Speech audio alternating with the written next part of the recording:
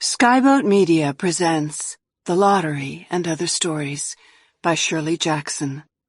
This book is read by Cassandra Campbell, Gabrielle DeCure, Kata Mazer, and Stefan Rudnicki. Part 1. The Intoxicated. He was just tight enough and just familiar enough with the house to be able to go out into the kitchen alone, apparently to get ice, but actually to sober up a little. He was not quite enough of a friend of the family to pass out on the living room couch. He left the party behind without reluctance, the group by the piano singing Stardust, his hostess talking earnestly to a young man with thin, clean glasses and a sullen mouth. He walked guardedly through the dining room, where a little group of 4 or 5 people sat on the stiff chairs, reasoning something out carefully among themselves. The kitchen doors swung abruptly to his touch, and he sat down beside a white enamel table, clean and cold under his hand. He put his glass on a good spot in the green pattern, and looked up to find that a young girl was regarding him speculatively from across the table. "Hello," he said. "You the daughter?" "I'm Eileen," she said. "Yes." She seemed to him baggy and ill-formed. It's the clothes they wear now, young girls, he thought foggily. Her hair was braided down either side of her face, and she looked young and fresh and not dressed up. Her sweater was purplish and her hair was dark. "You sound nice and sober," he said, realizing that it was the wrong thing to say to young girls. "I was just having a cup of coffee," she said. "May I get you one?" He almost laughed, thinking that she expected she was dealing knowingly and competently with a rude drunk. "Thank you," he said. "I believe I will." He made an effort to focus his eyes. The coffee was hot, and when she put a cup in front of him, saying, "I suppose you'd like it black," he put his face into the steam and let it go into his eyes, hoping to clear his head. "It sounds like a lovely party," she said, without longing. "Everyone must be having a fine time." "It is a lovely party."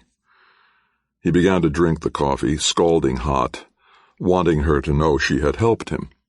His head steadied, and he smiled at her. "I feel better," he said. "Thanks to you." "It must be very warm in the other room," she said soothingly. Then he did laugh out loud, and she frowned.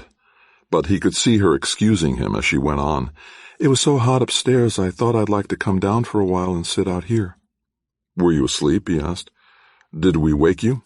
"I was doing my homework," she said. He looked at her again, seeing her against a background of careful penmanship and themes, worn textbooks, and laughter between desks. "You're in high school?" "I'm a senior." She seemed to wait for him to say something, and then she said, "I was out a year when I had pneumonia." He found it difficult to think of something to say, ask her about boys, basketball, and so he pretended he was listening to the distant noises from the front of the house. "It's a fine party," he said again, vaguely. "I suppose you like parties," she said. Dumbfounded, he sat staring into his empty coffee cup. He supposed he did like parties. Her tone had been faintly surprised, as though next he were to declare for an arena with gladiators fighting wild beasts, or the solitary circular waltzing of a madman in a garden. "I'm almost twice your age, my girl," he thought, "but it's not so long since I did homework, too." "Play basketball?" he asked. "No," she said. He felt with irritation that she had been in the kitchen first, that she lived in the house, that he must keep on talking to her. "What's your homework about?" he asked. "I'm writing a paper on the future of the world," she said, and smiled. "It sounds silly, doesn't it?" "I think it's silly." "Your party out front is talking about it. That's one reason I came out here." He could see her thinking that that was not at all the reason he came out here, and he said quickly, "What are you saying about the future of the world?" "I don't really think it's got much future," she said. "At least the way we've got it now." "It's an interesting time to be alive," he said, as though he were still at the party. "Well, after all," she said, "it isn't as though we didn't know about it in advance." He looked at her for a minute. She was staring absently at the toe of her saddle shoe, moving her foot softly back and forth, following it with her eyes. It's really a frightening time when a girl 16 has to think of things like that. In my day, he thought of saying mockingly, girls thought of nothing but cocktails and necking. I'm 17. She looked up and smiled at him again. There's a terrible difference, she said. In my day, he said, overemphasizing, girls thought of nothing but cocktails and necking. That's partly the trouble, she answered him seriously. If people had been really honestly scared when you were young, we wouldn't be so badly off today.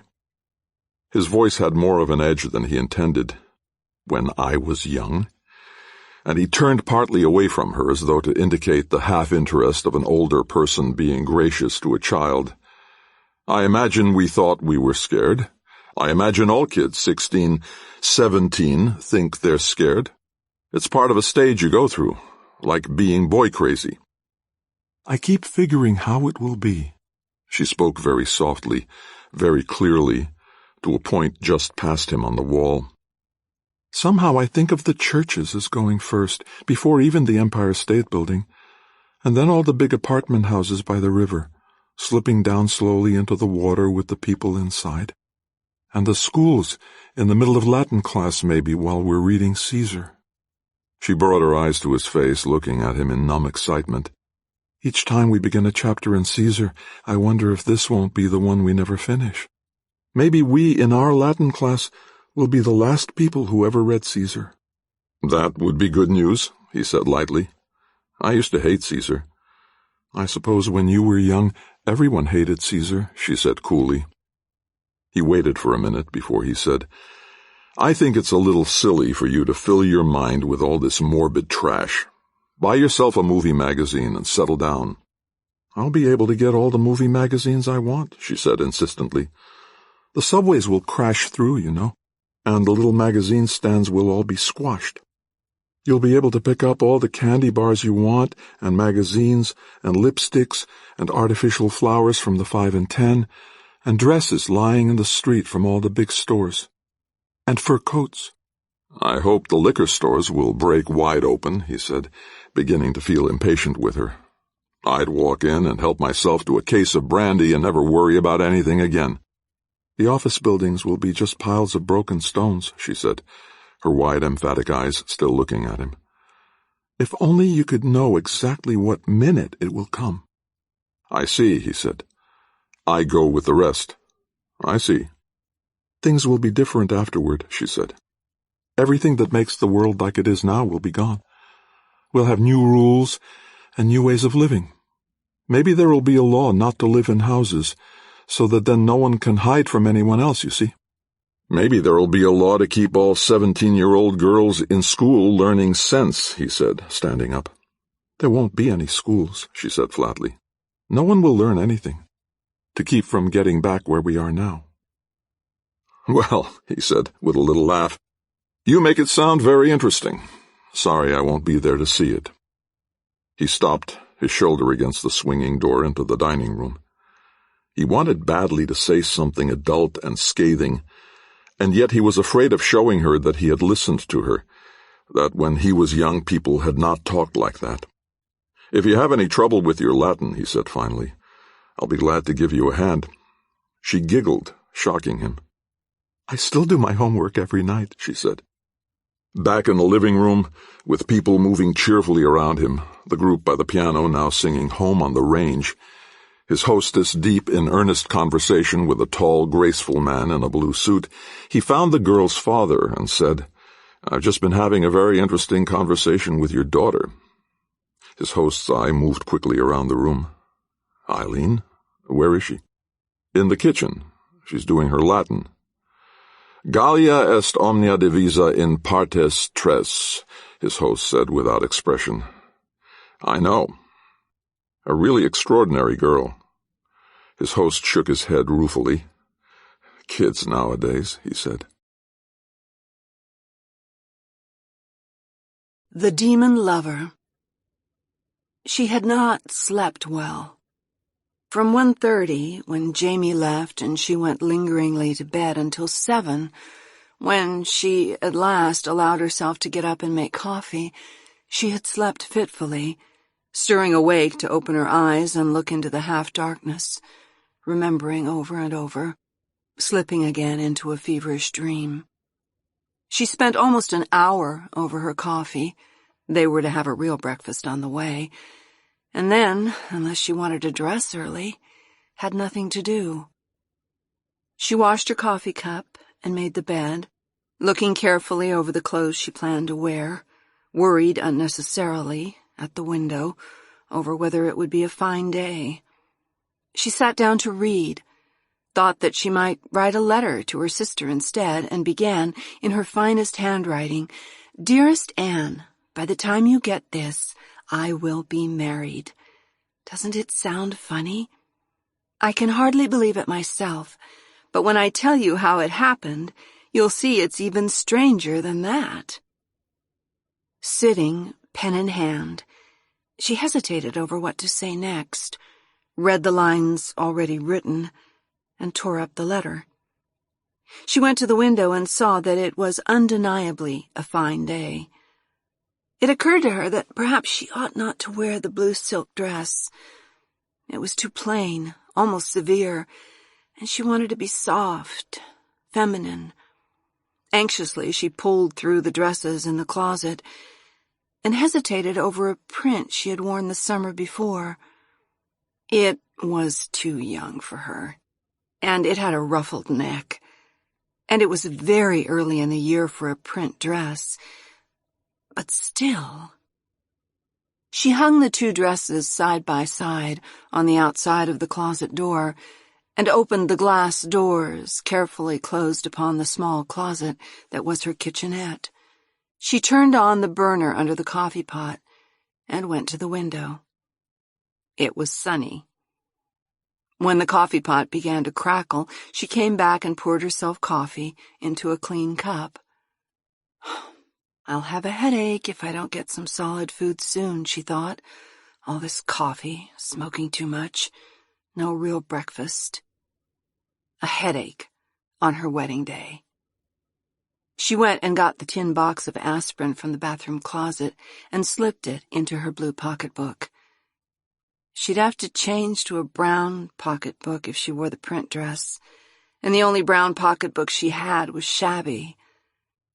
Helplessly, she stood looking from the blue pocketbook to the print dress, then put the pocketbook down and went and got her coffee and sat down near the window, drinking her coffee and looking carefully around the one-room apartment.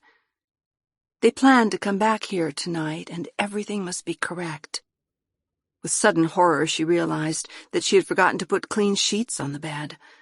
The laundry was freshly back, and she took clean sheets and pillowcases from the top shelf of the closet and stripped the bed, working quickly to avoid thinking consciously of why she was changing the sheets. The bed was a studio bed, with a cover to make it look like a couch, and when it was finished, no one would have known she had just put clean sheets on it. She took the old sheets and pillowcases into the bathroom and stuffed them down into the hamper, and put the bathroom towels in the hamper too, and clean towels on the bathroom racks. Her coffee was cold when she came back to it, but she drank it anyway. When she looked at the clock, finally, and saw that it was after 9, she began at last to hurry. She took a bath and used one of the clean towels, which she put into the hamper and replaced with a clean one. She dressed carefully, all her underwear fresh and most of it new. She put everything she had worn the day before, including her nightgown, into the hamper. When she was ready for her dress, she hesitated before the closet door. The blue dress was certainly decent and clean and fairly becoming, but she had worn it several times with Jamie, and there was nothing about it which made it special for a wedding day. The print dress was overly pretty and new to Jamie, and yet wearing such a print this early in the year was certainly rushing the season. Finally, she thought, "This is my wedding day. I can dress as I please," and she took the print dress down from the hanger. When she slipped it on over her head, it felt fresh and light, But when she looked at herself in the mirror, she remembered that the ruffles around the neck did not show her throat to any great advantage, and the wide, swinging skirt looked irresistibly made for a girl, for someone who would run freely, dance, swing it with her hips when she walked. Looking at herself in the mirror, she thought with revulsion, "It's as though I'm trying to make myself look prettier than I am, just for him. He'll think I want to look younger because he's marrying me." And she tore the print dress off so quickly that a seam under the arm ripped. In the old blue dress, she felt comfortable and familiar, but unexciting. "It isn't what you're wearing that matters," she told herself firmly, and turned in dismay to the closet to see if there might be anything else. There was nothing even remotely suitable for her marrying Jamie, and for a minute she thought of going out quickly to some little shop nearby to get a dress. Then she saw that it was close on 10, and she had no time for more than her hair and her makeup. Her hair was easy, pulled back into a knot at the nape of her neck. But her makeup was another delicate balance between looking as well as possible and deceiving as little. She could not try to disguise the sallowness of her skin, or the lines around her eyes today, when it might look as though she were only doing it for her wedding. And yet she could not bear the thought of Jamie's bringing to marriage anyone who looked haggard and lined. "You're 34 years old after all," she told herself cruelly in the bathroom mirror. 30, it said on the license. It was 2 minutes after 10. She was not satisfied with her clothes, her face, her apartment. She heated the coffee again and sat down in the chair by the window.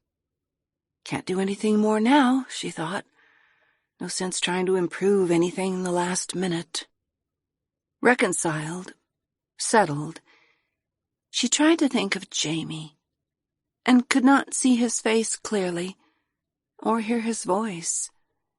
It's always that way with someone you love, she thought, and let her mind slip past today and tomorrow into the farther future, when Jamie was established with his writing, and she had given up her job, the golden house in the country future they had been preparing for the last week. "I used to be a wonderful cook," she had promised Jamie. "With a little time and practice, I could remember how to make angel food cake. And fried chicken," she said, knowing how the words would stay in Jamie's mind, half tenderly. "And hollandaise sauce." 10:30. She stood up and went purposefully to the phone. She dialed and waited, and the girl's metallic voice said, "The time will be exactly 10:29. Half-consciously, she set her clock back a minute. She was remembering her own voice saying last night in the doorway, 10 o'clock then. I'll be ready. Is it really true?" And Jamie laughing down the hallway. By 11 o'clock, she had sewed up the ripped seam in the print dress and put her sewing box away carefully in the closet. With the print dress on, she was sitting by the window drinking another cup of coffee.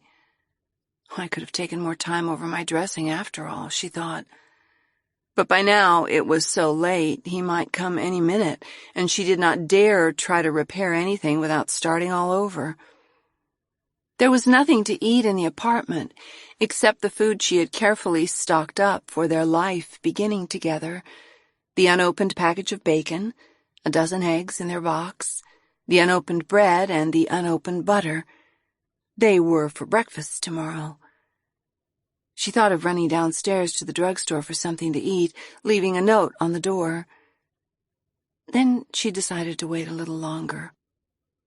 By 11:30, she was so dizzy and weak that she had to go downstairs.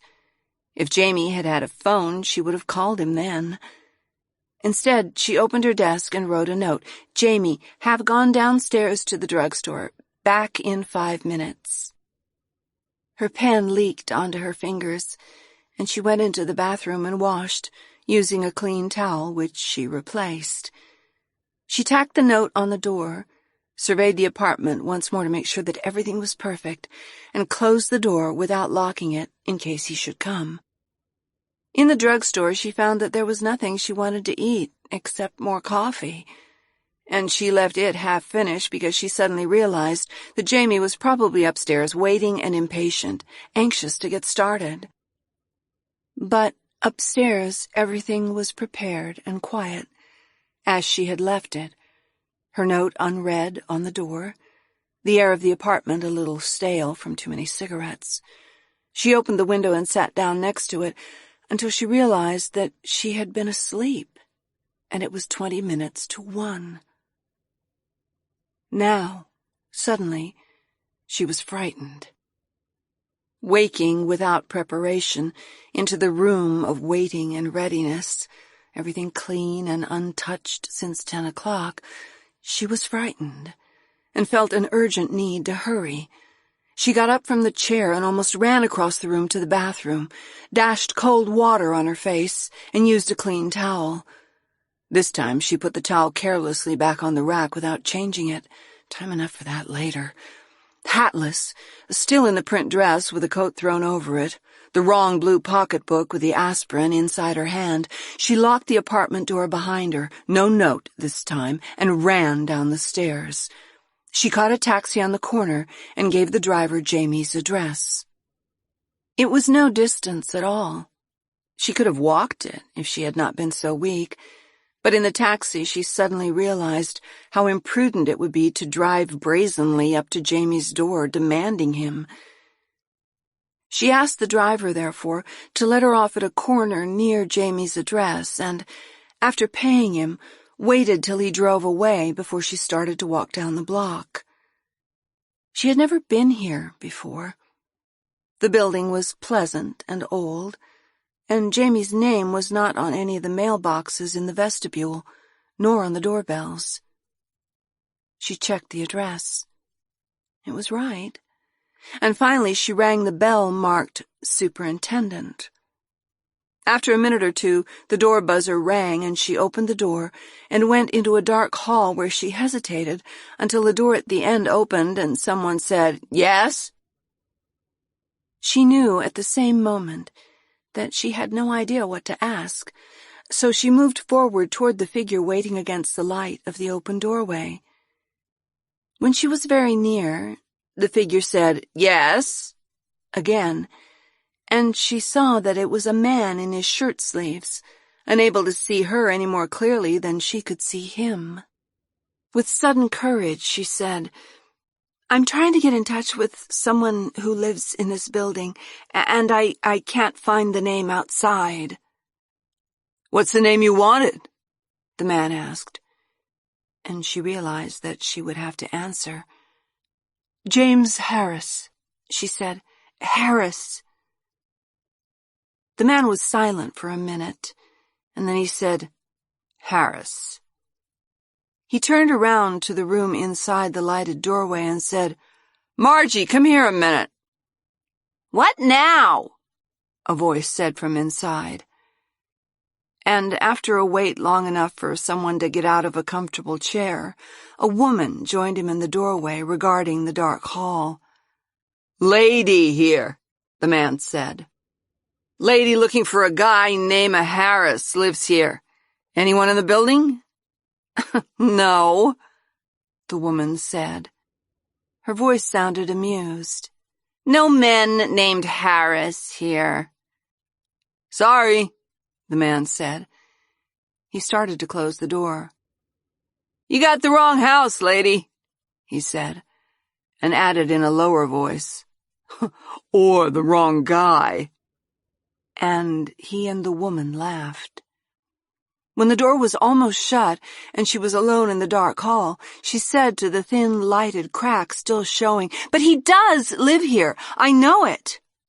"Look," the woman said, opening the door again a little. "It happens all the time." "Please, don't make any mistake," she said, and her voice was very dignified, with 34 years of accumulated pride. "I'm afraid you don't understand." "What did he look like?" the woman said wearily, the door still only part open. "He's rather tall and fair. He wears a blue suit very often. He's a writer." "No," the woman said, and then, "Could he have lived on the 3rd floor?" "I'm not sure." "There was a fellow," the woman said reflectively. "He wore a blue suit a lot, lived on the 3rd floor for a while. The Roysters lent him their apartment while they were visiting her folks upstate." "That might be it. I thought, though, this one wore a blue suit mostly, but I don't know how tall he was," the woman said. "He stayed there about a month." A month ago is when—" "You asked the Roysters," the woman said. "They come back this morning, apartment 3B. The door closed, definitely. The hall was very dark, and the stairs looked darker. On the 2nd floor there was a little light from a skylight far above. The apartment doors lined up, 4 on the floor, uncommunicative and silent. There was a bottle of milk outside 2C. On the 3rd floor, she waited for a minute. There was the sound of music beyond the door of 3B, and she could hear voices. Finally she knocked, and knocked again. The door was opened, and the music swept out at her, an early afternoon symphony broadcast. "How do you do?" she said politely to this woman in the doorway. "Mrs. Royster?" "That's right." The woman was wearing a housecoat and last night's makeup. "I wonder if I might talk to you for a minute?" "Sure," Mrs. Royster said, not moving. "About Mr. Harris?" "What Mr. Harris?" Mrs. Royster said flatly. "Mr. James Harris, the gentleman who borrowed your apartment." "Oh, Lord," Mrs. Royster said. She seemed to open her eyes for the first time. "What did he do?"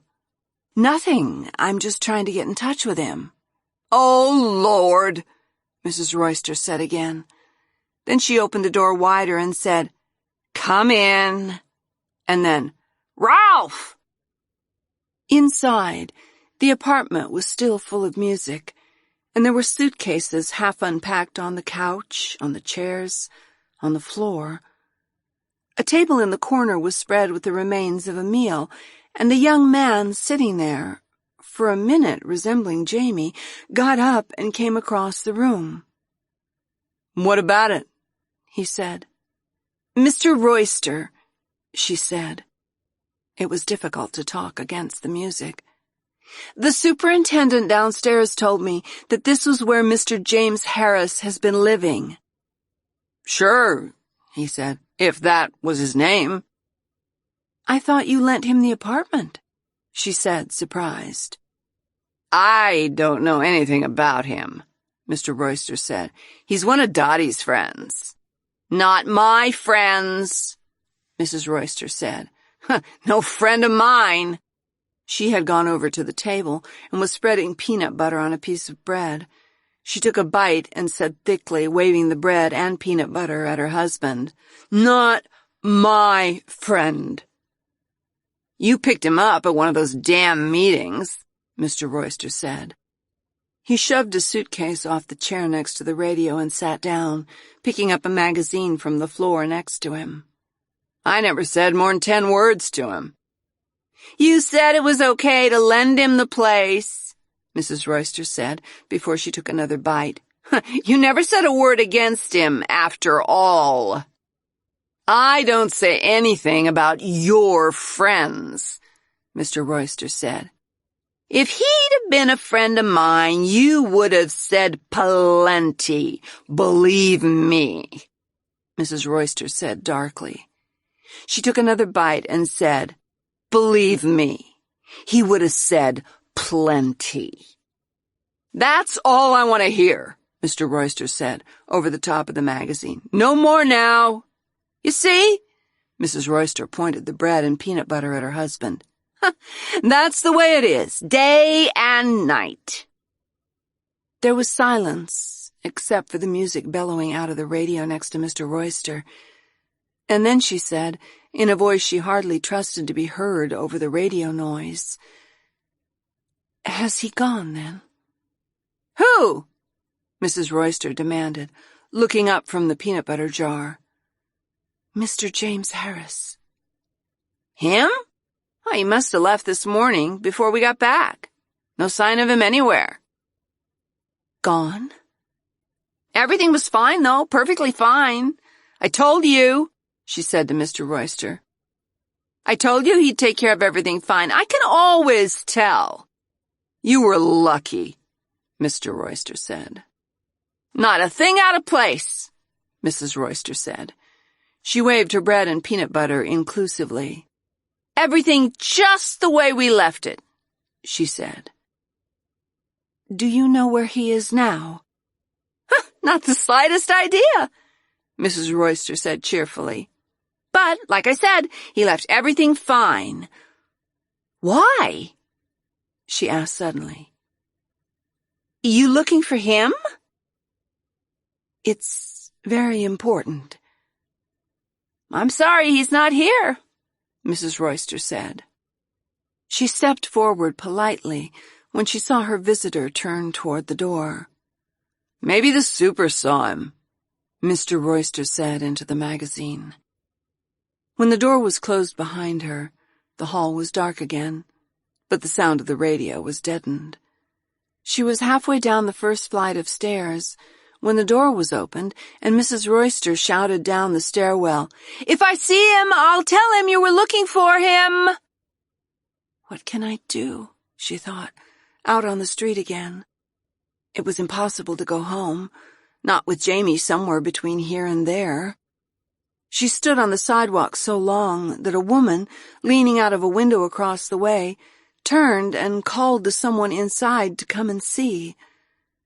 Finally, on an impulse, she went into the small delicatessen next door to the apartment house, on the side that led to her own apartment.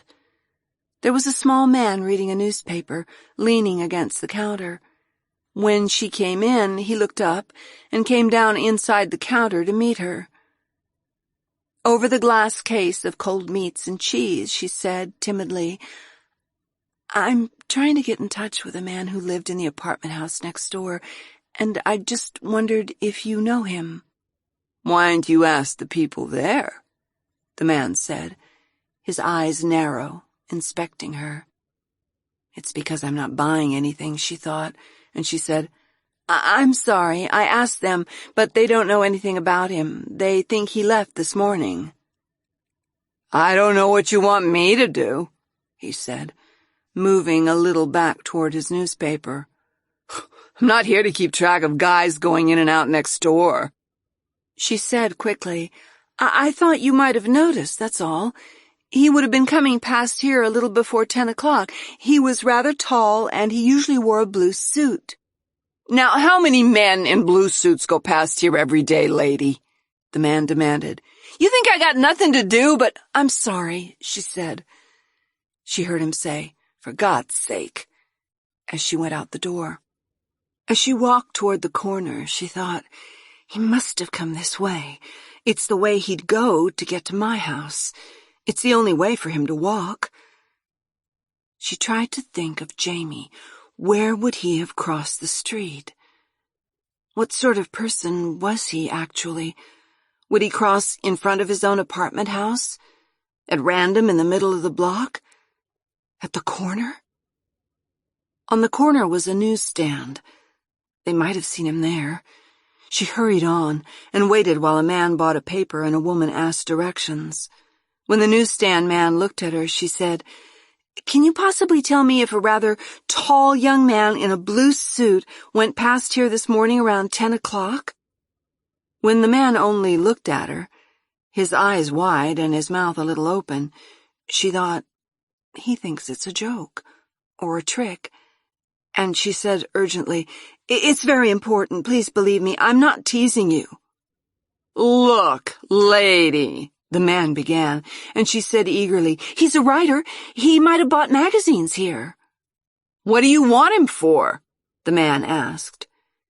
He looked at her, smiling, and she realized that there was another man waiting in back of her, and the newsdealer's smile included him. "Never mind," she said.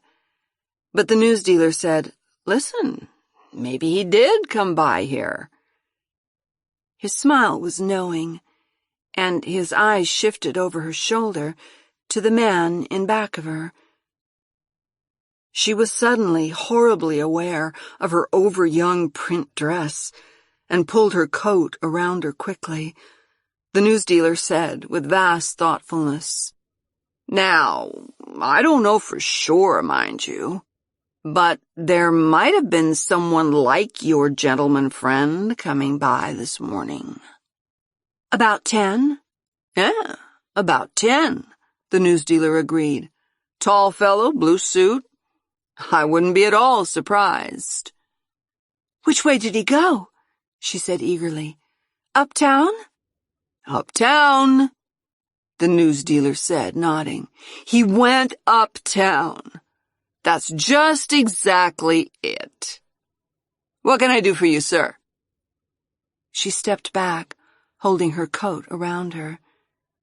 The man who had been standing behind her looked at her over his shoulder, and then he and the newsdealer looked at one another. She wondered for a minute whether or not to tip the newsdealer, but when both men began to laugh, she moved hurriedly on across the street. Uptown, she thought, that's right, and she started up the avenue thinking, he wouldn't have to cross the avenue, just go up 6 blocks and turn down my street, so long as he started uptown. About a block farther on, she passed a florist's shop. There was a wedding display in the window, and she thought, "Oh, this is my wedding day after all. He might have gotten flowers to bring me." And she went inside. The florist came out of the back of the shop, smiling and sleek, and she said, before he could speak, so that he wouldn't have a chance to think she was buying anything, "It's terribly important that I get in touch with a gentleman who may have stopped in here to buy flowers this morning. Terribly important." She stopped for breath, and the florist said, "Yes, what sort of flowers were they?" "I don't know," she said, surprised. "He never—" She stopped and said, "He was a rather tall young man in a blue suit. It was about 10 o'clock. "I see," the florist said. "Well, really, I'm afraid, but it's so important," she said. "He may have been in a hurry," she added helpfully. "Well," the florist said. He smiled genially, showing all his small teeth. "For a lady," he said. He went to a stand and opened a large book.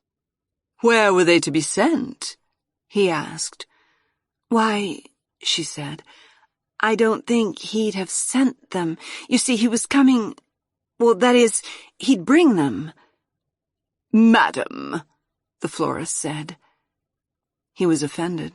His smile became deprecatory, and he went on, "Really, you must realize that unless I have something to go on—" "Please, try to remember," she begged. "He was tall and had a blue suit, and it was about 10 this morning."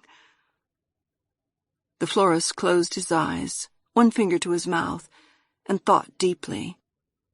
Then he shook his head.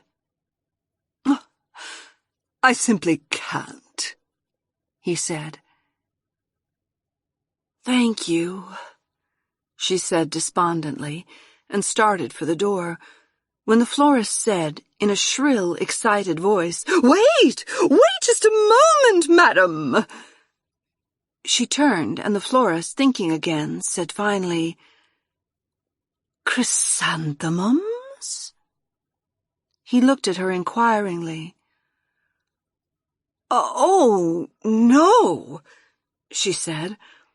Her voice shook a little, and she waited for a minute before she went on. "Well, not for an occasion like this, I'm sure." The florist tightened his lips and looked away coldly. "Well, of course, I don't know the occasion," he said, "but I'm almost certain that the gentleman you were inquiring for came in this morning and purchased 12 chrysanthemums. No delivery." "You're sure?" she asked. "Positive," the florist said emphatically. "That was absolutely the man." He smiled brilliantly, and she smiled back and said, "Well, thank you very much." He escorted her to the door. "Nice corsage," he said, as they went through the shop. "Red roses, gardenias." "It was very kind of you to help me," she said at the door. "Ladies always look their best in flowers," he said, bending his head toward her.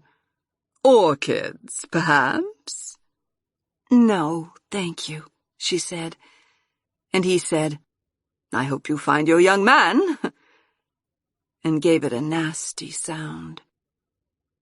Going on up the street, she thought, everyone thinks it's so funny.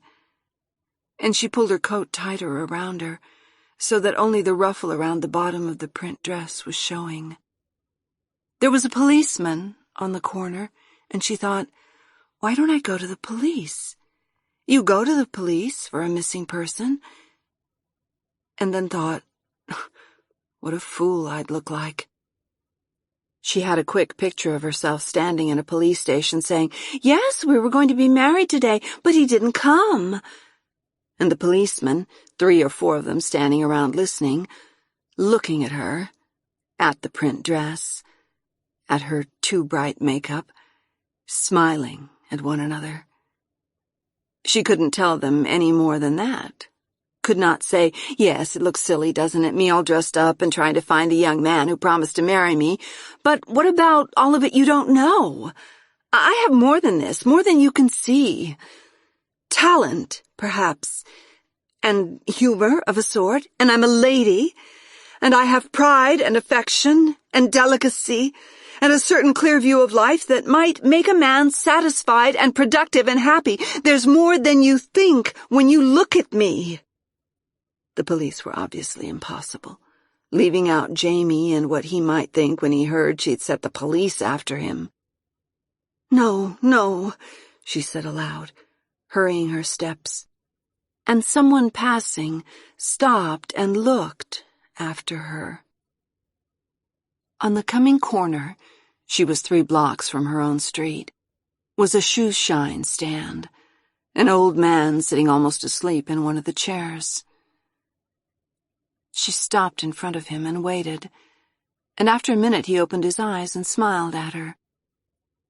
"Look," she said, the words coming before she thought of them, "I'm sorry to bother you, but I'm looking for a young man who came up this way about 10 this morning. Did you see him?" And she began her description. "Tall, blue suit, carrying a bunch of flowers." The old man began to nod before she was finished. "I saw him," he said. "Friend of yours?" "Yes," she said, and smiled back involuntarily. The old man blinked his eyes and said, "I remember I thought, you're going to see a girl, young fellow. They all go to see their girls," he said, and shook his head tolerantly. "Which way did he go? Straight on up the avenue?" "That's right," the old man said. "Got a shine, had his flowers, all dressed up, in an awful hurry. You got a girl, I thought." "Thank you," she said, fumbling in her pocket for her loose change. "She sure must have been glad to see him, the way he looked," the old man said. "Thank you," she said again, and brought her hand empty from her pocket.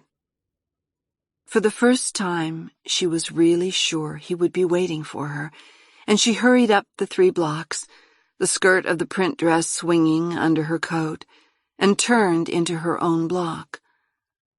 From the corner, she could not see her own windows, could not see Jamie looking out, waiting for her, and going down the block, she was almost running to get to him.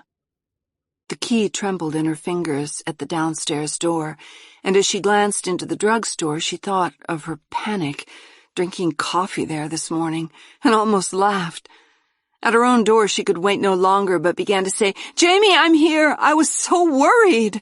even before the door was open. Her own apartment was waiting for her. Silent, barren, afternoon shadows lengthening from the window. For a minute she saw only the empty coffee cup, thought, "He has been here waiting," before she recognized it as her own, left from the morning. She looked all over the room, into the closet, into the bathroom. "I never saw him," the clerk in the drugstore said. "I know because I would have noticed the flowers. No one like that's been in." The old man at the shoeshine stand woke again to see her standing in front of him. "Hello again," he said, and smiled. "Are you sure?"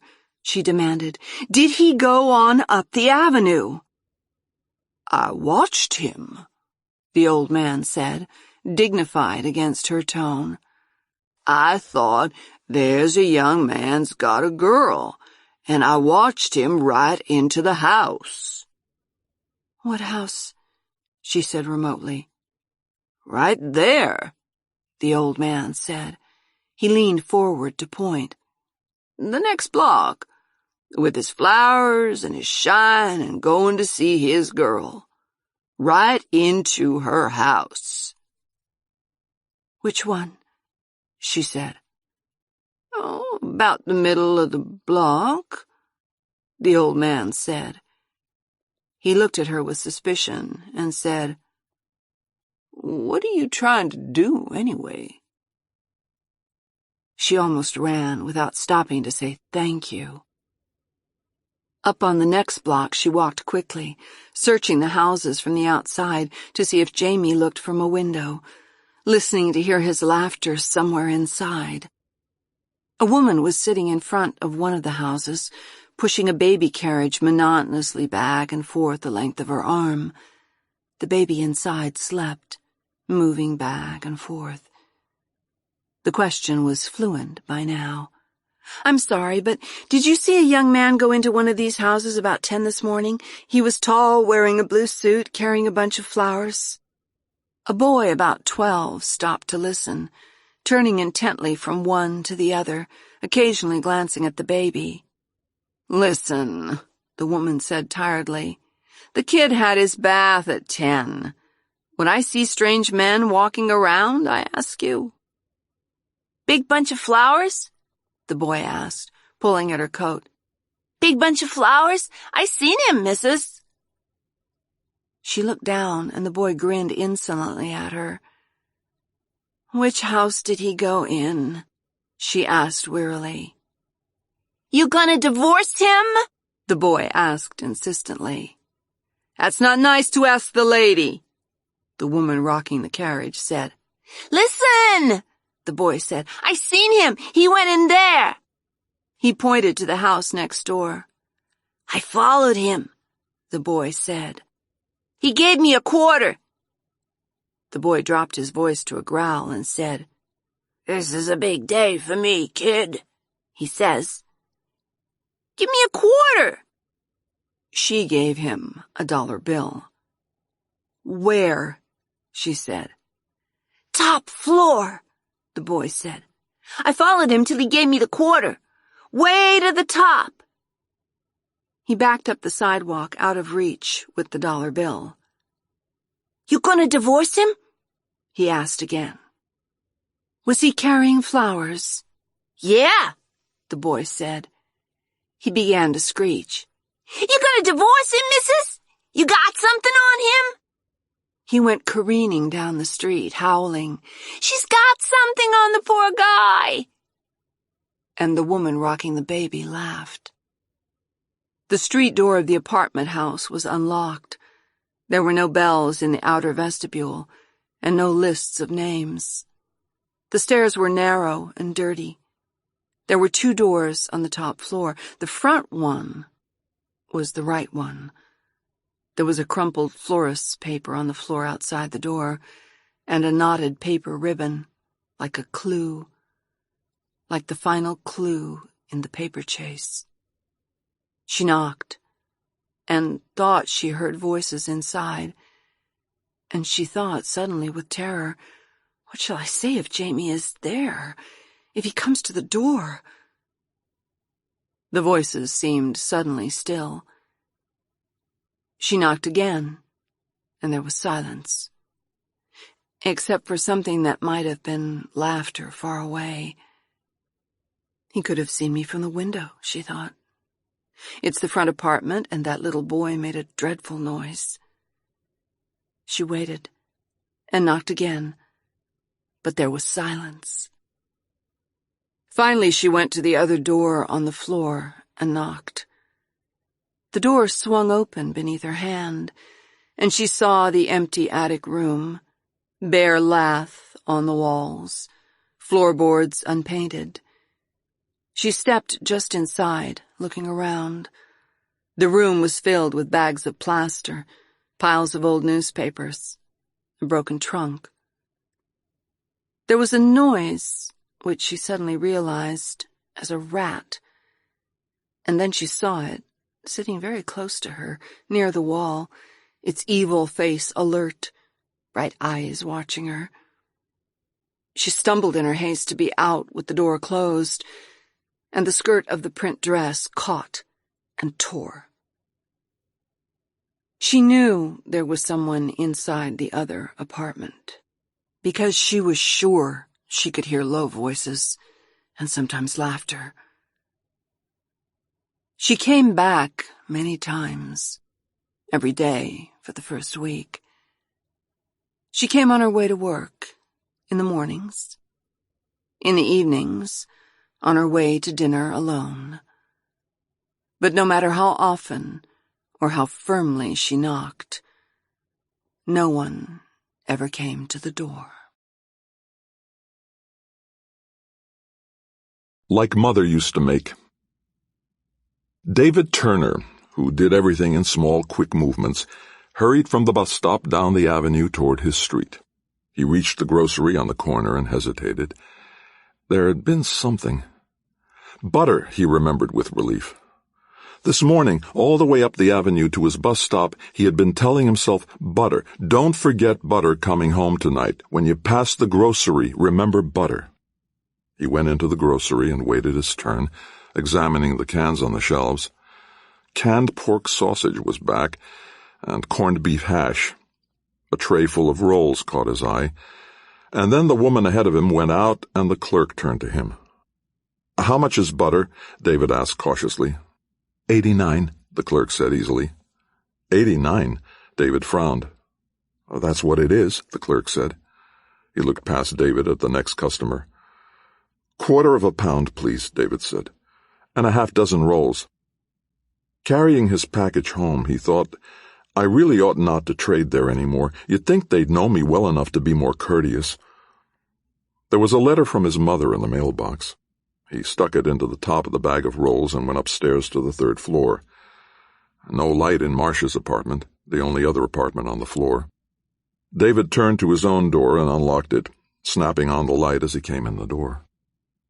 Tonight, as every night when he came home, the apartment looked warm and friendly and good. The little foyer with the neat small table and 4 careful chairs, and the bowl of little marigolds against the pale green walls David had painted himself. Beyond, the kitchenette, and beyond that, the big room where David read and slept, and the ceiling of which was a perpetual trouble to him. The plaster was falling in one corner, and no power on earth could make it less noticeable. David consoled himself for the plaster constantly with the thought that perhaps if he had not taken an apartment in an old brownstone, the plaster would not be falling, but then, too, for the money he paid, he could not have a foyer and a big room and a kitchenette anywhere else. He put his bag down on the table and put the butter away in the refrigerator and the rolls in the bread box. He folded the empty bag and put it in a drawer in the kitchenette. Then he hung his coat in the hall closet and went into the big room, which he called his living room, and lighted the desk light. His word for the room, in his own mind, was charming. He had always been partial to yellows and browns, and he had painted the desk and the bookcases and the end tables himself, had even painted the walls, and had hunted around the city for the exact tweedish tan drapes he had in mind. The room satisfied him. The rug was a rich dark brown that picked up the darkest thread in the drapes. The furniture was almost yellow. The cover on the studio couch and the lampshades were orange. The rows of plants on the windowsills gave the touch of green the room needed. Right now David was looking for an ornament to set on the end table, but he had his heart set on a low translucent green bowl for more marigolds, and such things cost more than he could afford after the silverware. He could not come into this room without feeling that it was the most comfortable home he had ever had. Tonight, as always, he let his eyes move slowly around the room, from couch to drapes to bookcase, imagined the green bowl on the end table, and sighed as he turned to the desk. He took his pen from the holder and a sheet of the neat notepaper sitting in one of the desk cubbyholes, and wrote carefully, "Dear Marcia, don't forget you're coming for dinner tonight. I'll expect you about 6. He signed the note with a D and picked up the key to Marcia's apartment, which lay in the flat pencil tray on his desk.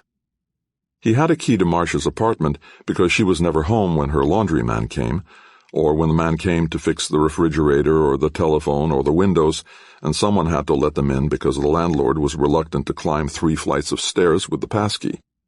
Marcia had never suggested having a key to David's apartment, and he had never offered her one. It pleased him to have only one key to his home, and that safely in his own pocket. It had a pleasant feeling to him, solid and small, the only way into his warm, fine home. He left his front door open and went down the dark hall to the other apartment. He opened the door with his key and turned on the light. This apartment was not agreeable for him to come into. It was exactly the same as his, foyer, kitchenette, living room, and it reminded him constantly of his first day in his own apartment, when the thought of the careful homemaking to be done had left him very close to despair. Marcia's home was bare and at random. An upright piano a friend had given her recently stood crookedly half in the foyer because the little room was too narrow and the big room was too cluttered for it to sit comfortably anywhere. Marcia's bed was unmade, and a pile of dirty laundry lay on the floor. The window had been open all day, and papers had blown wildly around the floor. David closed the window, hesitated over the papers, and then moved away quickly. He put the note on the piano keys and locked the door behind him. In his own apartment, he settled down happily to making dinner. He had made a little pot roast for dinner the night before.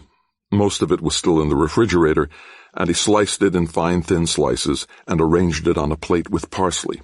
His plates were orange, almost the same color as the couch cover, and it was pleasant to him to arrange a salad with the lettuce on the orange plate and the thin slices of cucumber. He put coffee on to cook and sliced potatoes to fry, and then, with his dinner cooking agreeably and the window open to lose the odor of the frying potatoes, he set lovingly to arranging his table. First the tablecloth, pale green, of course, and the 2 fresh green napkins, the orange plates and the precise cup and saucer at each place, the plate of rolls in the center, and the odd salt and pepper shakers, like 2 green frogs. 2 glasses. They came from the 5 and 10, but they had thin green bands around them. And finally, with great care, the silverware. Gradually, tenderly, David was buying himself a complete set of silverware.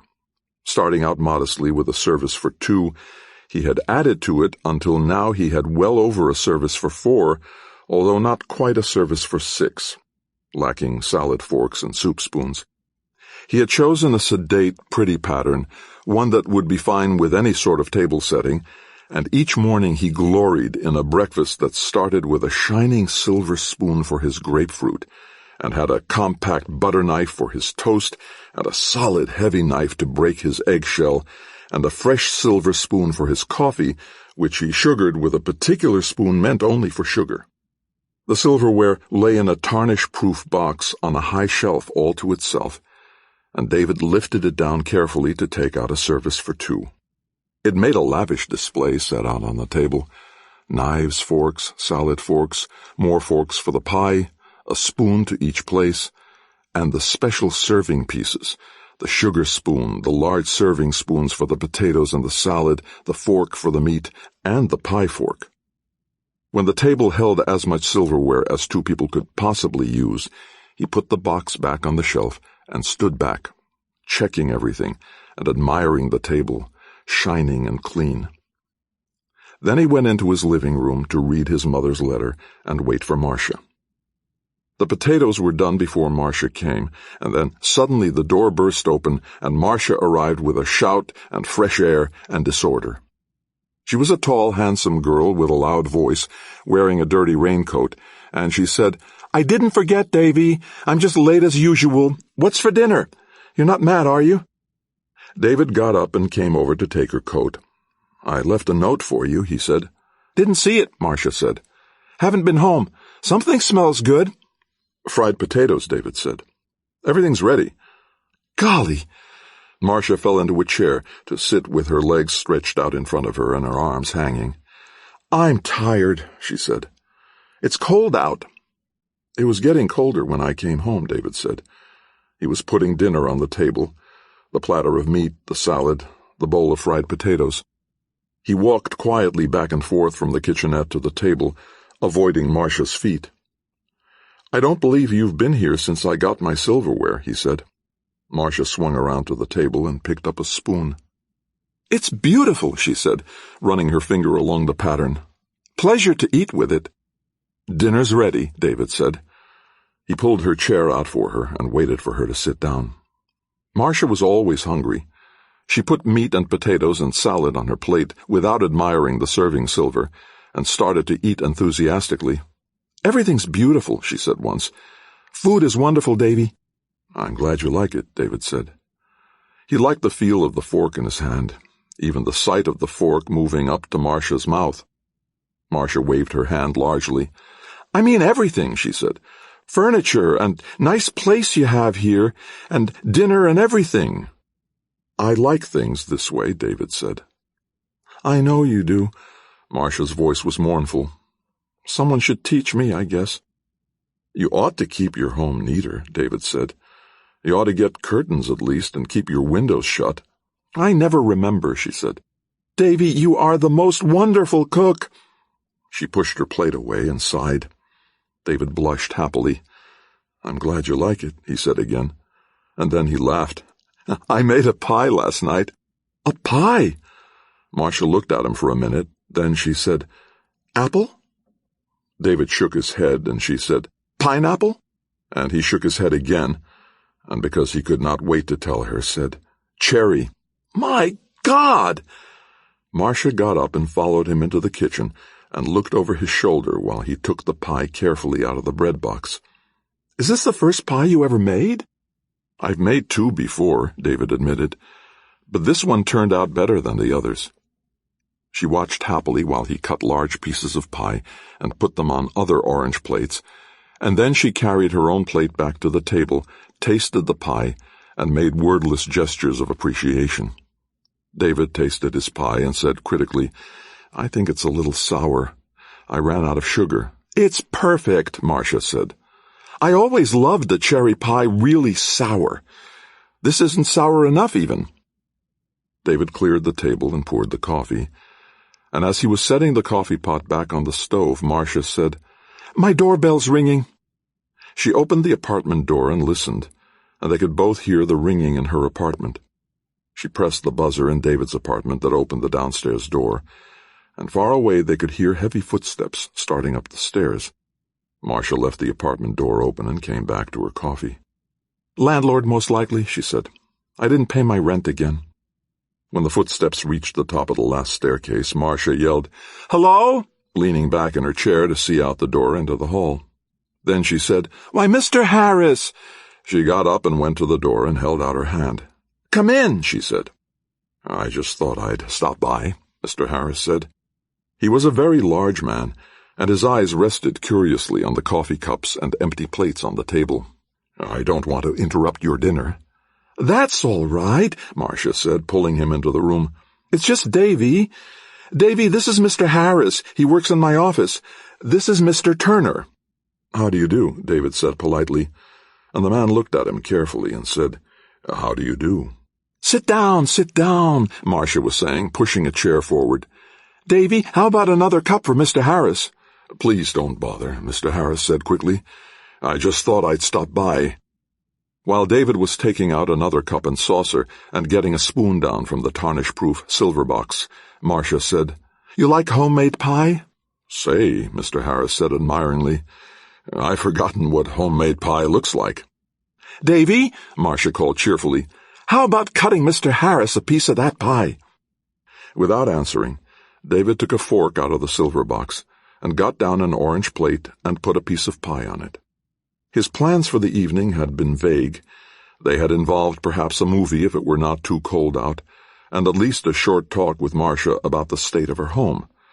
Mr. Harris was settling down in his chair, and when David put the pie down silently in front of him, he stared at it admiringly for a minute before he tasted it. "Say," he said finally, "this is certainly some pie." He looked at Marcia. "This is really good pie," he said. "You like it?" Marcia said modestly. She looked up at David and smiled at him over Mr. Harris's head. "I haven't made but 2-3 pies before," she said. David raised a hand to protest, but Mr. Harris turned to him and demanded, "Did you ever eat any better pie in your life?" "I don't think Davy liked it much," Marcia said wickedly. "I think it was too sour for him." "I like a sour pie," Mr. Harris said. He looked suspiciously at David. "A cherry pie's got to be sour." "I'm glad you like it anyway," Marcia said. Mr. Harris ate the last mouthful of pie, finished his coffee, and sat back. "I'm sure glad I dropped in," he said to Marcia. David's desire to be rid of Mr. Harris had slid imperceptibly into an urgency to be rid of them both. His clean house, his nice silver, were not meant as vehicles for the kind of fatuous banter Marcia and Mr. Harris were playing at together.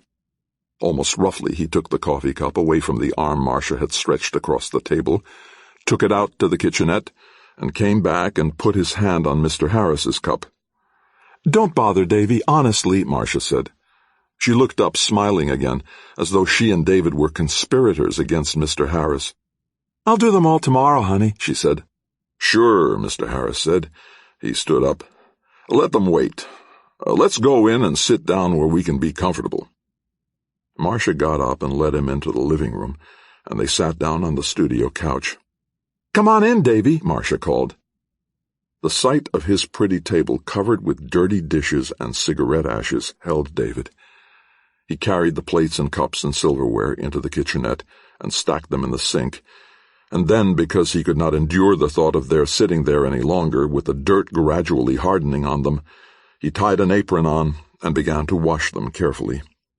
Now and then, while he was washing them and drying them and putting them away, Marcia would call to him, sometimes, "Davy, what are you doing?" or, "Davy, won't you stop all that and come sit down?" Once she said, "Davy, I don't want you to wash all those dishes." And Mr. Harris said, "Let him work, he's happy." David put the clean yellow cups and saucers back on the shelves. By now Mr. Harris's cup was unrecognizable. You could not tell from the clean rows of cups which one he had used, or which one had been stained with Marcia's lipstick, or which one had held David's coffee, which he had finished in the kitchenette. And finally, taking the tarnish-proof box down, he put the silverware away. First, the forks all went together into the little grooves which held 2 forks each. Later, when the set was complete, each groove would hold 4 forks. And then the spoons, stacked up neatly one on top of another in their own grooves, and the knives in even order, all facing the same way, in the special tapes in the lid of the box. Butter knives and serving spoons and the pie knife all went into their own places, and then David put the lid down on the lovely shining set and put the box back on the shelf. After wringing out the dishcloth and hanging up the dish towel and taking off his apron, he was through, and he went slowly into the living room. Marcia and Mr. Harris were sitting close together on the studio couch, talking earnestly. "My father's name was James," Marcia was saying as David came in, as though she were clinching an argument. She turned around when David came in and said, "Davy, you were so nice to do all those dishes yourself." "That's all right," David said awkwardly. Mr. Harris was looking at him impatiently. "I should have helped you," Marcia said. There was a silence, and then Marcia said, "Sit down, Davy, won't you?" David recognized her tone. It was the one hostesses used when they didn't know what else to say to you, or when you had come too early or stayed too late. It was the tone he had expected to use on Mr. Harris. "James and I were just talking about—" Marcia began and then stopped and laughed. "What were we talking about?" she asked, turning to Mr. Harris. "Nothing much," Mr. Harris said. He was still watching David. "Well," Marcia said, letting her voice trail off. She turned to David and smiled brightly, and then said, "Well," again. Mr. Harris picked up the ashtray from the end table and set it on the couch between himself and Marcia. He took a cigar out of his pocket and said to Marcia, "Do you mind cigars?" And when Marcia shook her head, he unwrapped the cigar tenderly and bit off the end. "The cigar smoke's good for plants," he said thickly around the cigar as he lighted it, and Marcia laughed. David stood up. For a minute he thought he was going to say something that might start, "Mr. Harris, I'll thank you too." But what he actually said, finally, with both Marcia and Mr. Harris looking at him, was, "I guess I'd better be getting along, Marcia." Mr. Harris stood up and said heartily, "Certainly have enjoyed meeting you." He held out his hand and David shook hands limply. "Guess I better be getting along," he said again to Marcia, and she stood up and said, "I'm sorry you have to leave so soon." "Lots of work to do," David said, much more genially than he intended, and Marcia smiled at him again as though they were conspirators, and went over to the desk and said, "Don't forget your key." Surprised, David took the key of her apartment from her, said good night to Mr. Harris, and went to the outside door. "Good night, Davy, honey," Marcia called out, and David said, "Thanks for a simply wonderful dinner, Marcia," and closed the door behind him. He went down the hall and let himself into Marcia's apartment. The piano was still awry, the papers were still on the floor, the laundry scattered, the bed unmade. David sat down on the bed and looked around. It was cold, it was dirty, and as he thought miserably of his own warm home, he heard faintly down the hall the sound of laughter and the scrape of a chair being moved. Then, still faintly, the sound of his radio. Wearily, David leaned over and picked up a paper from the floor, and then he began to gather them up, one by one. Trial by Combat. When Emily Johnson came home one evening to her furnished room and found 3 of her best handkerchiefs missing from the dresser drawer, she was sure who had taken them and what to do. She had lived in the furnished room for about 6 weeks, and for the past 2 weeks she had been missing small things occasionally. There had been several handkerchiefs gone, and an initial pin, which Emily rarely wore, and which had come from the 5 and 10. And once she had missed a small bottle of perfume, and one of a set of china dogs. Emily had known for some time who was taking the things, but it was only tonight that she decided what to do.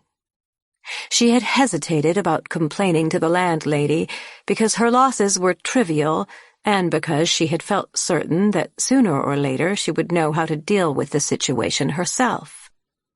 It had seemed logical to her from the beginning that the one person in the rooming house who was home all day was the most likely suspect.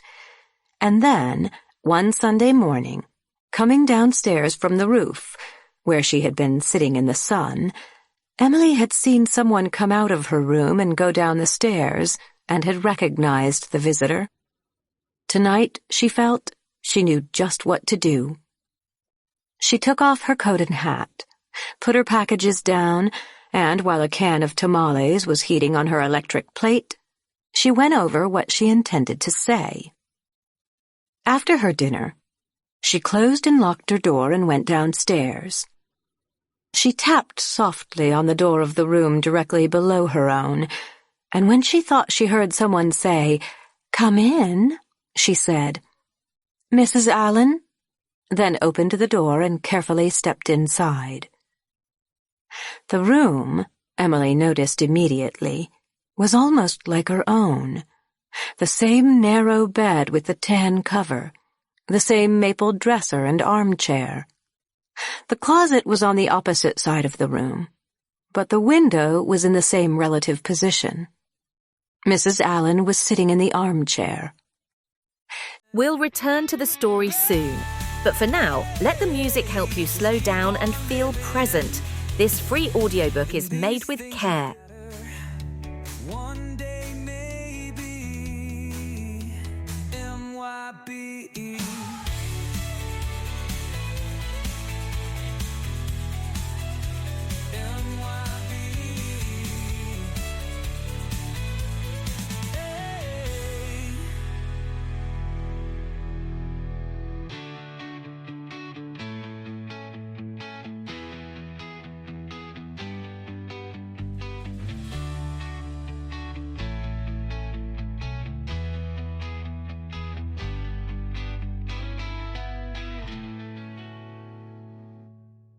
She was about 60, more than twice as old as I am, Emily thought, while she stood in the doorway, and a lady still.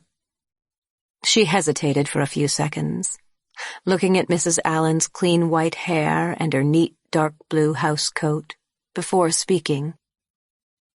"Mrs. Allen," she said, "I'm Emily Johnson." Mrs. Allen put down the Woman's Home Companion she had been reading and stood up slowly. "I'm very happy to meet you," she said graciously. "I've seen you, of course, several times and thought how pleasant you looked. It's so seldom one meets anyone really—" Mrs. Allen hesitated.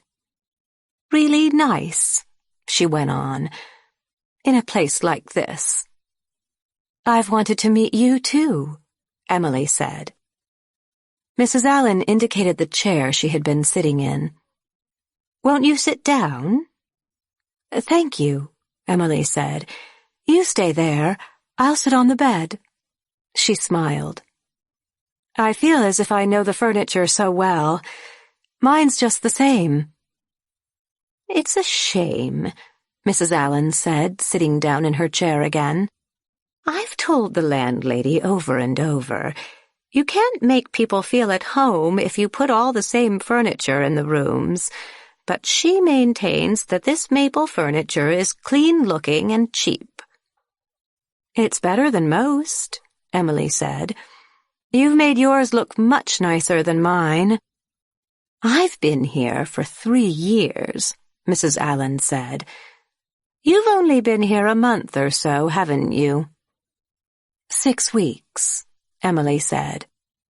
"The landlady's told me about you. Your husband's in the army." "Yes, I have a job here in New York." "My husband was in the army," Mrs. Allen said. She gestured at a group of pictures on her maple dresser. "That was a long time ago, of course.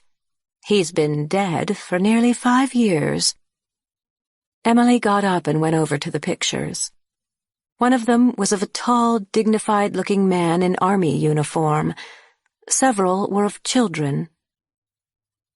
"He was a very distinguished-looking man," Emily said. "Are those your children?" "I had no children, to my sorrow," the old lady said. "Those are nephews and nieces of my husband's." Emily stood in front of the dresser, looking around the room. "I see you have flowers, too," she said. She walked to the window and looked at the row of potted plants.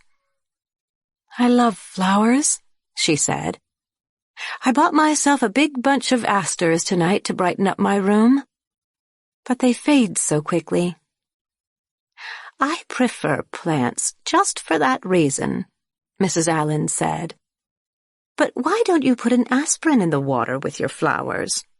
They'll last much longer." "I'm afraid I don't know much about flowers," Emily said. "I didn't know about putting an aspirin in the water, for instance." "I always do with cut flowers," Mrs. Allen said.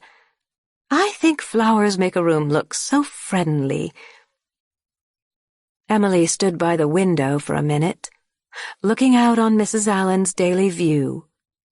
The fire escape opposite, an oblique slice of the street below. Then she took a deep breath and turned around. "Actually, Mrs. Allen," she said, "I had a reason for dropping in." "Other than to make my acquaintance?" Mrs. Allen said, smiling. "I don't know quite what to do," Emily said. "I don't like to say anything to the landlady." "The landlady isn't much help in an emergency," Mrs. Allen said. Emily came back and sat on the bed, looking earnestly at Mrs. Allen, seeing a nice old lady. "It's so slight," she said, "but someone's been coming into my room." Mrs. Allen looked up. "I've been missing things," Emily went on, "like handkerchiefs and little inexpensive jewelry, nothing important. But someone's been coming into my room and helping themselves." "I'm sorry to hear it," Mrs. Allen said. "You see, I don't like to make trouble," Emily said. "It's just that someone's coming into my room. I haven't missed anything of value." "I see," Mrs. Allen said. "I just noticed it a few days ago. And then last Sunday I was coming down from the roof and I saw someone coming out of my room." "Do you have any idea who it was?" Mrs. Allen asked. "I believe I do," Emily said. Mrs. Allen was quiet for a minute. "I can see where you wouldn't like to speak to the landlady," she said finally. "Of course not," Emily said. "I just want it to stop." "I don't blame you," Mrs. Allen said. "You see, it means someone has a key to my door," Emily said pleadingly. "All the keys in this house open all the doors," Mrs. Allen said. "They're all old-fashioned locks." "It has to stop," Emily said. "If it doesn't, I'll have to do something about it." "I can see that," Mrs. Allen said. "The whole thing is very unfortunate." She rose. "You'll have to excuse me," she went on. "I tire very easily, and I must be in bed early. I'm so happy you came down to see me." "I'm so glad to have met you at last," Emily said. She went to the door. "I hope I won't be bothered again," she said. "Good night." "Good night," Mrs. Allen said. The following evening, when Emily came home from work, a pair of cheap earrings was gone, along with 2 packages of cigarettes which had been in her dresser drawer. That evening she sat alone in her room for a long time, thinking. Then she wrote a letter to her husband and went to bed. The next morning she got up and dressed and went to the corner drugstore, where she called her office from a phone booth and said that she was sick and would not be in that day. Then she went back to her room. She sat for almost an hour with the door slightly ajar before she heard Mrs. Allen's door open, and Mrs. Allen come out and go slowly down the stairs. When Mrs. Allen had had time to get out onto the street, Emily locked her door and, carrying her key in her hand, went down to Mrs. Allen's room. She was thinking, "I just want to pretend it's my own room, so that if anyone comes I can say I was mistaken about the floor." For a minute, after she had opened the door, it seemed as though she were in her own room, The bed was neatly made and the shade drawn down over the window. Emily left the door unlocked and went over and pulled up the shade. Now that the room was light, she looked around. She had a sudden sense of unbearable intimacy with Mrs. Allen and thought, "This is the way she must feel in my room." Everything was neat and plain. She looked in the closet first, but there was nothing in there but Mrs. Allen's blue housecoat and one or two plain dresses. Emily went to the dresser. She looked for a moment at the picture of Mrs. Allen's husband, and then opened the top drawer and looked in. Her handkerchiefs were there in a neat small pile, and next to them the cigarettes and the earrings. In one corner the little china dog was sitting. "Everything is here," Emily thought, "all put away and very orderly." She closed the drawer and opened the next two. Both were empty. She opened the top one again. Besides her things, the drawer held a pair of black cotton gloves, and under the little pile of her handkerchiefs were two plain white ones. There was a box of Kleenex and a small tin of aspirin. For her plants, Emily thought. Emily was counting the handkerchiefs when a noise behind her made her turn around. Mrs. Allen was standing in the doorway watching her quietly. Emily dropped the handkerchiefs she was holding and stepped back. She felt herself blushing and knew her hands were trembling. "Now," she was thinking, "now turn around and tell her." "Listen, Mrs. Allen," she began, and stopped. "Yes?" Mrs. Allen said gently. Emily found that she was staring at the picture of Mrs. Allen's husband. Such a thoughtful-looking man, she was thinking. They must have had such a pleasant life together, and now she has a room like mine, with only two handkerchiefs of her own in the drawer. "Yes," Mrs. Allen said again. What does she want me to say? Emily thought. What could she be waiting for with such a ladylike manner? "I came down," Emily said, and hesitated. My voice is almost ladylike too, she thought. "I had a terrible headache, and I came down to borrow some aspirin," she said quickly. "I had this awful headache, and when I found you were out, I thought surely you wouldn't mind if I just borrowed some aspirin." "I'm so sorry," Mrs. Allen said. "But I'm glad you felt you knew me well enough." "I never would have dreamed of coming in," Emily said, "except for such a bad headache." "Of course," Mrs. Allen said. "Let's not say any more about it." She went over to the dresser and opened the drawer. Emily, standing next to her, watched her hand pass over the handkerchiefs and pick up the aspirin. "You just take 2 of these and go to bed for an hour," Mrs. Allen said. "Thank you." Emily began to move toward the door. "You've been very kind. Let me know if there's anything more I can do." "Thank you," Emily said again, opening the door. She waited for a minute and then turned toward the stairs to her room. "I'll run up later today," Mrs. Allen said, "just to see how you feel." The Villager. Miss Clarence stopped on the corner of 6th Avenue and 8th Street and looked at her watch. 2:15. She was earlier than she thought. She went into Wayland's and sat at the counter, putting her copy of The Villager down on the counter next to her pocketbook and The Charterhouse of Parma, which she had read enthusiastically up to page 50 and only carried now for effect. She ordered a chocolate frosted, and while the clerk was making it, she went over to the cigarette counter and bought a pack of Cools. Sitting again at the soda counter, she opened the pack and lit a cigarette. Miss Clarence was about 35 and had lived in Greenwich Village for 12 years.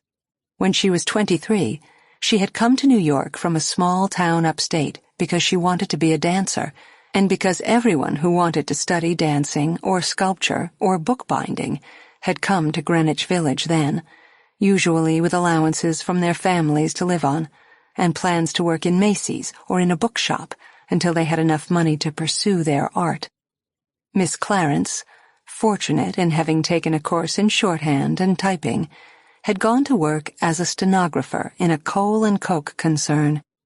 Now, after 12 years, she was a private secretary in the same concern and was making enough money to live in a good village apartment by the park and buy herself smart clothes. She still went to an occasional dance recital with another girl from her office, and sometimes when she wrote to her old friends at home, she referred to herself as a village diehard. When Miss Clarence gave the matter any thought at all, she was apt to congratulate herself on her common sense in handling a good job competently and supporting herself better than she would have in her hometown. Confident that she looked very well in her gray tweed suit and the hammered copper lapel ornament from a village jewelry store, Miss Clarence finished her frosted and looked at her watch again. She paid the cashier and went out into 6th Avenue and began to walk briskly uptown. She had estimated correctly.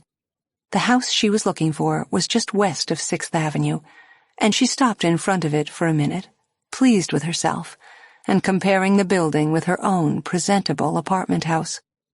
Miss Clarence lived in a picturesque brick and stucco modern.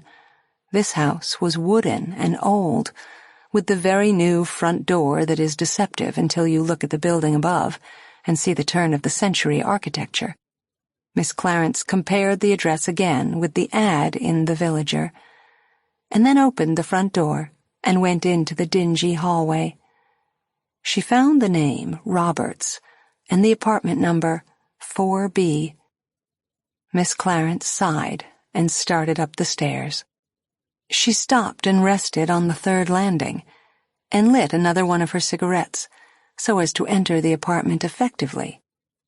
At the head of the stairs on the 4th floor, she found 4B, with a typed note pinned on the door. Miss Clarence pulled the note loose from the thumbtack that held it and took it over into the light. "Miss Clarence," she read, "I had to run out for a few minutes, but we'll be back about 3:30. Please come on in and look around till I get back. All the furniture is marked with prices. Terribly sorry, Nancy Roberts." Miss Clarence tried the door, and it was unlocked. Still holding the note, she went in and closed the door behind her. The room was in confusion.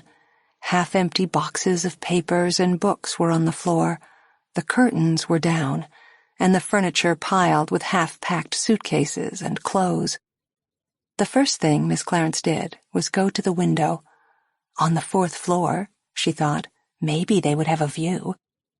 But she could see only dirty roofs, and, far off to the left, a high building crowned with flower gardens.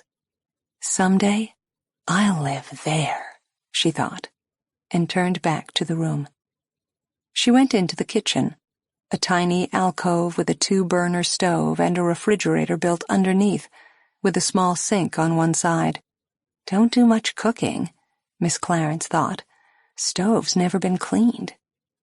In the refrigerator were a bottle of milk and 3 bottles of Coca-Cola and a half-empty jar of peanut butter. Eat all their meals out, Miss Clarence thought. She opened the cupboard, a glass and a bottle opener. The other glass would be in the bathroom, Miss Clarence thought. No cups. She doesn't even make coffee in the morning. There was a roach inside the cupboard door. Miss Clarence closed it hurriedly and went back into the big room. She opened the bathroom door and glanced in. An old-fashioned tub with feet, no shower.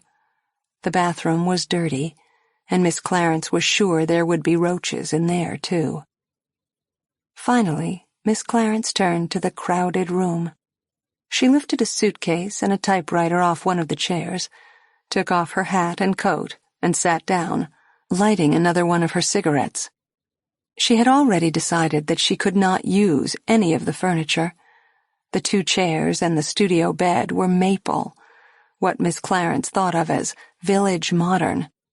The small end-table bookcase was a nice piece of furniture, but there was a long scratch running across the top and several glass stains. It was marked $10, and Miss Clarence told herself she could get a dozen new ones if she wanted to pay that price.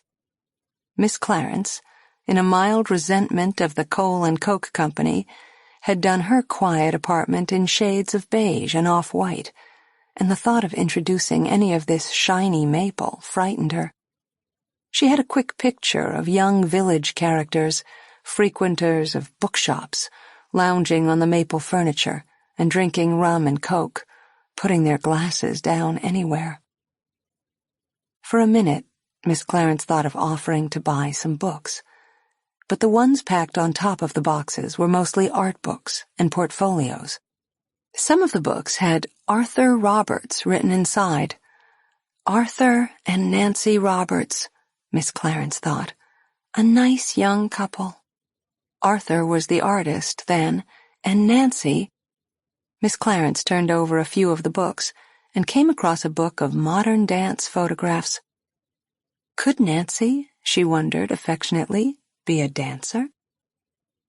The phone rang, and Miss Clarence, on the other side of the room, hesitated for a minute before walking over and answering it.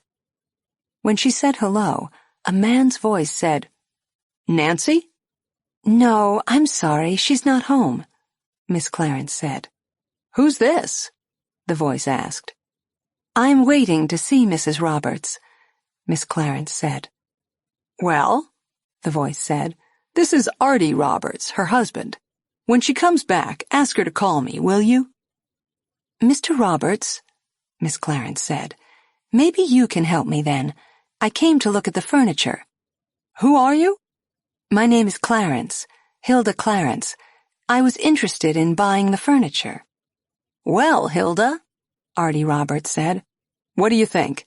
Everything's in good condition." "I can't quite make up my mind," Miss Clarence said.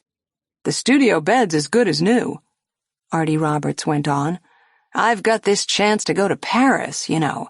That's why we're selling the stuff." "That's wonderful," Miss Clarence said. "Nancy's going on back to her family in Chicago. We've got to sell the stuff and get everything fixed up in such a short time." "I know," Miss Clarence said. "It's too bad." "Well, Hilda," Artie Roberts said, "you talk to Nancy when she gets back, and she'll be glad to tell you all about it. You won't go wrong on any of it. I can guarantee that it's comfortable." "I'm sure," Miss Clarence said. "Tell her to call me, will you?" "I certainly will," Miss Clarence said. She said goodbye and hung up. She went back to her chair and looked at her watch. 3:10. "I'll wait till just 3:30, Miss Clarence thought, "and then I'll leave." She picked up the book of dance photographs, slipping the pages through her fingers until a picture caught her eye and she turned back to it. "I haven't seen this in years," Miss Clarence thought. Martha Graham. A sudden picture of herself at 20 came to Miss Clarence, before she ever came to New York, practicing the dancer's pose. Miss Clarence put the book down on the floor and stood up, raising her arms. Not as easy as it used to be, she thought. It catches you in the shoulders. She was looking down at the book over her shoulder, trying to get her arms right, when there was a knock and the door was opened. A young man, about Arthur's age, Miss Clarence thought, came in and stood just inside the door, apologetically. "It was partly open," he said, "so I came on in." "Yes?" Miss Clarence said, dropping her arms.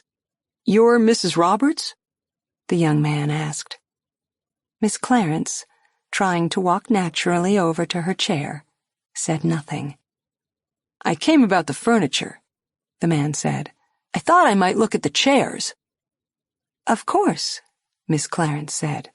"The price is marked on everything." "My name's Harris.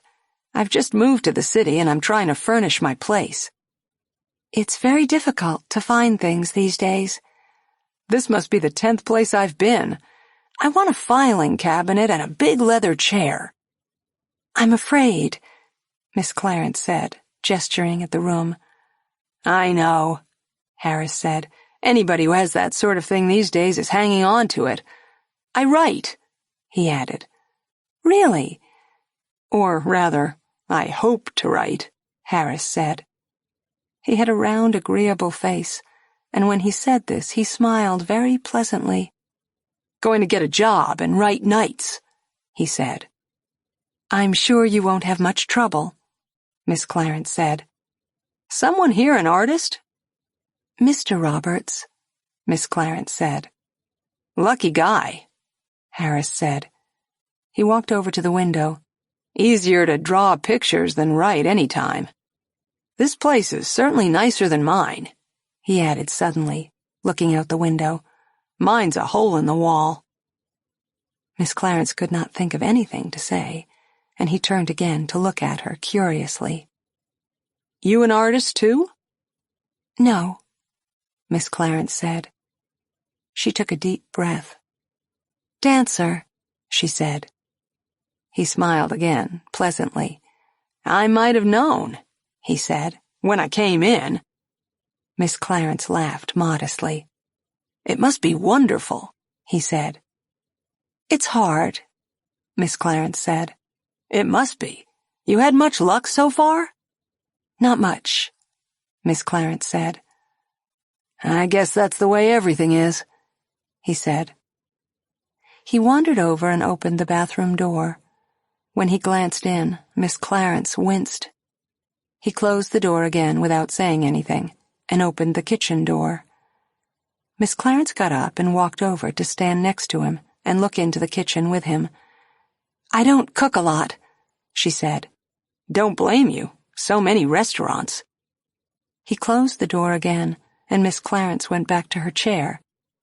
"I can't eat breakfasts out, though. That's one thing I can't do," he said. "Do you make your own?" "I try to," he said. "I'm the worst cook in the world, but it's better than going out. What I need is a wife." He smiled again and started for the door. "I'm sorry about the furniture," he said. "Wish I could have found something." "That's all right." "You people giving up housekeeping?" "We have to get rid of everything," Miss Clarence said. She hesitated. "Artie's going to Paris," she said finally. "Wish I was," he sighed. "Well, good luck to both of you." "You too," Miss Clarence said, and closed the door behind him slowly. She listened for the sound of his steps going down the stairs, and then looked at her watch. 3:25. Suddenly, in a hurry, she found the note Nancy Roberts had left for her, and wrote on the back with a pencil taken from one of the boxes, "My dear Mrs. Roberts, I waited until 3:30. I'm afraid the furniture is out of the question for me. Hilda Clarence." Pencil in hand, she thought for a minute. Then she added, "P.S. Your husband called and wants you to call him back." She collected her pocketbook, the Charterhouse of Parma, and the Villager, and closed the door. The thumbtack was still there, and she pried it loose and tacked her note up with it. Then she turned and went back down the stairs, home to her own apartment. Her shoulders ached. My Life with R.H. Macy. And the first thing they did was segregate me. They segregated me from the only person in the place I had even a speaking acquaintance with. That was a girl I had met going down the hall who said to me, "Are you as scared as I am?" And when I said yes, she said, "I'm in lingerie. What are you in?" And I thought for a while and then said, "Spun glass." which was as good an answer as I could think of, and she said, "Oh, well, I'll meet you here in a sec." And then she went away and was segregated, and I never saw her again. Then they kept calling my name, and I kept trotting over to wherever they called it, and they would say, they, all this time, being startlingly beautiful young women in tailored suits and with short-clipped hair, "Go with Miss Cooper here. She'll tell you what to do." All the women I met my first day were named Miss Cooper. And Miss Cooper would say to me, "What are you in?" And I had learned by that time to say, "Books." And she would say, "Oh, well then, you belong with Miss Cooper here." And then she would call, "Miss Cooper!" And another young woman would come, and the first one would say, 13-3138 here belongs with you. And Miss Cooper would say, "What is she in?" And Miss Cooper would answer, "Books." And I would go away and be segregated again. Then they taught me. They finally got me segregated into a classroom, and I sat there for a while all by myself. That's how far segregated I was. And then a few other girls came in, all wearing tailored suits. I was wearing a red velvet afternoon frock. And we sat down, and they taught us. They gave us each a big book with R.H. Macy written on it, and inside this book were pads of little sheets saying, from left to right, "Comp, keep for ref, cust, DA, no, or CT, no, sales book, no, sales check, no, clerk, no, dept, date, capital M." After capital M, there was a long line for Mr. or Mrs. and the name. And then it began again with "no item, class, at price, total." And down at the bottom was written "original." And then again, "comp keep for ref," and "paste yellow gift stamp here." I read all this very carefully. Pretty soon a Miss Cooper came, who talked for a little while on the advantages we had in working at Macy's, and she talked about the sales books, which it seems came apart in a sort of road map and carbons and things. I listened for a while, and when Miss Cooper wanted us to write on the little pieces of paper, I copied from the girl next to me. That was training. Finally, someone said we were going on the floor, and we descended from the 16th floor to the 1st. We were in groups of 6 by then, all following Miss Cooper doggedly and wearing little tags saying "book information." I never did find out what that meant.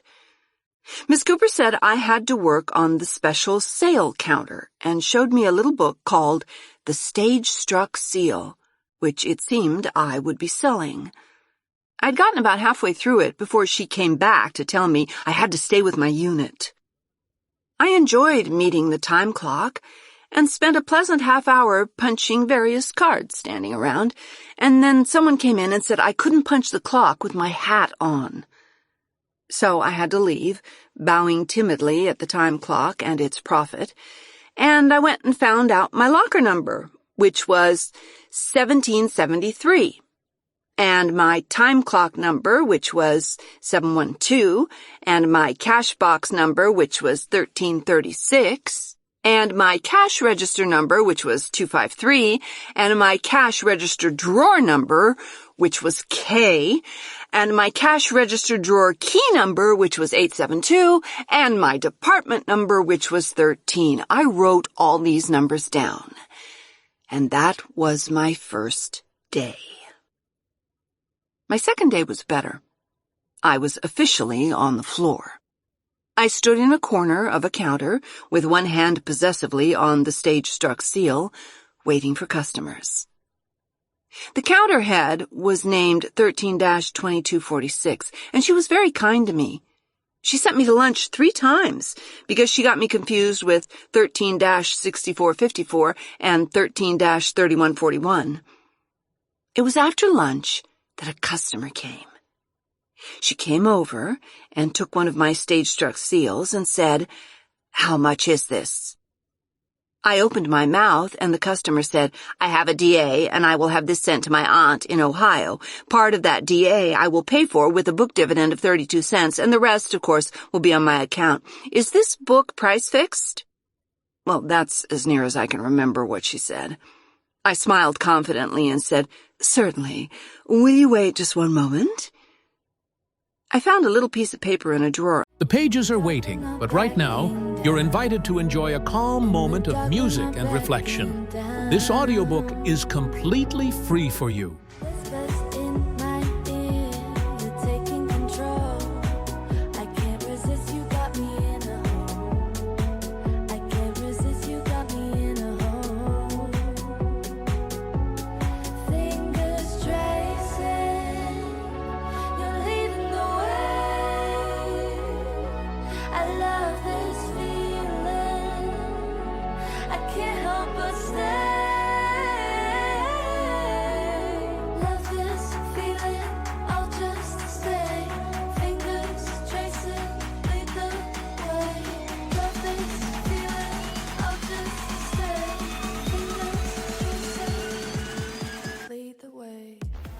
Under the counter, it had duplicate triplicate printed across the front in big letters. I took down the customer's name and address, her aunt's name and address, and wrote carefully across the front of the duplicate triplicate, "1 stage struck seal." Then I smiled at the customer again and said carelessly, "That will be 75 cents. She said, "But I have a DA." I told her that all DAs were suspended for the Christmas rush, and she gave me 75 cents, which I kept. Then I rang up a no sale on the cash register, and I tore up the duplicate triplicate because I didn't know what else to do with it. Later on, another customer came and said, "Where would I find a copy of Anne Rutherford Gwynne's He Came Like Thunder?" And I said, "In medical books, right across the way." But 13-2246 came and said, "That's philosophy, isn't it?" And the customer said it was. And 13-2246 said, "Right down this aisle in dictionaries." The customer went away. And I said to 13-2246 that her guess was as good as mine anyway. And she stared at me and explained that philosophy, social sciences, and Bertrand Russell were all kept in dictionaries. So far, I haven't been back to Macy's for my third day, because that night when I started to leave the store, I fell down the stairs and tore my stockings, and the doorman said that if I went to my department head, Macy's would give me a new pair of stockings. And I went back and I found Miss Cooper, and she said, "Go to the adjuster on the 7th floor and give him this." And she handed me a little slip of pink paper, and on the bottom of it was printed, "Comp keeper ref, cust DA no, or CT no, sales book no, sales check no, clerk no, dept, date, capital M." And after capital M, instead of a name, she had written 13-3138. I took the little pink slip and threw it away and went up to the 4th floor and bought myself a pair of stockings for 69 cents, and then I came down and went out the customer's entrance. I wrote Macy's a long letter, and I signed it with all my numbers added together and divided by 11,700, which is the number of employees in Macy's. I wonder if they miss me. Part 2.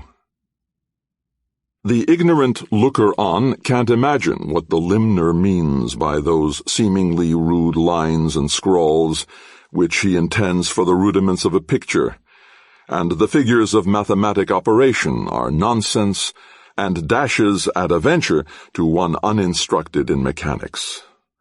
We are in the dark to one another's purposes and intendments, and there are 1,000 intrigues in our little matters, which will not presently confess their design even to sagacious inquisitors. Joseph Glanville, Sadducismus Triumphatus. The Witch. The coach was so nearly empty that the little boy had a seat all to himself, and his mother sat across the aisle on the seat next to the boy's sister, a baby with a piece of toast in one hand and a rattle in the other. She was strapped securely to the seat so she could sit up and look around, and whenever she began to slip slowly sideways, the strap caught her and held her halfway until her mother turned around and straightened her again. The little boy was looking out the window and eating a cookie, and the mother was reading quietly, answering the little boy's questions without looking up. "We're on a river," the little boy said. "This is a river, and we're on it." "Fine," his mother said. "We're on a bridge over a river," the little boy said to himself. The few other people in the coach were sitting at the other end of the car. If any of them had occasion to come down the aisle, the little boy would look around and say, "Hi," and the stranger would usually say hi back, and sometimes ask the little boy if he were enjoying the train ride, or even tell him he was a fine big fellow. These comments annoyed the little boy, and he would turn irritably back to the window. "There's a cow," he would say, or sighing, "How far do we have to go?" "Not much longer now," his mother said each time. Once the baby, who was very quiet and busy with her rattle and her toast, which the mother would renew constantly, fell over too far sideways and banged her head. She began to cry, and for a minute there was noise and movement around the mother's seat. The little boy slid down from his own seat and ran across the aisle to pet his sister's feet and beg her not to cry. And finally the baby laughed and went back to her toast, and the little boy received a lollipop from his mother and went back to the window. "I saw a witch," he said to his mother after a minute. "There was a big old, ugly old, bad old witch outside." "Fine," his mother said. "A big old ugly witch, and I told her to go away, and she went away," the little boy went on, in a quiet narrative to himself. "She came and said, 'I'm going to eat you up,' and I said, 'No, you're not,' and I chased her away, the bad old mean witch." He stopped talking and looked up as the outside door of the coach opened and a man came in. He was an elderly man, with a pleasant face under white hair. His blue suit was only faintly touched by the disarray that comes from a long train trip. He was carrying a cigar, and when the little boy said, "Hi," the man gestured at him with the cigar and said, "Hello yourself, son." He stopped just beside the little boy's seat and leaned against the back, looking down at the little boy, who craned his neck to look upward. "What you looking for out that window?" the man asked. "Witches," the little boy said promptly. "Bad old mean witches." "I see," the man said. "Find many?" "My father smokes cigars," the little boy said. "All men smoke cigars," the man said. "Some day you'll smoke a cigar, too." "I'm a man already," the little boy said. "How old are you?" the man asked. The little boy, at the eternal question, looked at the man suspiciously for a minute and then said, 26. 840-80. His mother lifted her head from the book. 4, she said, smiling fondly at the little boy. "Is that so?" the man said politely to the little boy. 26. He nodded his head at the mother across the aisle. "Is that your mother?" The little boy leaned forward to look and then said, "Yes, that's her." "What's your name?" the man asked. The little boy looked suspicious again. "Mr. Jesus," he said. "Johnny," the little boy's mother said. She caught the little boy's eye and frowned deeply. "That's my sister over there," the little boy said to the man. "She's 12.5. "Do you love your sister?" the man asked.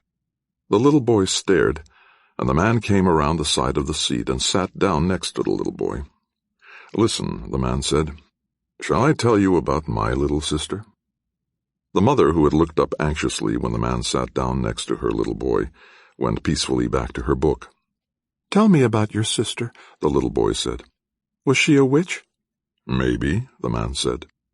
The little boy laughed excitedly, and the man leaned back and puffed at his cigar.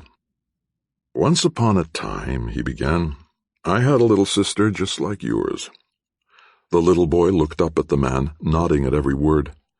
"My little sister," the man went on, "was so pretty and so nice that I loved her more than anything else in the world.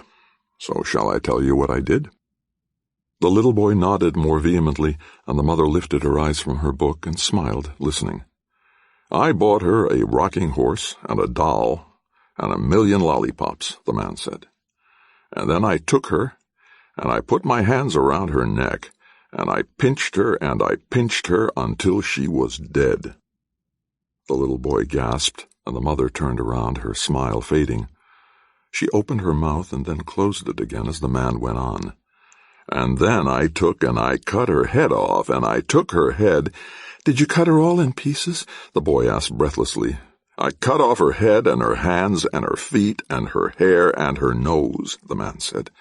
And I hit her with a stick and I killed her. Wait a minute, the mother said. But the baby fell over sideways just at that minute, and by the time the mother had set her up again, the man was going on. And I took her head, and I pulled out all her hair, and— Your little sister? The little boy prompted eagerly. My little sister, the man said firmly. And I put her head in a cage with a bear, and the bear ate it all up. Ate her head all up? The little boy asked. The mother put her book down and came across the aisle. She stood next to the man and said, Just what do you think you're doing? The man looked up courteously, and she said, Get out of here. Did I frighten you? The man said. He looked down at the little boy and nudged him with an elbow, and he and the little boy laughed. This man cut up his little sister, the little boy said to his mother. I can very easily call the conductor, the mother said to the man. The conductor will eat my mommy, the little boy said. We'll chop her head off. And little sister's head, too, the man said. He stood up, and the mother stood back to let him get out of the seat. Don't ever come back in this car, she said. My mommy will eat you, the little boy said to the man. The man laughed, and the little boy laughed, and then the man said, Excuse me, to the mother, and went past her out of the car. When the door had closed behind him, the little boy said, How much longer do we have to stay on this old train? Not much longer, the mother said. She stood looking at the little boy, wanting to say something, and finally she said, You sit still and be a good boy. You may have another lollipop. The little boy climbed down eagerly and followed his mother back to her seat. She took a lollipop from a bag in her pocketbook and gave it to him. What do you say? She asked. Thank you, said the little boy. Did that man really cut his little sister up in pieces? He was just teasing, the mother said, and added urgently, Just teasing. Probably, the little boy said. With his lollipop he went back to his own seat and settled himself to look out the window again. Probably he was a witch. The Renegade. It was 8:20 in the morning. The twins were loitering over their cereal, and Mrs. Walpole, with one eye on the clock and the other on the kitchen window past which the school bus would come in a matter of minutes, felt the unreasonable irritation that comes with being late on a school morning, the wading through molasses feeling of trying to hurry children. You'll have to walk, she said ominously, for perhaps the third time. The bus won't wait. I'm hurrying, Judy said. She regarded her full glass of milk smugly. I'm closer to through than Jack. Jack pushed his glass across the table, and they measured meticulously, precisely. No, he said. Look how much more you have than me. It doesn't matter, Mrs. Walpole said. It doesn't matter. Jack, eat your cereal. She didn't have any more than me to start with, Jack said. Did she have any more than me, Mom? The alarm clock had not gone off at 7 as it should. Mrs. Walpole heard the sound of the shower upstairs and calculated rapidly. The coffee was slower than usual this morning, the boiled eggs a shade too soft. She had only had time to pour herself a glass of fruit juice and no time to drink it. Someone, Judy or Jack or Mr. Walpole, was going to be late. Judy, Mrs. Walpole said mechanically. Jack. Judy's hair was not accurately braided. Jack would get off without his handkerchief. Mr. Walpole would certainly be irritable. The yellow and red bulk of the school bus filled the road outside the kitchen window, and Judy and Jack streaked for the door, cereal uneaten, books most likely forgotten. Mrs. Walpole followed them to the kitchen door, calling, "Jack, your milk money! Come straight home at noon!" She watched them climb into the school bus, and then went briskly to work clearing their dishes from the table and setting a place for Mr. Walpole. She would have to have breakfast herself later, in the breathing spell that came after 9 o'clock. That meant her wash would be late getting on the line, and if it rained that afternoon, as it certainly might, nothing would be dry. Mrs. Walpole made an effort and said, "Good morning, dear," as her husband came into the kitchen. He said, "Morning," without glancing up, and Mrs. Walpole, her mind full of unfinished sentences that began, "Don't you think other people ever have any feelings, or—" started patiently to set his breakfast before him. The soft-boiled eggs in their dish, the toast, the coffee. Mr. Walpole devoted himself to his paper, and Mrs. Walpole, who wanted desperately also to say, "I don't suppose you noticed that I haven't had a chance to eat," set the dishes down as softly as she could. Everything was going smoothly, although half an hour late, when the telephone rang. The Walpoles were on a party line, and Mrs. Walpole usually let the phone ring her number twice before concluding that it was really their number. This morning, before 9 o'clock, with Mr. Walpole not half through his breakfast, it was an unbearable intrusion, and Mrs. Walpole went reluctantly to answer it. "Hello?" she said forbiddingly. "Mrs. Walpole?" the voice said, and Mrs. Walpole said, "Yes." The voice, it was a woman, said, "I'm sorry to bother you, but this is—" and gave an unrecognizable name. Mrs. Walpole said, "Yes," again. She could hear Mr. Walpole taking the coffee pot off the stove to pour himself a second cup. "Do you have a dog? Brown and black hound?" the voice continued. With the word dog, Mrs. Walpole, in the second before she answered yes, comprehended the innumerable aspects of owning a dog in the country. $6 for spaying, the rude barking late at night, the watchful security of the dark shape sleeping on the rug beside the double-decker beds in the twins' room, the inevitability of a dog in the house, as important as a stove, or a front porch, or a subscription to the local paper. More, and above any of these things, the dog herself, known among the neighbors as Lady Walpole, on an exact par with Jack Walpole or Judy Walpole, quiet, competent, exceedingly tolerant, and found in none of them a reason for such an early morning call from a voice which she realized now was as irritable as her own. "Yes," Mrs. Walpole said shortly, "I own a dog. Why?" "Big brown and black hound." Lady's pretty markings, her odd face. "Yes," Mrs. Walpole said, her voice a little more impatient. "Yes, that is certainly my dog. Why?" "He's been killing my chickens." The voice sounded satisfied now.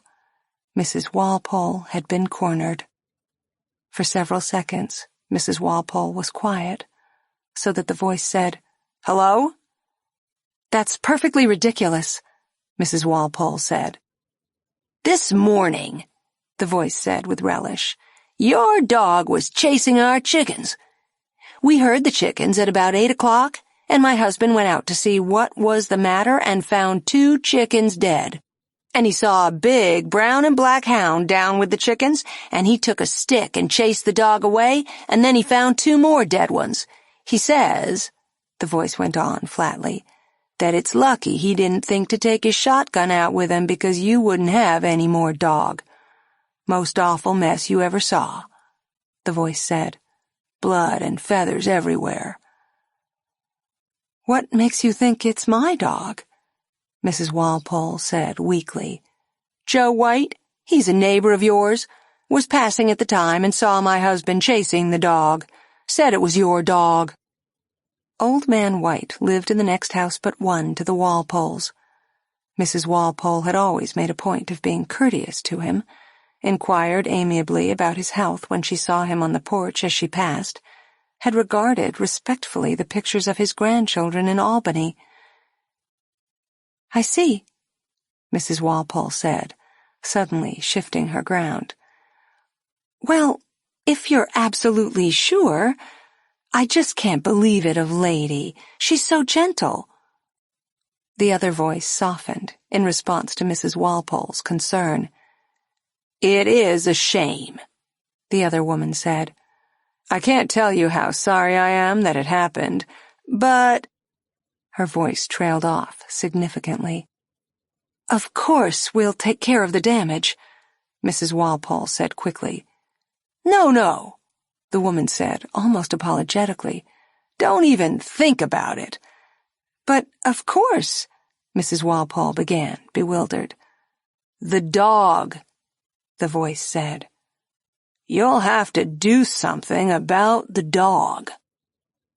A sudden, unalterable terror took hold of Mrs. Walpole. Her morning had gone badly. She had not yet had her coffee. She was faced with an evil situation she had never known before. And now the voice, its tone, its inflection, had managed to frighten Mrs. Walpole with a word like something. "How?" Mrs. Walpole said finally. "I mean, what do you want me to do?"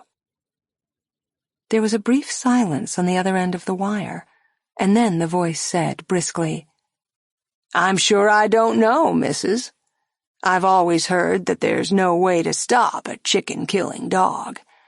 As I say, there was no damage to speak of. As a matter of fact, the chickens the dog killed are plucked and in the oven now." Mrs. Walpole's throat tightened, and she closed her eyes for a minute, but the voice went inflexibly on. "We wouldn't ask you to do anything except take care of the dog. Naturally, you understand that we can't have a dog killing our chickens." Realizing that she was expected to answer, Mrs. Walpole said, "Certainly." "So?" the voice said. Mrs. Walpole saw over the top of the phone that Mr. Walpole was passing her on his way to the door. He waved briefly to her, and she nodded at him. He was late. She had intended to ask him to stop at the library in the city. Now she would have to call him later. Mrs. Walpole said sharply into the phone, "First of all, of course, I'll have to make sure it's my dog. If it is my dog, I can promise you'll have no more trouble." "It's your dog, all right." The voice had assumed the country flatness. If Mrs. Walpole wanted to fight, the voice implied, she had picked just the right people. "Goodbye," Mrs. Walpole said, knowing that she was making a mistake in parting from this woman angrily, knowing that she should stay on the phone for an interminable, apologetic conversation, try to beg her dog's life back from this stupid, inflexible woman who cared so much for her stupid chickens. Mrs. Walpole put the phone down and went out into the kitchen. She poured herself a cup of coffee and made herself some toast. "I am not going to let this bother me until after I have had my coffee," Mrs. Walpole told herself firmly. She put extra butter on her toast and tried to relax, moving her back against the chair, letting her shoulders sag. "Feeling like this at 9:30 in the morning," she thought. "It's a feeling that belongs with 11 o'clock at night." The bright sun outside was not as cheerful as it might be. Mrs. Walpole decided suddenly to put her wash off until tomorrow. They had not lived in the country town long enough for Mrs. Walpole to feel the disgrace of washing on Tuesday as mortal. They were still city folk, and would probably always be city folk. People who owned a chicken-killing dog. People who washed on Tuesday. People who were not able to fend for themselves against the limited world of earth and food and weather that the country folk took so much for granted. In this situation, as in all such others, the disposal of rubbish, the weather stripping, the baking of angel food cake, Mrs. Walpole was forced to look for advice. In the country, it is extremely difficult to get a man to do things for you, and Mr. and Mrs. Walpole had early fallen into the habit of consulting their neighbors for information, which in the city would have belonged properly to the superintendent, or the janitor, or the man from the gas company. When Mrs. Walpole's glance fell on Lady's water dish under the sink, and she realized that she was indescribably depressed, she got up and put on her jacket and a scarf over her head and went next door. Mrs. Nash, her next-door neighbor, was frying doughnuts, and she waved a fork at Mrs. Walpole at the open door and called, "Come in! Can't leave the stove!" Mrs. Walpole, stepping into Mrs. Nash's kitchen, was painfully aware of her own kitchen with the dirty dishes in the sink. Mrs. Nash was wearing a shockingly clean house dress, and her kitchen was freshly washed. Mrs. Nash was able to fry doughnuts without making any sort of a mess. "The men do like fresh doughnuts with their lunch," Mrs. Nash remarked without any more preamble than her nod and invitation to Mrs. Walpole. "I always try to get enough made ahead, but I never do." "I wish I could make doughnuts," Mrs. Walpole said. Mrs. Nash waved the fork hospitably at the stack of still warm doughnuts on the table, and Mrs. Walpole helped herself to one, thinking, "This will give me indigestion." "Seems like they all get eaten by the time I finish making them," Mrs. Nash said. She surveyed the cooking doughnuts and then, satisfied that she could look away for a minute, took one herself and began to eat it standing by the stove. "What's wrong with you?" she asked. "You look sort of peaked this morning." "To tell you the truth," Mrs. Walpole said, "it's our dog. Someone called me this morning that she's been killing chickens." Mrs. Nash nodded. "Up to Harris's," she said. "I know." Of course she'd know by now, Mrs. Walpole thought. "You know," Mrs. Nash said, turning again to the doughnuts, "they do say there's nothing to do with a dog kills chickens. My brother had a dog once killed sheep, and I don't know what they didn't do to break that dog. But of course nothing would do it. Once they get the taste of blood—" Mrs. Nash lifted a golden doughnut delicately out of the frying kettle and set it down on a piece of brown paper to drain. "They get so's they'd rather kill than eat, hardly." "But what can I do?" Mrs. Walpole asked. "Isn't there anything?" "You can try, of course," Mrs. Nash said.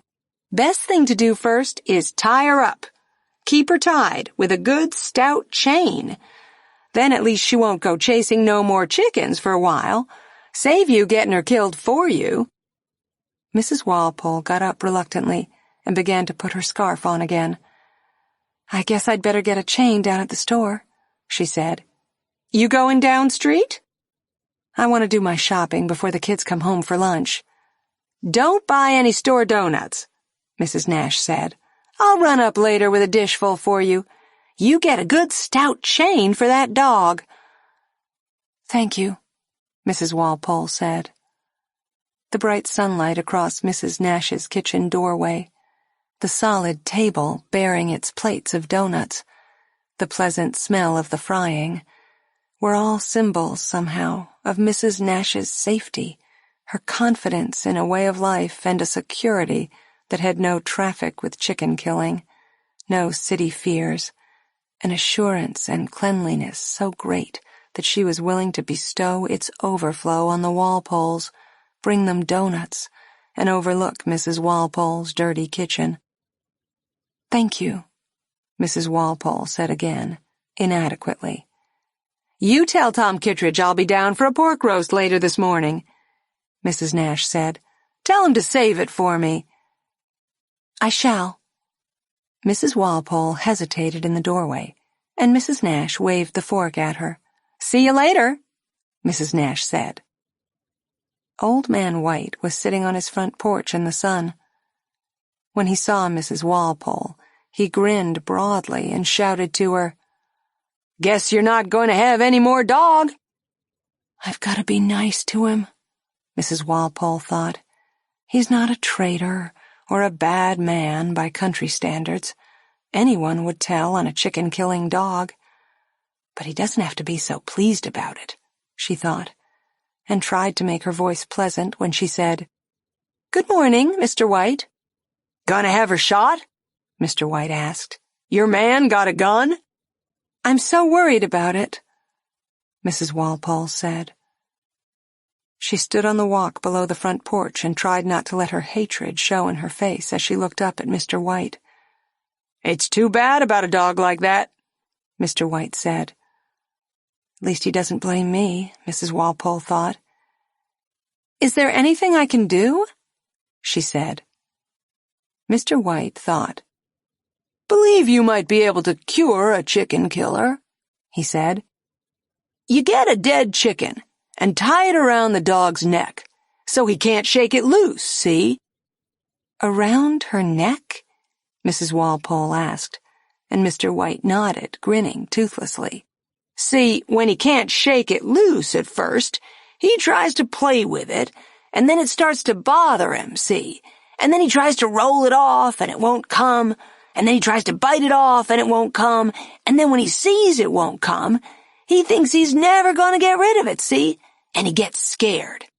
And then you'll have him coming around with his tail between his legs, and this thing hanging around his neck, and it gets worse and worse." Mrs. Walpole put one hand on the porch railing to steady herself. "What do you do then?" she asked. "Well," Mr. White said, "the way I heard it, see, the chicken gets riper and riper, and the more the dog sees it and feels it and smells it, see, the more he gets to hate chicken, and he can't ever get rid of it, see?" "But the dog," Mrs. Walpole said. "Lady, I mean, how long do we have to leave it around her neck?" "Well," Mr. White said with enthusiasm, "I guess you leave it on until it gets ripe enough to fall off by itself. See, the head—" "I see," Mrs. Walpole said. "Would it work?" "Can't say," Mr. White said. "Never tried it myself." His voice said that he had never had a chicken-killing dog. Mrs. Walpole left him abruptly. She could not shake the feeling that if it were not for Mr. White, Lady would not have been identified as the dog killing the chickens. She wondered briefly if Mr. White had maliciously blamed Lady because they were city folk, and then thought, no man around here would bear false witness against a dog. When she entered the grocery, it was almost empty. There was a man at the hardware counter, and another man leaning against the meat counter talking to Mr. Kittredge, the grocer. When Mr. Kittredge saw Mrs. Walpole come in, he called across the store, "Morning, Mrs. Walpole. Fine day." "Lovely," Mrs. Walpole said, and the grocer said, "Bad luck about the dog." "I don't know what to do about it," Mrs. Walpole said, and the man talking to the grocer looked at her reflectively and then back at the grocer. "Killed 3 chickens up to Harris's this morning," the grocer said to the man, and the man nodded solemnly and said, "Heard about that." Mrs. Walpole came across to the meat counter and said, "Mrs. Nash said, would you save her a roast of pork? She'll be down later to get it." "Going up that way," the man standing with the grocer said. "Drop it off." "Right," the grocer said. The man looked at Mrs. Walpole and said, "Gonna have to shoot him, I guess?" "I hope not," Mrs. Walpole said earnestly. "We're all so fond of the dog." The man and the grocer looked at one another for a minute, and then the grocer said reasonably, "Won't do to have a dog going around killing chickens, Mrs. Walpole." "First thing you know," the man said, "someone'll put a load of buckshot into him. He won't come home no more." He and the grocer both laughed. "Isn't there any way to cure the dog?" Mrs. Walpole asked. "Sure," the man said. Shoot him. Tie a dead chicken around his neck, the grocer suggested. That might do it.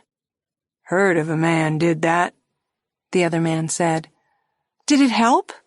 Mrs. Walpole asked eagerly. The man shook his head slowly and with determination. You know, the grocer said. He leaned his elbow on the meat counter. He was a great talker. You know, he said again, my father had a dog once used to eat eggs. Got into the chicken house and used to break the eggs open and lick them up. Used to eat maybe half the eggs we got. That's a bad business, the other man said. Dog eating eggs. Bad business, the grocer said in confirmation. Mrs. Walpole found herself nodding. Last, my father couldn't stand it no more. Here half his eggs were getting eaten, the grocer said. So he took an egg once, set it on the back of the stove for 2-3 days, till the egg got good and ripe, good and hot through, and that egg smelled pretty bad. Then, I was there, boy, 12, 13 years old. He called the dog one day, and the dog come running. So I held the dog, and my daddy opened the dog's mouth and put in the egg, red hot and smelling to heaven, and then he held the dog's mouth closed, so's the dog couldn't get rid of the egg anyway, except swallow it. The grocer laughed and shook his head reminiscently. Bet that dog never ate another egg, the man said. Never touched another egg, the grocer said firmly. You put an egg down in front of that dog, he'd run as though the devil was after him. But how did he feel about you? Mrs. Walpole asked. Did he ever come near you again? The grocer and the other man both looked at her. How do you mean? The grocer said. Did he ever like you again? Well, the grocer said, and thought. No, he said finally. I don't believe you could say he ever did. Not much of a dog, though. There's one thing you ought to try, the other man said suddenly to Mrs. Walpole. You really want to cure that dog. There's one thing you ought to try. What's that? Mrs. Walpole said. You want to take that dog, the man said, leaning forward and gesturing with one hand. Take him and put him in a pen with a mother hen's got chicks to protect. Time she's through with him, he won't never chase another chicken.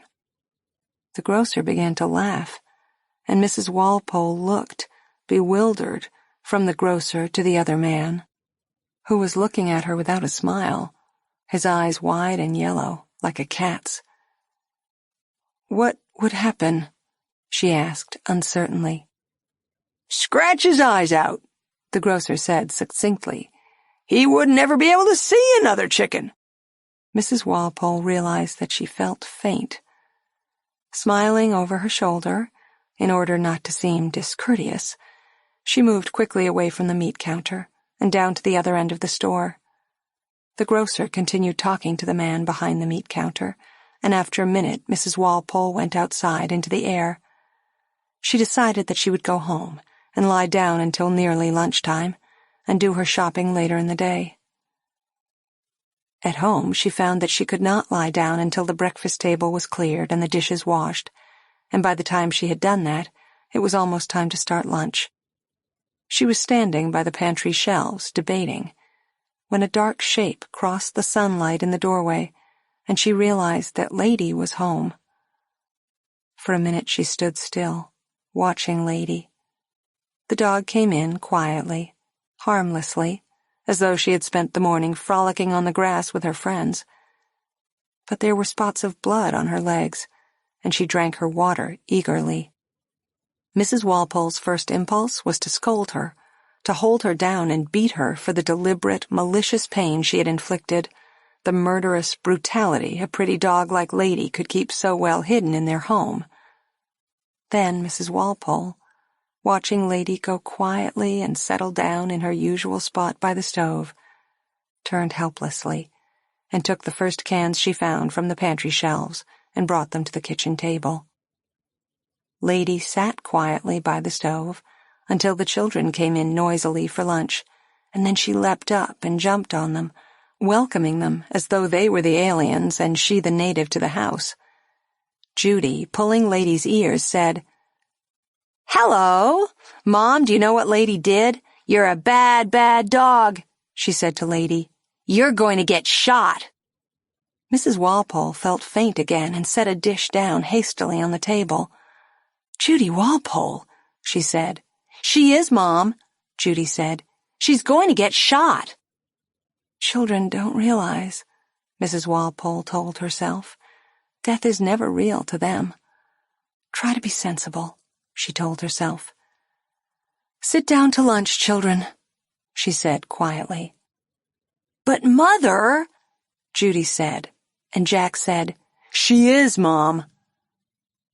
They sat down noisily, unfolding their napkins and attacking their food without looking at it, eager to talk. "You know what Mr. Shepherd said, Mom?" Jack demanded, his mouth full. "Listen," Judy said. "We'll tell you what he said." Mr. Shepherd was a genial man who lived near the Walpoles and gave the children nickels and took the boys fishing. "He says Lady's going to get shot," Jack said. "But the spikes," Judy said. "Tell about the spikes." "The spikes," Jack said. "Listen, Mommy, he says you gotta get a collar for Lady, a strong collar," Judy said. "And you get big, thick nails like spikes, and you hammer them into the collar. All around," Judy said. "Let me tell it, Jack. You hammer these nails all around so's they make spikes inside the collar." "But it's loose," Jack said. "Let me tell this part. It's loose, and you put it around Lady's neck. And—" Judy put her hand on her throat and made a strangling noise. "Not yet," Jack said. "Not yet, Dopey. First, you get a long rope." "A real long rope," Judy amplified. "And you fasten it to the collar, and then we put the collar on Lady," Jack said. Lady was sitting next to him, and he leaned over and said, "Then we put this real sharp, spiky collar around your neck," and kissed the top of her head, while Lady regarded him affectionately. "And then we take her where there are chickens," Judy said, "and we show her the chickens, and we turn her loose." "And make her chase the chickens," Jack said. "And then, when she gets right up close to the chickens, we pull on the rope, and—" Judy made her strangling noise again. "The spikes cut her head off," Jack finished dramatically. They both began to laugh, and Lady, looking from one to the other, panted as though she were laughing too. Mrs. Walpole looked at them, at her two children, with their hard hands and their sunburned faces, laughing together, their dog, with blood still on her legs, laughing with them. She went to the kitchen doorway to look outside at the cool green hills, the motion of the apple tree in the soft afternoon breeze. "Cut your head right off," Jack was saying. Everything was quiet and lovely in the sunlight, the peaceful sky, the gentle line of the hills. Mrs. Walpole closed her eyes, suddenly feeling the harsh hands pulling her down, the sharp points closing in on her throat. After you, my dear Alphonse. Mrs. Wilson was just taking the gingerbread out of the oven when she heard Johnny outside talking to someone. "Johnny," she called, "you're late. Come in and get your lunch." "Just a minute, Mother," Johnny said. "After you, my dear Alphonse," another voice said. "No, after you, my dear Alphonse," Johnny said. Mrs. Wilson opened the door. "Johnny," she said, "you come in this minute and get your lunch. You can play after you've eaten." Johnny came in after her slowly. "Mother," he said, "I brought Boyd home for lunch with me." Boyd? Mrs. Wilson thought for a moment. I don't believe I've met Boyd. Bring him in, dear, since you've invited him. Lunch is ready. Boyd! Johnny yelled. Hey, Boyd, come on in. I'm coming. Just got to unload this stuff. Well, hurry, or my mother'll be sore. Johnny, that's not very polite to either your friend or to your mother, Mrs. Wilson said. Come sit down, Boyd. As she turned to show Boyd where to sit, she saw he was a Negro boy, smaller than Johnny but about the same age. His arms were loaded with split kindling wood. Where'll I put this stuff, Johnny? He asked. Mrs. Wilson turned to Johnny. Johnny, she said, what did you make Boyd do? What is that wood? Dead Japanese, Johnny said mildly. We stand them in the ground and run them over with tanks. How do you do, Mrs. Wilson? Boyd said. How do you do, Boyd? You shouldn't let Johnny make you carry all that wood. Sit down now and eat lunch, both of you. Why shouldn't he carry the wood, Mother? It's his wood. We got it at his place. Johnny, Mrs. Wilson said, go on and eat your lunch. Sure, Johnny said. He held out the dish of scrambled eggs to Boyd. After you, my dear Alphonse. After you, my dear Alphonse, Boyd said. After you, my dear Alphonse, Johnny said. They began to giggle. Are you hungry, Boyd? Mrs. Wilson asked. Yes, Mrs. Wilson.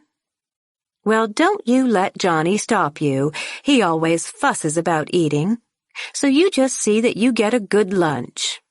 There's plenty of food here for you to have all you want. Thank you, Mrs. Wilson. Come on, Alphonse, Johnny said. He pushed half the scrambled eggs onto Boyd's plate. Boyd watched while Mrs. Wilson put a dish of stewed tomatoes beside his plate. Boyd don't eat tomatoes. Do you, Boyd? Johnny said. Doesn't eat tomatoes, Johnny, and just because you don't like them, don't say that about Boyd. Boyd will eat anything. Bet he won't, Johnny said, attacking his scrambled eggs.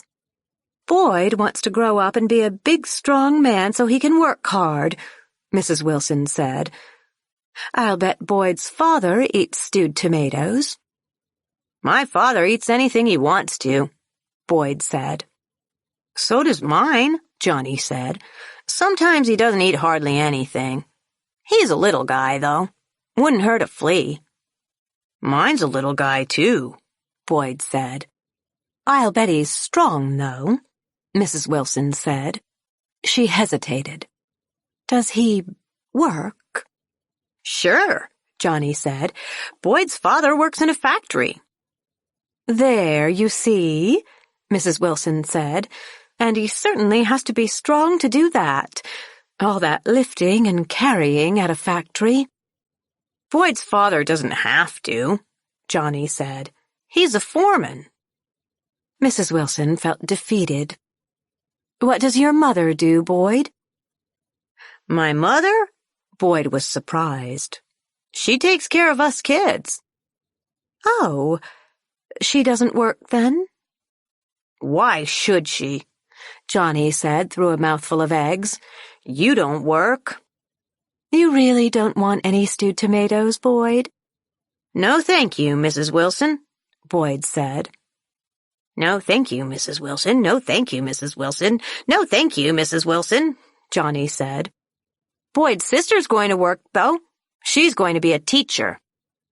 That's a very fine attitude for her to have, Boyd. Mrs. Wilson restrained an impulse to pat Boyd on the head. I imagine you're all very proud of her? I guess so, Boyd said. What about all your other brothers and sisters? I guess all of you want to make just as much of yourselves as you can. There's only me and Jean, Boyd said. I don't know yet what I want to be when I grow up. We're going to be tank drivers, Boyd and me, Johnny said. Zoom! Mrs. Wilson caught Boyd's glass of milk as Johnny's napkin ring, suddenly transformed into a tank, plowed heavily across the table. "Look, Johnny," Boyd said. "Here's a foxhole. I'm shooting at you."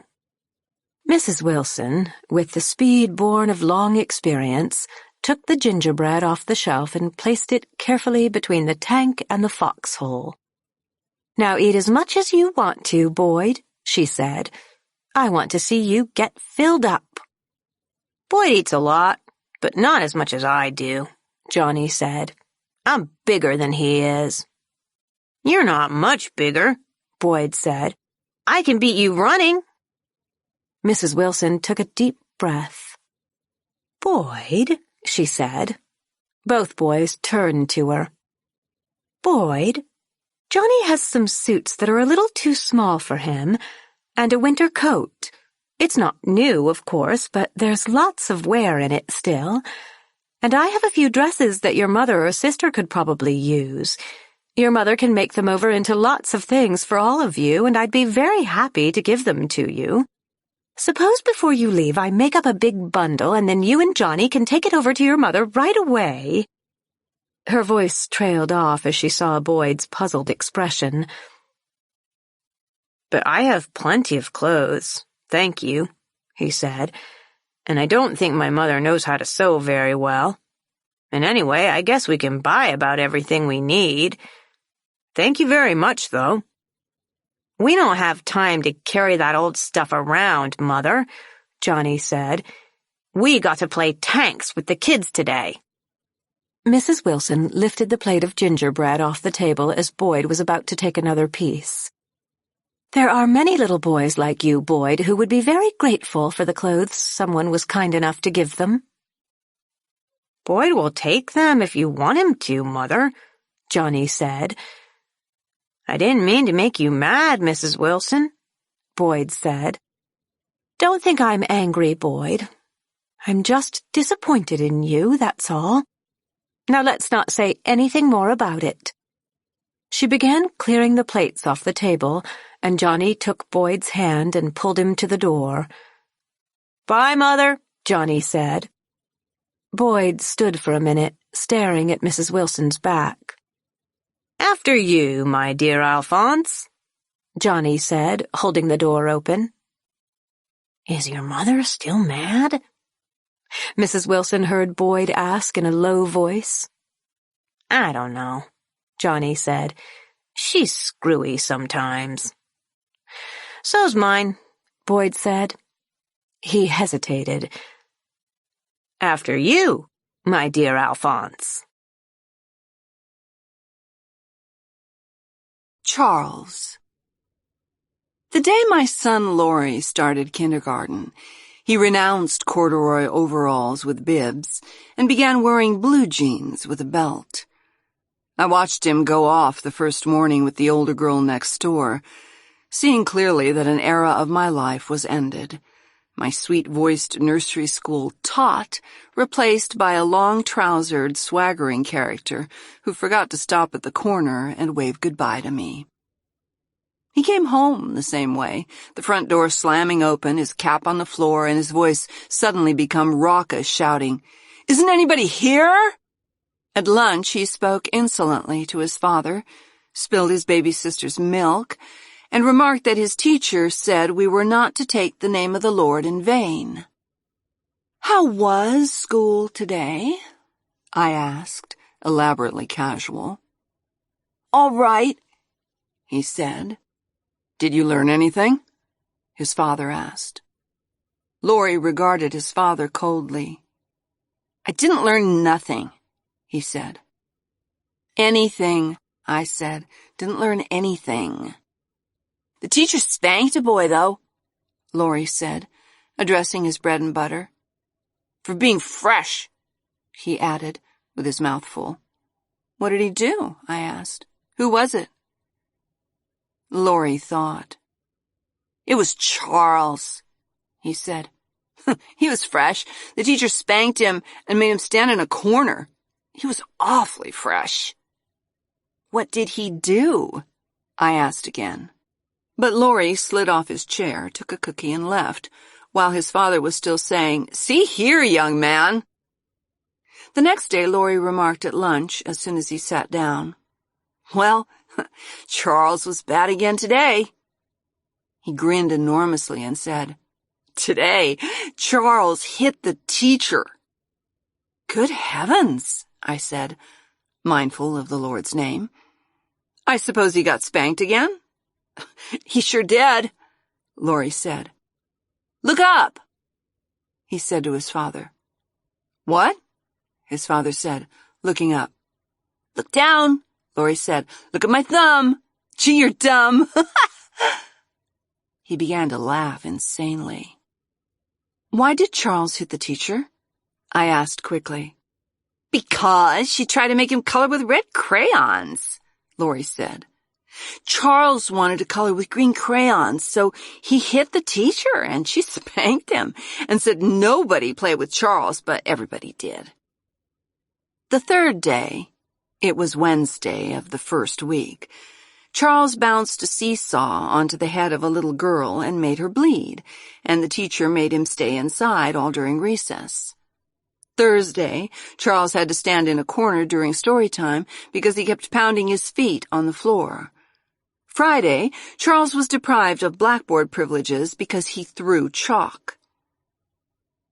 On Saturday, I remarked to my husband, "Do you think kindergarten is too unsettling for Laurie? I mean, all this toughness and bad grammar, and this Charles boy sounds like such a bad influence." "It'll be all right," my husband said reassuringly. "Bound to be people like Charles in the world. Might as well meet them now as later." On Monday, Laurie came home late, full of news. "Charles!" he shouted as he came up the hill. I was waiting anxiously on the front step. "Charles!" Laurie yelled all the way up the hill. "Charles was bad again!" "Come right in," I said, as soon as he came close enough. "Lunch is waiting." "You know what Charles did?" he demanded, following me through the door. "Charles yelled so in school, they sent a boy in from first grade to tell the teacher she had to make Charles keep quiet, and so Charles had to stay after school, and so all the children stayed to watch him." "What did he do?" I asked. "He just sat there," Laurie said, climbing into his chair at the table. "Hi, Pop, you old dust mop." "Charles had to stay after school today," I told my husband. "Everyone stayed with him." "What does this Charles look like?" my husband asked Laurie. "What's his other name?" "He's bigger than me," Laurie said. "And he doesn't have any rubbers, and he doesn't ever wear a jacket." Monday night was the first parent-teachers meeting, and only the fact that the baby had a cold kept me from going. I wanted passionately to meet Charles's mother. On Tuesday, Laurie remarked suddenly, "Our teacher had a friend come to see her in school today." "Charles's mother?" my husband and I asked simultaneously. "Nah," Laurie said scornfully. "It was a man who came and made us do exercises. We had to touch our toes. Look." He climbed down from his chair and squatted down and touched his toes. "Like this," he said. He got solemnly back into his chair and said, picking up his fork, "Charles didn't even do exercises." "That's fine," I said heartily. "Didn't Charles want to do exercises?" "Nah," Laurie said. "Charles was so fresh to the teacher's friend, he wasn't let do exercises." "Fresh again?" I said. "He kicked the teacher's friend," Laurie said. "The teacher's friend told Charles to touch his toes like I just did, and Charles kicked him." "What are they going to do about Charles, do you suppose?" Laurie's father asked him. Laurie shrugged elaborately. "Throw him out of school, I guess," he said. Wednesday and Thursday were routine. Charles yelled during story hour and hit a boy in the stomach and made him cry.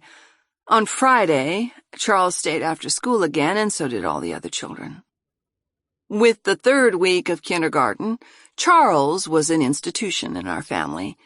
The baby was being a Charles when she cried all afternoon. Laurie did a Charles when he filled his wagon full of mud and pulled it through the kitchen.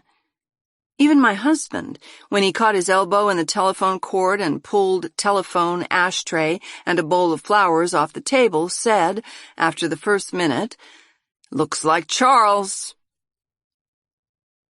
During the third and fourth weeks, it looked like a reformation in Charles. Laurie reported grimly at lunch on Thursday of the third week, "Charles was so good today, the teacher gave him an apple." "What?" I said. And my husband added warily, "You mean Charles?" "Charles," Laurie said. "He gave the crayons around and he picked up the books afterward and the teacher said he was her helper." "What happened?" I asked incredulously. "He was her helper, that's all," Laurie said, and shrugged. "Can this be true about Charles?" I asked my husband that night. "Can something like this happen?" "Wait and see," my husband said cynically. "When you've got a Charles to deal with, this may mean he's only plotting." He seemed to be wrong. For over a week, Charles was the teacher's helper. Each day he handed things out and he picked things up. No one had to stay after school. "The PTA meeting's next week again," I told my husband one evening. "I'm going to find Charles's mother there." "Yeah, ask her what happened to Charles," my husband said. "I'd like to know." "I'd like to know myself," I said. On Friday of that week, things were back to normal. "You know what Charles did today?" Laurie demanded at the lunch table, in a voice slightly awed. "He told a little girl to say a word, and she said it, and the teacher washed her mouth out with soap, and Charles laughed." "What word?" his father asked unwisely, and Laurie said, I'll have to whisper it to you. It's so bad." He got down off his chair and went around to his father. His father bent his head down, and Laurie whispered joyfully. His father's eyes widened. "Did Charles tell the little girl to say that?" he asked respectfully. "She said it twice," Laurie said. "Charles told her to say it twice." "What happened to Charles?" my husband asked. "Nothing," Laurie said. "He was passing out the crayons." Monday morning, Charles abandoned the little girl and said the evil word himself 3 or 4 times, getting his mouth washed out with soap each time. He also threw chalk. My husband came to the door with me that evening as I set out for the PTA meeting. "Invite her over for a cup of tea after the meeting," he said. "I want to get a look at her." "If only she's there," I said prayerfully. "She'll be there," my husband said. "I don't see how they could hold a PTA meeting without Charles's mother." At the meeting, I sat restlessly, scanning each comfortable, matronly face, trying to determine which one hid the secret of Charles. None of them looked to me haggard enough. No one stood up in the meeting and apologized for the way her son had been acting. No one mentioned Charles. After the meeting, I identified and sought out Laurie's kindergarten teacher. She had a plate with a cup of tea and a piece of chocolate cake. I had a plate with a cup of tea and a piece of marshmallow cake. We maneuvered up to one another cautiously and smiled. "I've been so anxious to meet you," I said. "I'm Laurie's mother." "We're all so interested in Laurie," she said. "Well, he certainly likes kindergarten," I said. "He talks about it all the time." "We had a little trouble adjusting the first week or so," she said primly. "But now he's a fine little helper, with Occasional lapses, of course. Laurie usually adjusts very quickly, I said. I suppose this time it's Charles's influence. Charles? Yes, I said, laughing. You must have your hands full in that kindergarten with Charles. Charles? She said. We don't have any Charles in the kindergarten. Afternoon in Linen. It was a long, cool room, comfortably furnished and happily placed, with hydrangea bushes outside the large windows and their pleasant shadows on the floor. Everyone in it was wearing linen. The little girl in the pink linen dress with a wide blue belt, Mrs. Cater in a brown linen suit and a big yellow linen hat, Mrs. Lennon, who was the little girl's grandmother, in a white linen dress, and Mrs. Cater's little boy, Howard, in a blue linen shirt and shorts.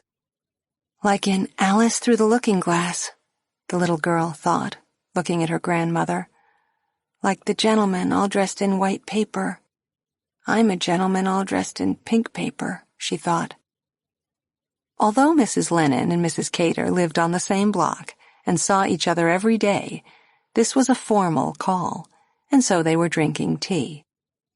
Howard was sitting at the piano at one end of the long room, in front of the biggest window. He was playing humoresque in careful, unhurried tempo. I played that last year, the little girl thought. It's in G. Mrs. Lennon and Mrs. Cater were still holding their teacups, listening to Howard and looking at him, and now and then looking at each other and smiling. I could still play that if I wanted to, the little girl thought.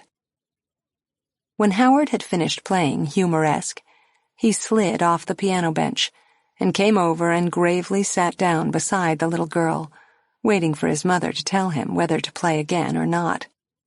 He's bigger than I am, she thought, but I'm older. I'm 10. If they ask me to play the piano for them now, I'll say no. I think you play very nicely, Howard, the little girl's grandmother said. There were a few moments of leaden silence. Then Mrs. Cater said, Howard, Mrs. Lennon spoke to you. Howard murmured and looked at his hands on his knees. I think he's coming along very well, Mrs. Cater said to Mrs. Lennon. He doesn't like to practice, but I think he's coming along well. Harriet loves to practice, the little girl's grandmother said. She sits at the piano for hours, making up little tunes and singing. She probably has a real talent for music, Mrs. Cater said. I often wonder whether Howard is getting as much out of his music as he should. Harriet, Mrs. Lennon said to the little girl, won't you play for Mrs. Cater? Play one of your own little tunes. I don't know any, the little girl said. Of course you do, dear, her grandmother said. I'd like very much to hear a little tune you made up yourself, Harriet, Mrs. Cater said. I don't know any, the little girl said. Mrs. Lennon looked at Mrs. Cater and shrugged. Mrs. Cater nodded, mouthing, shy, and turned to look proudly at Howard. The little girl's grandmother set her lips firmly in a tight, sweet smile. Harriet, dear, she said, even if we don't want to play our little tunes, I think we ought to tell Mrs. Cater that music is not our forte. I think we ought to show her our really fine achievements in another line. Harriet, she continued, turning to Mrs. Cater, has written some poems. I'm going to ask her to recite them to you because I feel, even though I may be prejudiced, she laughed modestly, even though I probably am prejudiced, that they show real merit. Well, for heaven's sake, Mrs. Cater said. She looked at Harriet, pleased. Why, dear, I didn't know you could do anything like that. I'd really love to hear them. Recite one of your poems for Mrs. Cater, Harriet. The little girl looked at her grandmother, at the sweet smile, and at Mrs. Cater, leaning forward, and at Howard, sitting with his mouth open, and a great delight growing in his eyes. "Don't know any," she said. "Harriet," her grandmother said, "even if you don't remember any of your poems, you have some written down. I'm sure Mrs. Cater won't mind if you read them to her." The huge merriment that had been gradually taking hold of Howard suddenly overwhelmed him. "Poems?" he said, doubling up with laughter on the couch. "Harriet writes poems." "He'll tell all the kids on the block," the little girl thought. "I do believe Howard's jealous," Mrs. Cater said. "Aw," Howard said, "I wouldn't write a poem. Bet you couldn't make me write a poem if you tried." "You couldn't make me either," the little girl said. "That's all a lie about the poems." There was a long silence. Then, "Why, Harriet," the little girl's grandmother said in a sad voice. "What a thing to say about your grandmother," Mrs. Cater said. "I think you'd better apologize, Harriet," the little girl's grandmother said. Mrs. Cater said, "Why, you certainly had better." "Didn't do anything," the little girl muttered. "I'm sorry." The grandmother's voice was stern. "Now bring your poems out and read them to Mrs. Cater." "I don't have any, honestly, Grandma," the little girl said desperately. "Honestly, I don't have any of those poems."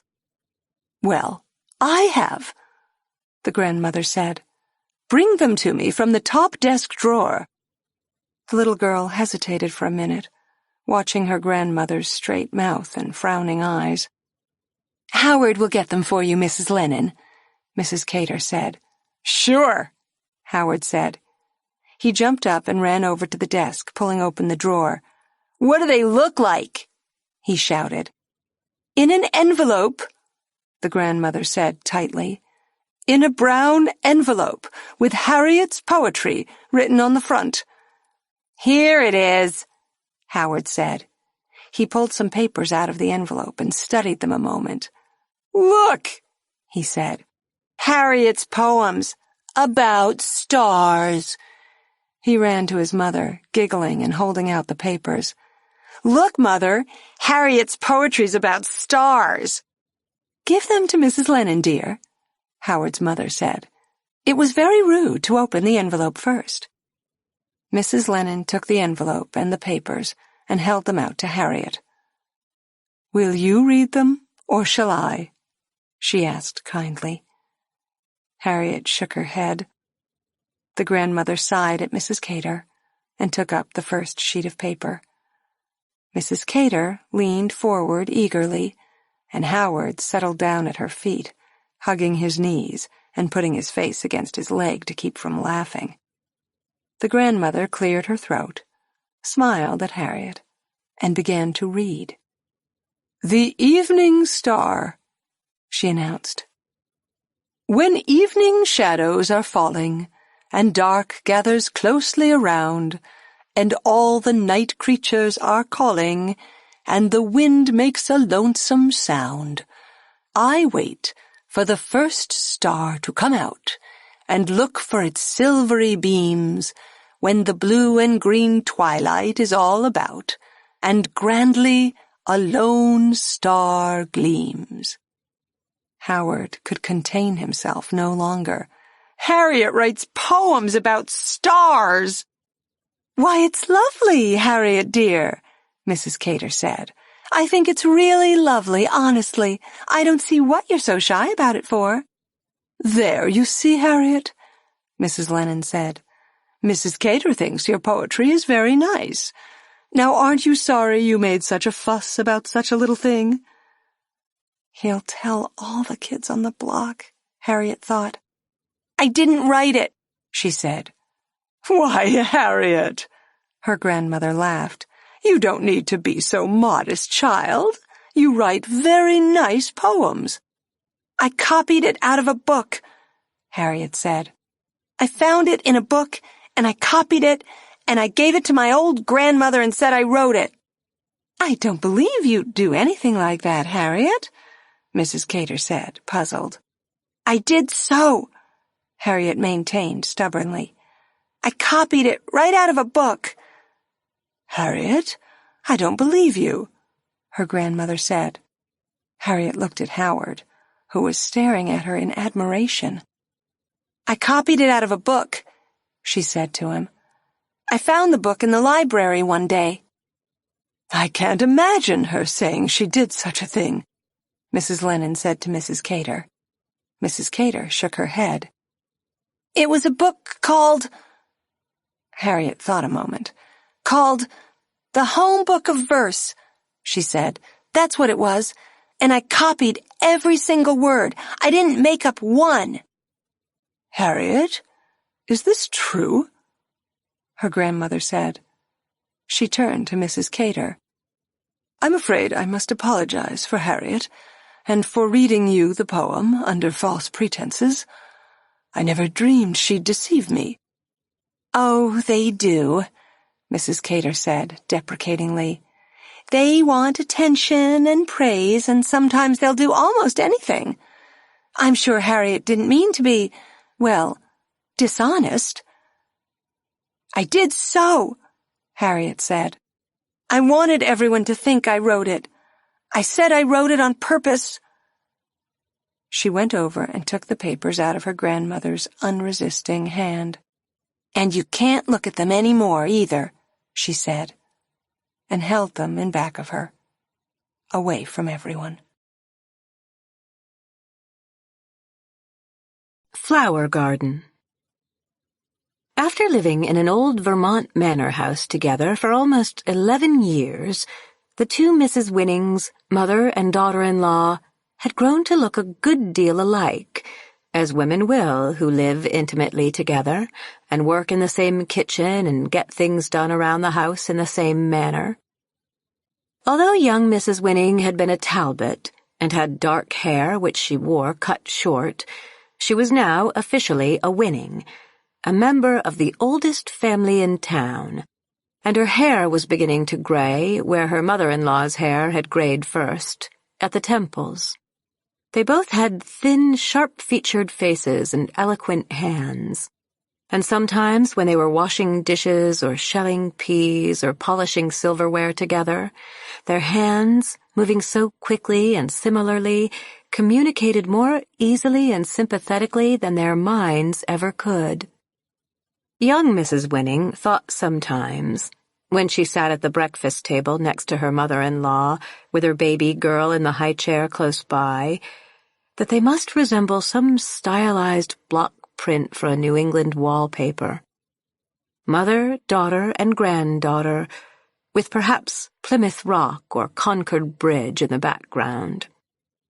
On this, as on other cold mornings, they lingered over their coffee, unwilling to leave the big kitchen with the coal stove and the pleasant atmosphere of food and cleanliness. And they sat together silently sometimes until the baby had long finished her breakfast and was playing quietly in the special baby corner, where uncounted Winning children had played with almost identical toys from the same heavy wooden box. It seems as though spring would never come, young Mrs. Winning said. I get so tired of the cold. Got to be cold some of the time, her mother-in-law said. She began to move suddenly and quickly, stacking plates, indicating that the time for sitting was over and the time for working had begun. Young Mrs. Winning, rising immediately to help, thought for the 1000th time that her mother-in-law would never relinquish the position of authority in her own house until she was too old to move before anyone else. And I wish someone would move into the old cottage, young Mrs. Winning added.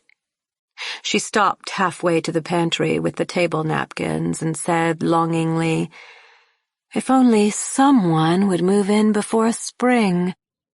Young Mrs. Winning had wanted long ago to buy the cottage herself, for her husband to make with his own hands into a home where they could live with their children.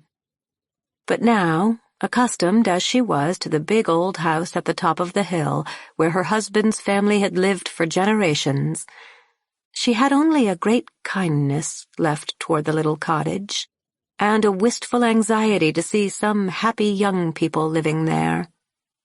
When she heard it was sold, as all the old houses were being sold in these days, when no one could seem to find a newer place to live, she had allowed herself to watch daily for a sign that someone new was coming.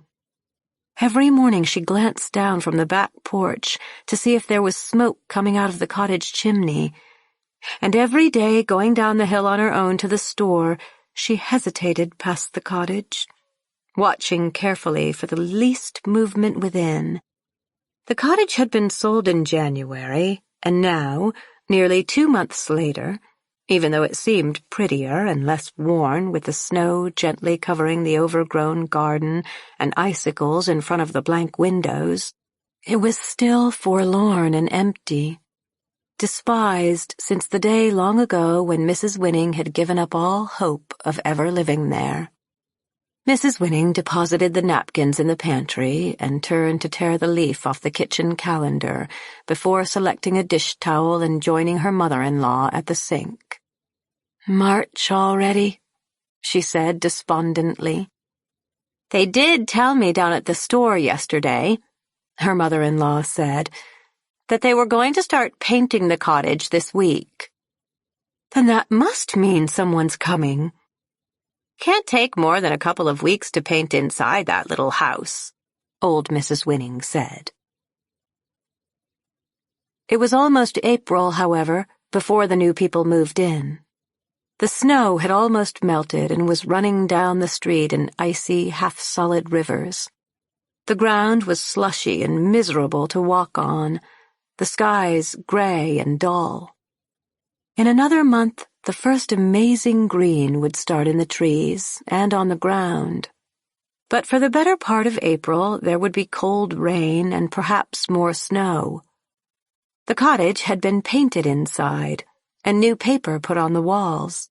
The front steps had been repaired and new glass put into the broken windows. In spite of the gray sky and the patches of dirty snow, the cottage looked neater and firmer, and the painters were coming back to do the outside when the weather cleared.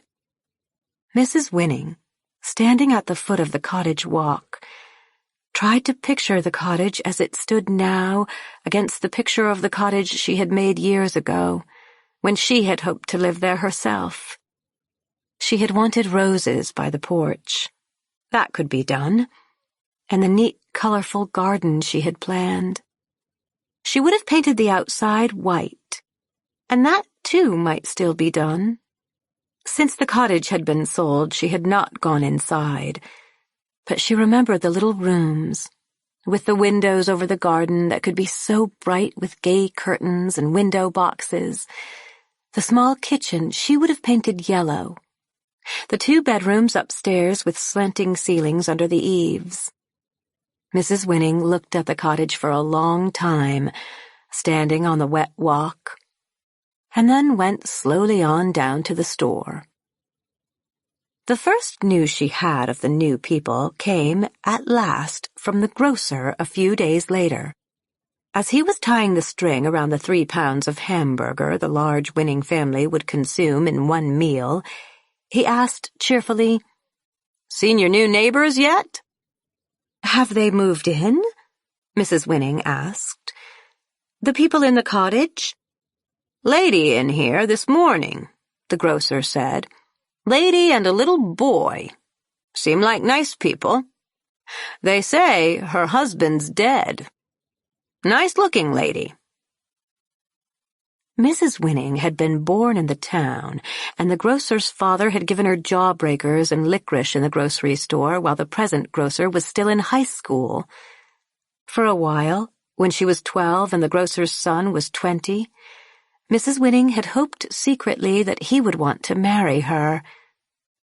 He was fleshy now, and middle-aged, and although he still called her Helen and she still called him Tom, she belonged now to the Winning family and had to speak critically to him, no matter how unwillingly, if the meat were tough or the butter price too high.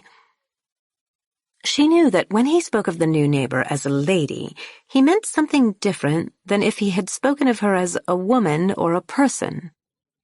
Mrs. Winning knew that he spoke of the two Mrs. Winnings to his other customers as ladies. She hesitated and then asked, "Have they really moved in to stay?" "She'll have to stay for a while," the grocer said dryly. "Bought a week's worth of groceries." Going back up the hill with her package, Mrs. Winning watched all the way to detect some sign of the new people in the cottage. When she reached the cottage walk, she slowed down and tried to watch, not too obviously. There was no smoke coming from the chimney, and no sign of furniture near the house, as there might have been if people were still moving in. But there was a middle-aged car parked in the street before the cottage, and Mrs. Winning thought she could see figures moving past the windows. On a sudden, irresistible impulse, she turned and went up the walk to the front porch. And then, after debating for a moment, on up the steps to the door. She knocked, holding her bag of groceries in one arm, and then the door opened, and she looked down on a little boy, about the same age, she thought happily, as her own son. "Hello," Mrs. Winning said. "Hello," the boy said. He regarded her soberly. "Is your mother here?" Mrs. Winning asked. "I came to see if I could help her move in." "We're all moved in," the boy said. He was about to close the door, but a woman's voice said from somewhere in the house, "Davy, are you talking to someone?" "That's my mommy," the little boy said. The woman came up behind him and opened the door a little wider. "Yes," she said. Mrs. Winning said, "I'm Helen Winning. I live about 3 houses up the street, and I thought perhaps I might be able to help you." "Thank you," the woman said doubtfully.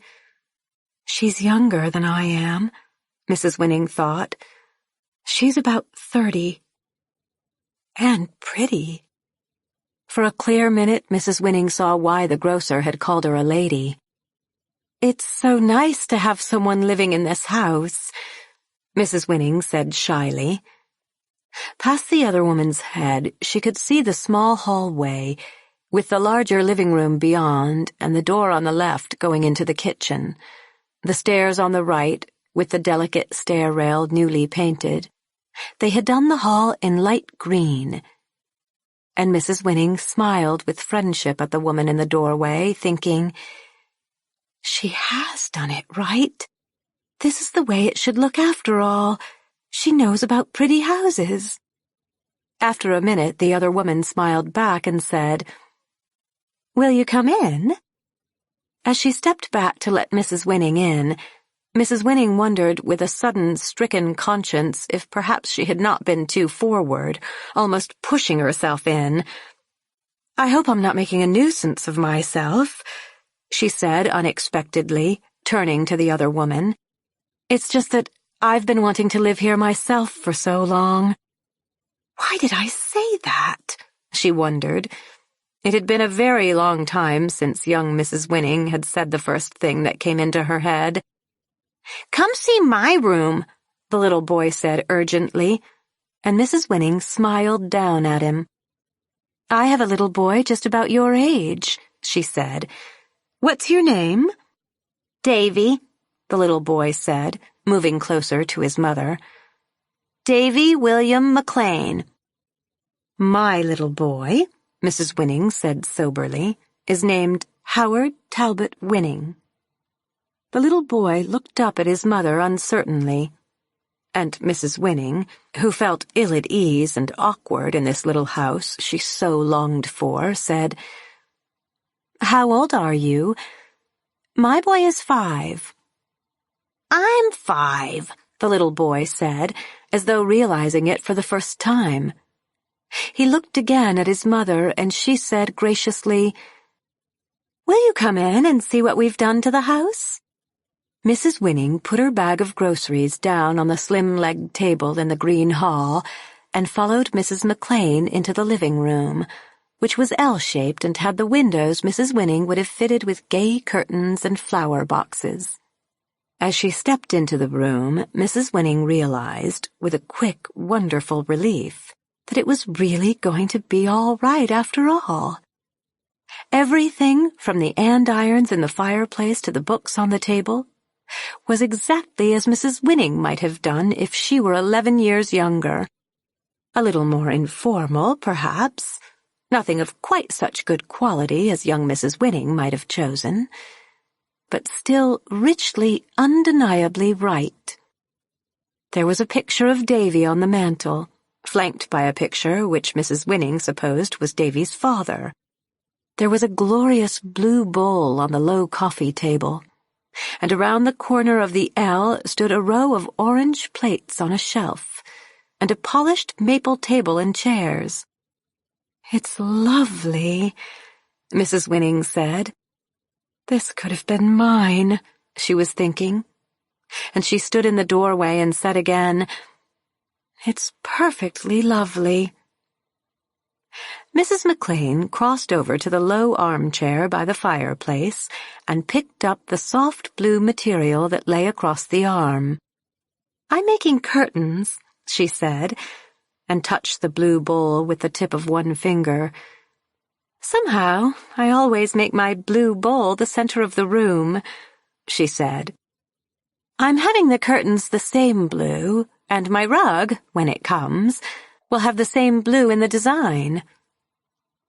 "It matches Davy's eyes," Mrs. Winning said, and when Mrs. McLean smiled again, she saw that it matched Mrs. McLean's eyes, too.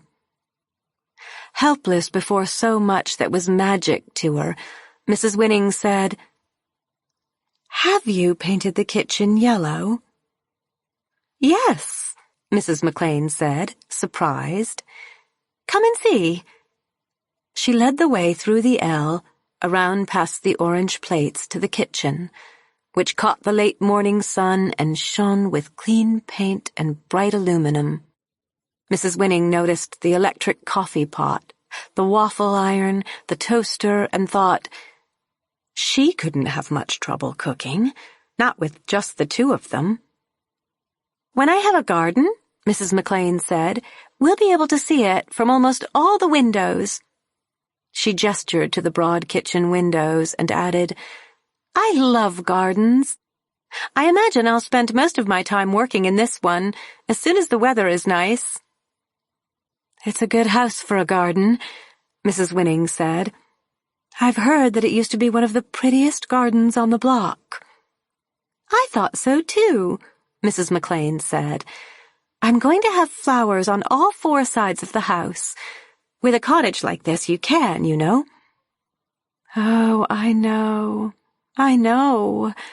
Mrs. Winning thought wistfully, remembering the neat, charming garden she could have had, instead of the row of nasturtiums along the side of the Winning house, which she tended so carefully. No flowers would grow well around the Winning house, because of the heavy old maple trees which shaded all the yard, and which had been tall when the house was built. Mrs. McLean had had the bathroom upstairs done in yellow, too, and the two small bedrooms with overhanging eaves were painted green and rose. "All garden colors," she told Mrs. Winning gaily, and Mrs. Winning, thinking of the oddly matched austere bedrooms in the big Winning house, sighed and admitted that it would be wonderful to have window seats under the eaved windows. Davy's bedroom was the green one, and his small bed was close to the window. "This morning," he told Mrs. Winning solemnly, "I looked out, and there were 4 icicles hanging by my bed." Mrs. Winning stayed in the cottage longer than she should have. She felt certain, although Mrs. McLean was pleasant and cordial, that her visit was extended past courtesy and into curiosity. Even so, it was only her sudden guilt about the 3 pounds of hamburger and dinner for the Winning men that drove her away. When she left, waving goodbye to Mrs. McLean and Davy as they stood in the cottage doorway, she had invited Davy up to play with Howard, Mrs. McLean up for tea, both of them to come for lunch some day, and all without the permission of her mother-in-law. Reluctantly, she came to the big house and turned past the bolted front door to go up the walk to the back door, which all the family used in the winter. Her mother-in-law looked up as she came into the kitchen and said irritably, "I called the store, and Tom said you left an hour ago." "I stopped off at the old cottage," Mrs. Winning said. She put the package of groceries down on the table and began to take things out quickly, to get the doughnuts onto a plate and the hamburger into the pan before too much time was lost. With her coat still on and her scarf over her head, she moved as fast as she could, while her mother-in-law, slicing bread at the kitchen table, watched her silently. "Take your coat off," her mother-in-law said finally. "Your husband will be home in a minute." By 12 o'clock, the house was noisy and full of mud tracked across the kitchen floor. The oldest Howard, Mrs. Winning's father-in-law, came in from the farm and went silently to hang his hat and coat in the dark hall before speaking to his wife and daughter-in-law. The younger Howard, Mrs. Winning's husband, came in from the barn after putting the truck away and nodded to his wife and kissed his mother, and the youngest Howard, Mrs. Winning's son, crashed into the kitchen, home from kindergarten, shouting, "Where's dinner?" The baby, anticipating food, banged on her high chair with the silver cup which had first been used by the oldest Howard Winning's mother. Mrs. Winning and her mother-in-law put plates down on the table swiftly, knowing after many years the exact pause between the latest arrival and the serving of food, and with a minimum of time, 3 generations of the Winning family were eating silently and efficiently, all anxious to be back about their work. The farm, the mill, the electric train, the dishes, the sewing, the nap. Mrs. Winning, feeding the baby, trying to anticipate her mother-in-law's gestures of serving, thought, today more poignantly than ever before, that she had at least given them another Howard, with the winning eyes and mouth, in exchange for her food and her bed. After dinner, after the man had gone back to work and the children were in bed, the baby for her nap and Howard resting with crayons and coloring book, Mrs. Winning sat down with her mother-in-law over their sewing and tried to describe the cottage. "It's just perfect," she said helplessly. "Everything is so pretty. She invited us to come down some day and see it when it's all finished, the curtains and everything." "I was talking to Mrs. Blake," the elder Mrs. Winning said, as though in agreement. "She says the husband was killed in an automobile accident. She had some money in her own name, and I guess she decided to settle down in the country for the boy's health. Mrs. Blake said he looked peakish." "She loves gardens," Mrs. Winning said, her needle still in her hand for a moment. "She's going to have a big garden all around the house." "She'll need help," the elder woman said humorlessly. "That's a mighty big garden she'll have." "She has the most beautiful blue bowl, Mother Winning. You'd love it. It's almost like silver." "Probably," the elder Mrs. Winning said after a pause. "Probably her people came from around here a ways back, and that's why she settled in these parts." The next day, Mrs. Winning walked slowly past the cottage, and slowly the next, and the day after, and the day after that. On the second day she saw Mrs. McLean at the window and waved, and on the third day she met Davy on the sidewalk. "When are you coming to visit my little boy?" she asked him. And he stared at her solemnly and said, "Tomorrow?" Mrs. Burton, next door to the McLeans, ran over on the third day they were there with a fresh apple pie, and then told all the neighbors about the yellow kitchen and the bright electric utensils. Another neighbor, whose husband had helped Mrs. McLean start her furnace, explained that Mrs. McLean was only very recently widowed. One or another of the townspeople called on the McLeans almost daily, and frequently, as young Mrs. Winning passed, she saw familiar faces at the windows, measuring the blue curtains with Mrs. McLean, or she waved to acquaintances who stood chatting with Mrs. McLean on the now firm front steps.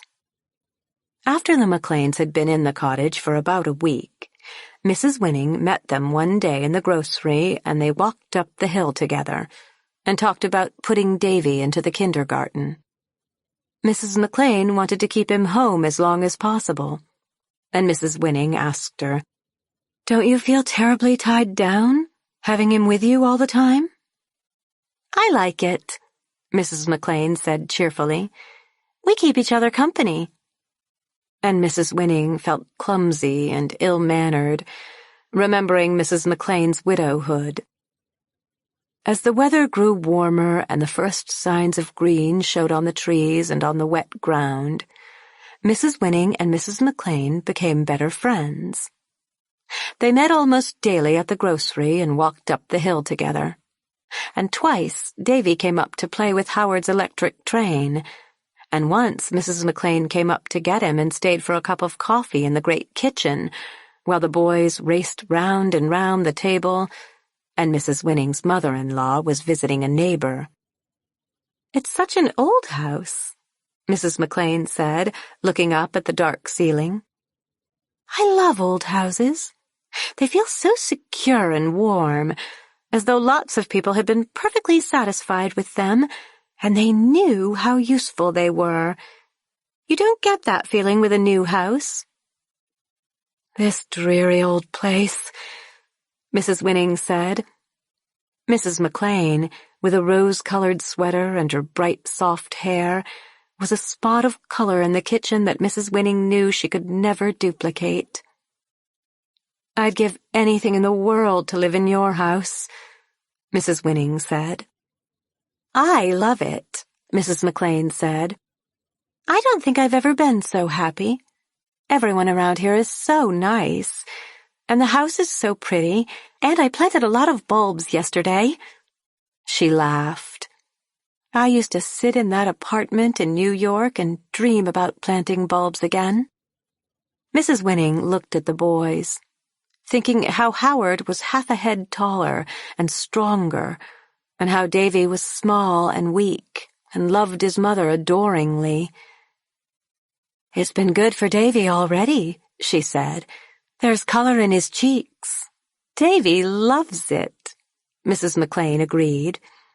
Hearing his name, Davy came over and put his head in her lap, and she touched his hair, bright like her own.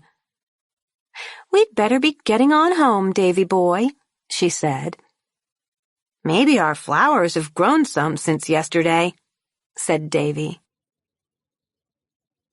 Gradually, the days became miraculously long and warm, and Mrs. McLean's garden began to show colors and became an ordered thing, still very young and unsure, but promising rich brilliance for the end of the summer, and the next summer, and summers 10 years from now. "It's even better than I hoped," Mrs. McLean said to Mrs. Winning, standing at the garden gate. "Things grow so much better here than almost anywhere else." Davy and Howard played daily after the school was out for the summer and Howard was free all day. Sometimes Howard stayed at Davy's house for lunch, and they planted a vegetable patch together in the McLean backyard. Mrs. Winning stopped for Mrs. McLean on her way to the store in the mornings, and Davy and Howard frolicked ahead of them down the street. They picked up their mail together and read it walking back up the hill. And Mrs. Winning went more cheerfully back to the big Winning house after walking most of the way home with Mrs. McLean. One afternoon, Mrs. Winning put the baby in Howard's wagon, and with the 2 boys they went for a long walk in the country.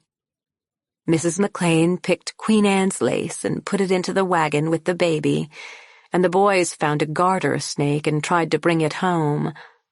On the way up the hill, Mrs. McLean helped pull the wagon with the baby and the Queen Anne's lace, and they stopped halfway to rest.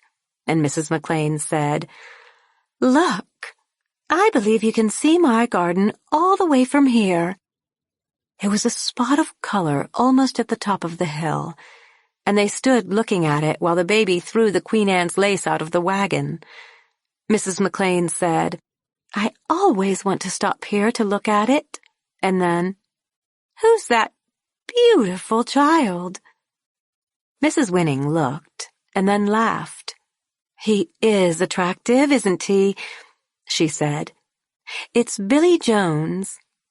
She looked at him herself, carefully, trying to see him as Mrs. McLean would.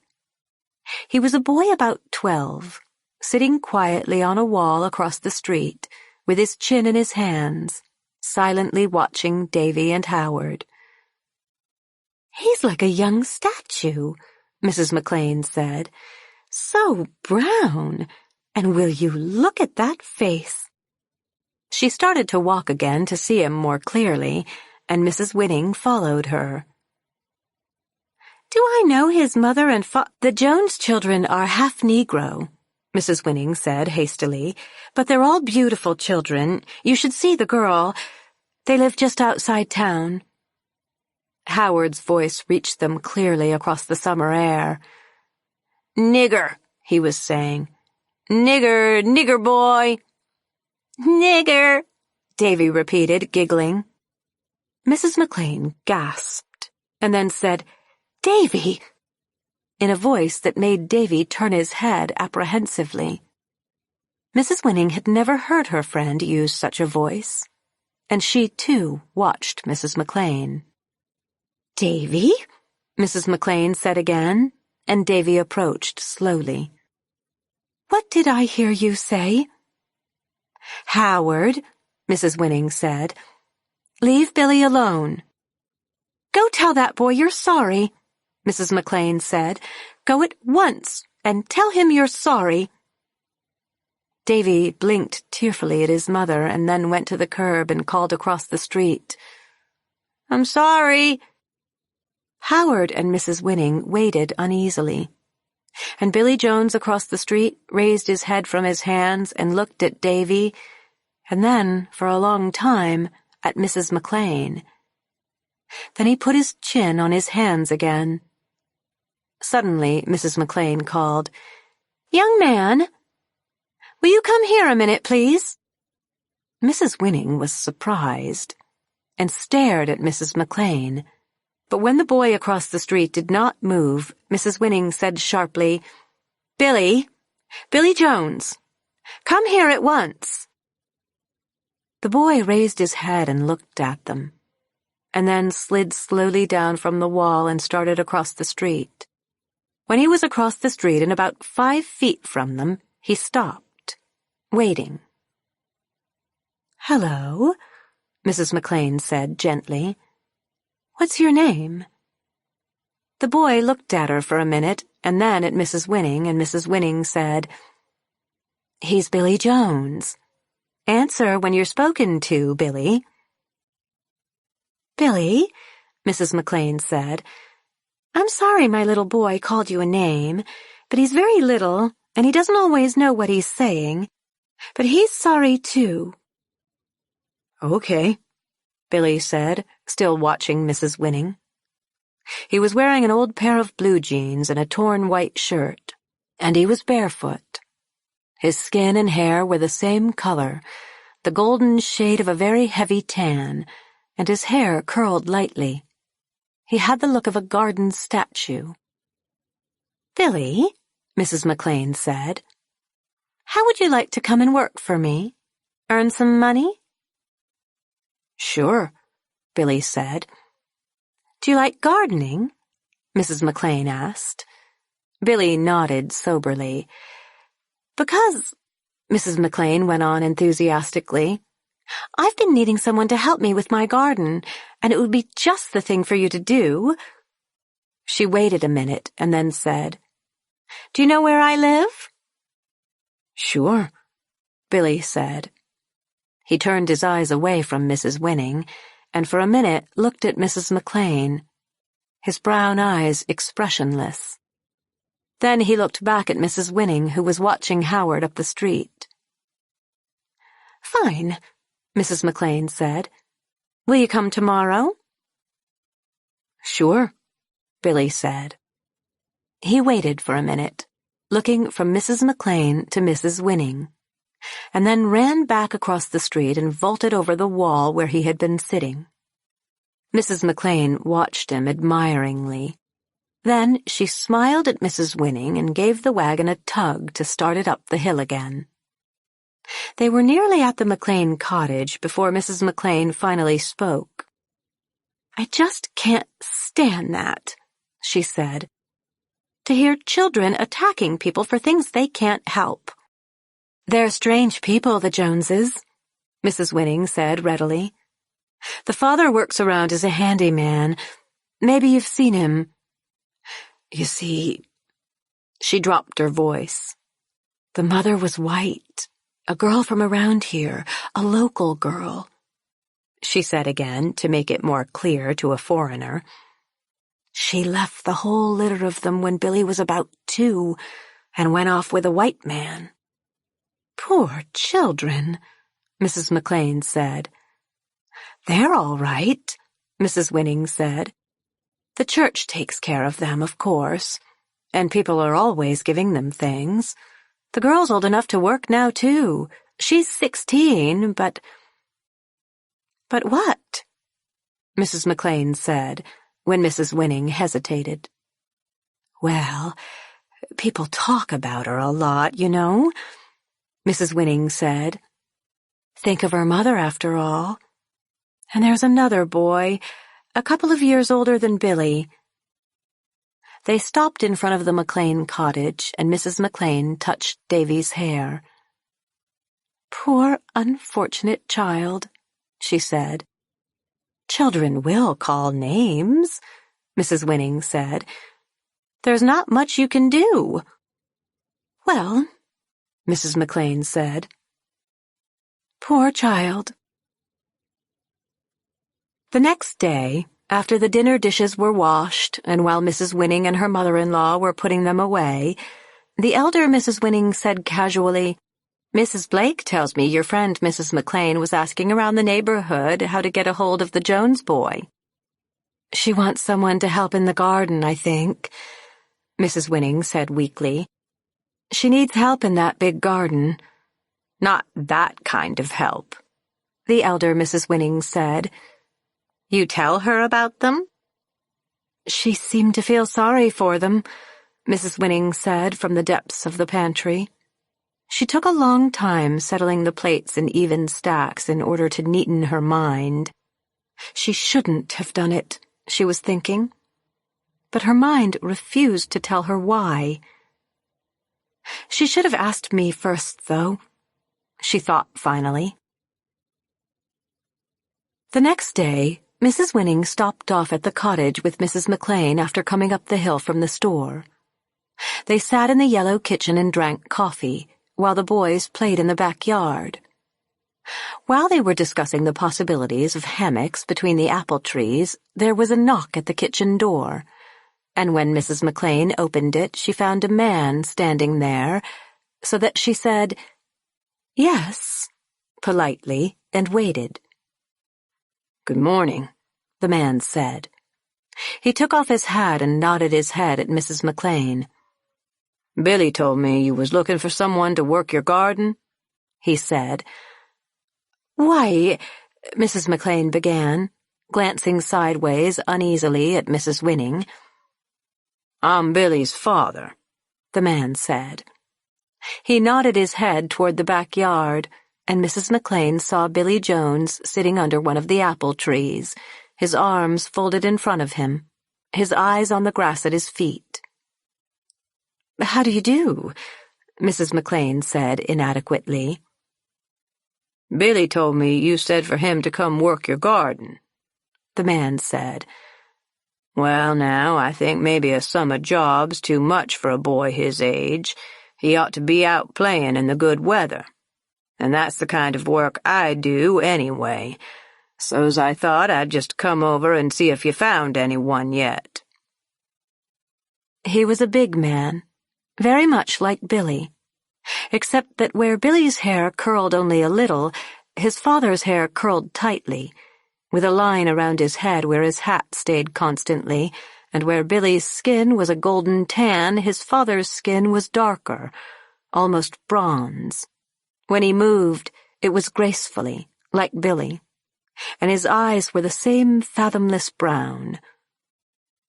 "Like to work this garden," Mr. Jones said, looking around. "Could be a mighty nice place." "You were very nice to come," Mrs. McLean said. "I certainly do need help." Mrs. Winning sat silently, not wanting to speak in front of Mr. Jones. She was thinking, "I wish she'd ask me first. This is impossible." And Mr. Jones stood silently, listening courteously with his dark eyes on Mrs. McLean while she spoke. "I guess a lot of the work would be too much for a boy like Billy," she said. "There are a lot of things I can't even do myself, and I was sort of hoping I could get someone to give me a hand." "That's fine, then," Mr. Jones said. "Guess I can manage most of it," he said, and smiled. "Well," Mrs. McLean said, "I guess that's all settled then. When do you want to start?" "How about right now?" he said. "Grand," Mrs. McLean said enthusiastically. And then, "Excuse me for a minute," to Mrs. Winning over her shoulder. She took down her gardening gloves and wide straw hat from the shelf by the door. "Isn't it a lovely day?" she asked Mr. Jones as she stepped out into the garden while he stood back to let her pass. "You go along home now, Bill," Mr. Jones called as they went toward the side of the house. "Oh, why not let him stay?" Mrs. McLean said. Mrs. Winning heard her voice going on as they went out of sight. "He can play around the garden, and he'd probably enjoy—" For a minute, Mrs. Winning sat looking at the garden. At the corner around which Mr. Jones had followed Mrs. McLean, and then Howard's face appeared around the side of the door and he said, "Hi, is it nearly time to eat?" "Howard," Mrs. Winning said quietly, and he came in through the door and came over to her. "It's time for you to run along home," Mrs. Winning said. "I'll be along in a minute." Howard started to protest, but she added, "I want you to go right away. Take my bag of groceries if you think you can carry it." Howard was impressed by her conception of his strength, and he lifted down the bag of groceries. His shoulders, already broad out of proportion, like his father's and his grandfather's, strained under the weight. And then he steadied on his feet. "Aren't I strong?" he asked exultantly. "Very strong," Mrs. Winning said. "Tell Grandma I'll be right up. I'll just say goodbye to Mrs. McLean." Howard disappeared through the house. Mrs. Winning heard him walking heavily under the groceries, out through the open front door and down the steps. Mrs. Winning rose and was standing by the kitchen door when Mrs. McLean came back. "You're not ready to go?" Mrs. McLean exclaimed when she saw Mrs. Winning with her jacket on. "Without finishing your coffee?" "I'd better catch Howard," Mrs. Winning said. "He ran along ahead." "I'm sorry I left you like that," Mrs. McLean said. She stood in the doorway beside Mrs. Winning, looking out into the garden. "How wonderful it all is," she said, and laughed happily. They walked together through the house. The blue curtains were up by now, and the rug with the touch of blue in the design was on the floor. "Goodbye," Mrs. Winning said on the front steps. Mrs. McLean was smiling, And following her look, Mrs. Winning turned and saw Mr. Jones, his shirt off and his strong back shining in the sun as he bent with a scythe over the long grass at the side of the house. Billy lay nearby, under the shade of the bushes. He was playing with a gray kitten. "I'm going to have the finest garden in town," Mrs. McLean said proudly. "You won't have him working here past today, will you?" Mrs. Winning asked. "Of course you won't have him any longer than just today." "But surely," Mrs. McLean began with a tolerant smile. And Mrs. Winning, after looking at her for an incredulous minute, turned and started, indignant and embarrassed, up the hill. Howard had brought the groceries safely home, and her mother-in-law was already setting the table. "Howard says you sent him home from McLean's," her mother-in-law said, and Mrs. Winning answered briefly, "I thought it was getting late." The next morning, when Mrs. Winning reached the cottage on her way down to the store, she saw Mr. Jones swinging the scythe expertly against the side of the house, and Billy Jones and Davy sitting on the front steps watching him. "Good morning, Davy," Mrs. Winning called. "Is your mother ready to go down street?" "Where's Howard?" Davy asked, not moving. "He stayed home with his grandma today," Mrs. Winning said brightly. "Is your mother ready?" "She's making lemonade for Billy and me," Davy said. "We're going to have it in the garden." "Then tell her," Mrs. Winning said quickly. "Tell her that I said I was in a hurry and that I had to go on ahead. I'll see her later." She hurried on down the hill. In the store, she met Mrs. Harris, a lady whose mother had worked for the elder Mrs. Winning nearly 40 years before. "Helen," Mrs. Harris said, "you get grayer every year. You ought to stop all this running around." Mrs. Winning, in the store without Mrs. McLean for the first time in weeks, smiled shyly and said that she guessed she needed a vacation. "Vacation?" Mrs. Harris said. "Let that husband of yours do the housework for a change. He doesn't have nothing else to do." She laughed richly and shook her head. "Nothing else to do," she said. "The Winnings." Before Mrs. Winning could step away, Mrs. Harris added, her laughter penetrated by a sudden sharp curiosity, "Where's that dressed-up friend of yours get to? Usually down street together, ain't you?" Mrs. Winning smiled courteously, and Mrs. Harris said, laughing again, "Just couldn't believe those shoes of hers. First time I seen them shoes." While she was laughing again, Mrs. Winning escaped to the meat counter and began to discuss the potentialities of pork shoulder earnestly with the grocer. "Mrs. Harris only says what everyone else says," she was thinking. "Are they talking like that about Mrs. McLean? Are they laughing at her?" When she thought of Mrs. McLean, she thought of the quiet house, the soft colors, the mother and son in the garden. Mrs. McLean's shoes were green and yellow platform sandals. Odd-looking, certainly, next to Mrs. Winning's solid white Oxfords, but so inevitably right for Mrs. McLean's house and her garden. Mrs. Harris came up behind her and said, laughing again, "What's she got? That Jones fellow working for her now?" When Mrs. Winning reached home after hurrying up the hill past the cottage, where she saw no one, her mother-in-law was waiting for her in front of the house, watching her come the last few yards. "Early enough today," her mother-in-law said. "McLean out of town?" Resentful, Mrs. Winning said only, "Mrs. Harris nearly drove me out of the store with her jokes." "Nothing wrong with Lucy Harris getting away from that man of hers wouldn't cure," the elder Mrs. Winning said. Together, they began to walk around the house to the back door. Mrs. Winning, as they walked, noticed that the grass under the trees had greened up nicely. and that the nasturtiums beside the house were bright. "I've got something to say to you, Helen," the elder Mrs. Winning said finally.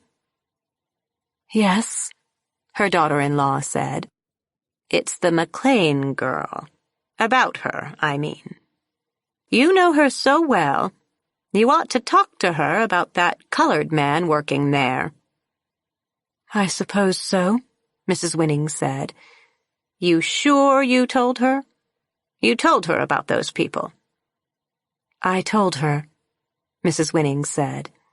"He's there every blessed day," her mother-in-law said, "and working out there without his shirt on. He goes in the house."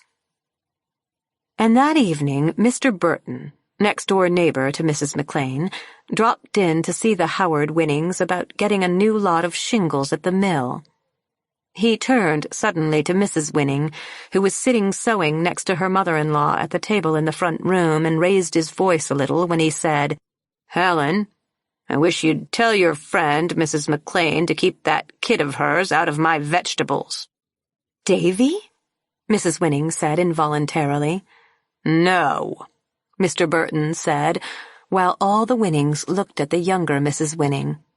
"No, the other one. The colored boy. He's been running loose through our backyard. Makes me sort of mad, that kid coming in spoiling other people's property. You know," he added, turning to the Howard Winnings, "you know, that does make a person mad." There was a silence, and then Mr. Burton added, rising heavily, "Guess I'll say good night to you people." They all attended him to the door and came back to their work in silence. "I've got to do something," Mrs. Winning was thinking. "Pretty soon they'll stop coming to me first. They'll tell someone else to speak to me." She looked up, found her mother-in-law looking at her, and they both looked down quickly. Consequently, Mrs. Winning went to the store the next morning earlier than usual, and she and Howard crossed the street just above the McLean house and went down the hill on the other side. "Aren't we going to see Davy?" Howard asked once, and Mrs. Winning said carelessly, "Not today, Howard. Maybe your father will take you out to the mill this afternoon." She avoided looking across the street at the McLean house and hurried to keep up with Howard. Mrs. Winning met Mrs. McLean occasionally after that at the store or the post office, and they spoke pleasantly. When Mrs. Winning passed the cottage after the first week or so, she was no longer embarrassed about going by, and even looked at it frankly once or twice. The garden was going beautifully. Mr. Jones's broad back was usually visible through the bushes, and Billy Jones sat on the steps or lay on the grass with Davy. One morning on her way down the hill, Mrs. Winning heard a conversation between Davy McLean and Billy Jones. They were in the bushes together, and she heard Davy's high familiar voice saying, "Billy, you want to build a house with me today?" "Okay," Billy said. Mrs. Winning slowed her steps a little to hear. "We'll build a big house out of branches," Davy said excitedly. "And when it's finished, we'll ask my mommy if we can have lunch out there." "You can't build a house just out of branches," Billy said. "You ought to have wood and boards." "And chairs and tables and dishes," Davy agreed. "And walls." "Ask your mommy, can we have 2 chairs out here?" Billy said. "Then we can pretend the whole garden is our house."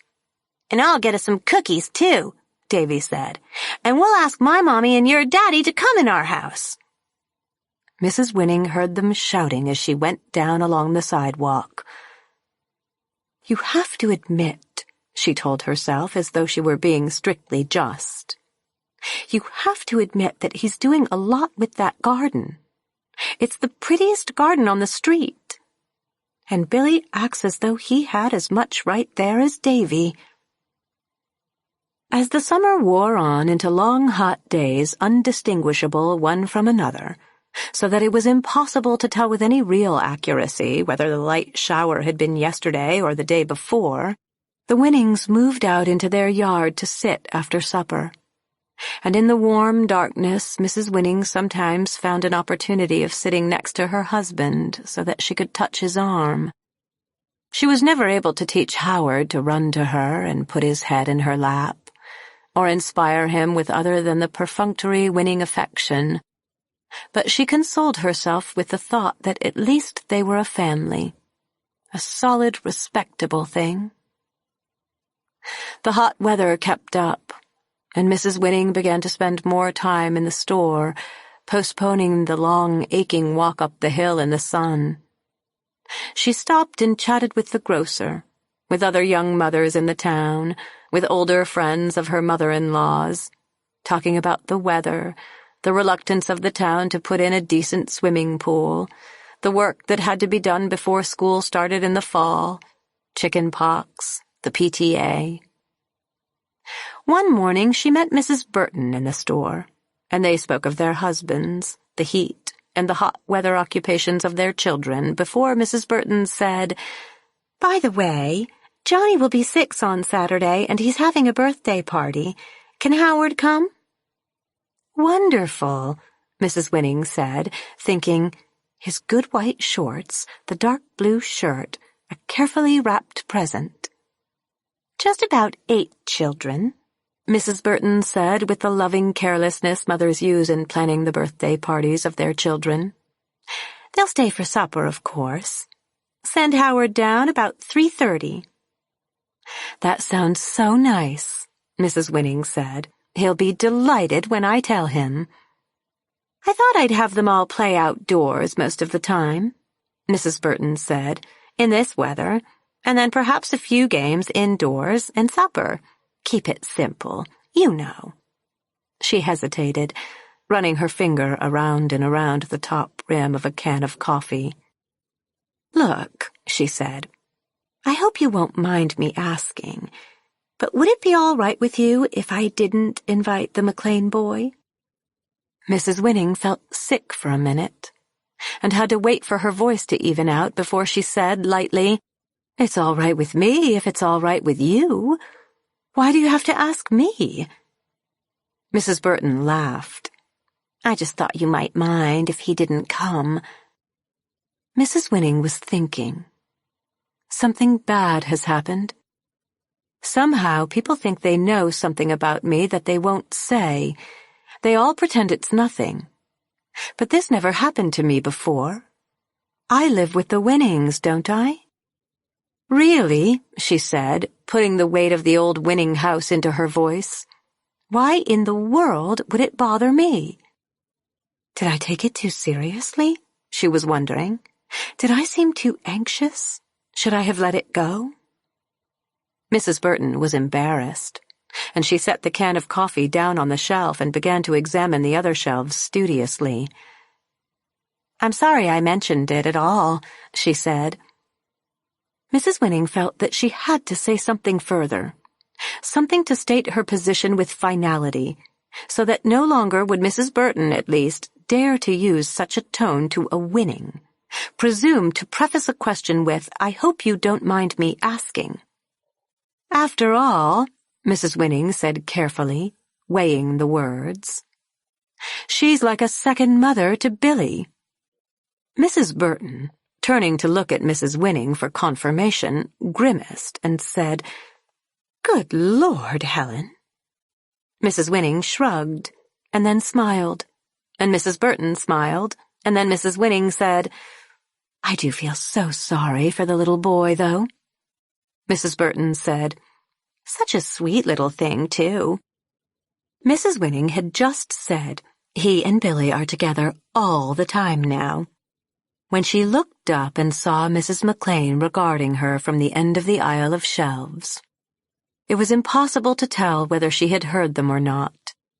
For a minute, Mrs. Winning looked steadily back at Mrs. McLean, and then she said, with just the right note of cordiality, "Good morning, Mrs. McLean. Where is your little boy this morning?" "Good morning, Mrs. Winning," Mrs. McLean said, and moved on past the aisle of shelves. And Mrs. Burton caught Mrs. Winning's arm and made a desperate gesture of hiding her face, and unable to help themselves, both she and Mrs. Winning began to laugh. Soon after that, although the grass in the Winning yard under the maple trees stayed smooth and green, Mrs. Winning began to notice in her daily trips past the cottage that Mrs. McLean's garden was suffering from the heat. The flowers wilted under the morning sun and no longer stood up fresh and bright. The grass was browning slightly, and the rose bushes Mrs. McLean had put in so optimistically were noticeably dying. Mr. Jones seemed always cool, working steadily, sometimes bent down with his hands in the earth, sometimes tall against the side of the house, setting up a trellis or pruning a tree. But the blue curtains hung lifelessly at the windows. Mrs. McLean still smiled at Mrs. Winning in the store, and then one day they met at the gate of Mrs. McLean's garden, and after hesitating for a minute, Mrs. McLean said, "Can you come in for a few minutes? I'd like to have a talk, if you have time." "Surely," Mrs. Winning said courteously, and followed Mrs. McLean up the walk, still luxuriously bordered with flowering bushes, but somehow disenchanted, as though the summer heat had baked away the vivacity from the ground. In the familiar living room, Mrs. Winning sat down on a straight chair, holding herself politely stiff, while Mrs. McLean sat as usual in her armchair. "How is Davy?" Mrs. Winning asked finally, since Mrs. McLean did not seem disposed to start any conversation. "He's very well," Mrs. McLean said, and smiled as she always did when speaking of Davy. "He's out back with Billy." There was a quiet minute, and then Mrs. McLean said, staring at the blue bowl on the coffee table, "What I wanted to ask you is, what on earth has gone wrong?" Mrs. Winning had been holding herself stiff in readiness for some such question, and when she said, "I don't know what you mean," she thought, "I sound exactly like Mother Winning," and realized, "I'm enjoying this, just as she would." And no matter what she thought of herself, she was unable to keep from adding, "Is something wrong?" "Of course," Mrs. McLean said. She stared at the blue bowl and said slowly, "When I first came, everyone was so nice, and they seemed to like Davy and me and want to help us." "That's wrong," Mrs. Winning was thinking. "You mustn't ever talk about whether people like you. That's bad taste." "And the garden was going so well," Mrs. McLean said helplessly. "And now, no one ever does more than just speak to us. I used to say good morning over the fence to Mrs. Burton, and she'd come to the fence and we'd talk about the garden, and now she just says morning and goes in the house. And no one ever smiles or anything." This is dreadful, Mrs. Winning thought. This is childish. This is complaining. People treat you as you treat them, she thought. She wanted desperately to go over and take Mrs. McLean's hand and ask her to come back and be one of the nice people again, but she only sat straighter in the chair and said, "I'm sure you must be mistaken. I've never heard anyone speak of it." "Are you sure?" Mrs. McLean turned and looked at her. "Are you sure it isn't because of Mr. Jones working here?" Mrs. Winning lifted her chin a little higher and said, "Why on earth would anyone around here be rude to you because of Jones?" Mrs. McLean came with her to the door, both of them planning vigorously for the days sometime next week when they would all go swimming, when they would have a picnic. And Mrs. Winning went down the hill thinking, the nerve of her, trying to blame the colored folks. Toward the end of the summer, there was a bad thunderstorm. breaking up the prolonged hot spell. It raged with heavy wind and rain over the town all night, sweeping without pity through the trees, pulling up young bushes and flowers ruthlessly. A barn was struck on one side of town, the wires pulled down on another. In the morning, Mrs. Winning opened the back door to find the Winning yard littered with small branches from the maples, the grass bent almost flat to the ground. Her mother-in-law came to the door behind her. "Quite a storm," she said. "Did it wake you?" "I woke up once and went to look at the children," Mrs. Winning said. "It must have been about 3 o'clock. "I was up later," her mother-in-law said. "I looked at the children, too. They were both asleep." They turned together and went in to start breakfast. Later in the day, Mrs. Winning started down to the store. She had almost reached the McLean cottage when she saw Mrs. McLean standing in the front garden with Mr. Jones standing beside her and Billy Jones with Davy in the shadows of the front porch. They were all looking silently at a great branch from one of the Burtons' trees that lay across the center of the garden, crushing most of the flowering bushes and pinning down what was to have been a glorious tulip bed. As Mrs. Winning stopped, watching, Mrs. Burton came out onto her front porch to survey the storm damage. And Mrs. McLean called to her, "Good morning, Mrs. Burton. It looks like we have part of your tree over here." "Looks so," Mrs. Burton said, and she went back into her house and closed the door flatly. Mrs. Winning watched while Mrs. McLean stood quietly for a minute. Then she looked up at Mr. Jones almost hopefully, and she and Mr. Jones looked at one another for a long time. Then Mrs. McLean said, her clear voice carrying lightly across the air washed clean by the storm, "Do you think I ought to give it up, Mr. Jones? Go back to the city, where I'll never have to see another garden?"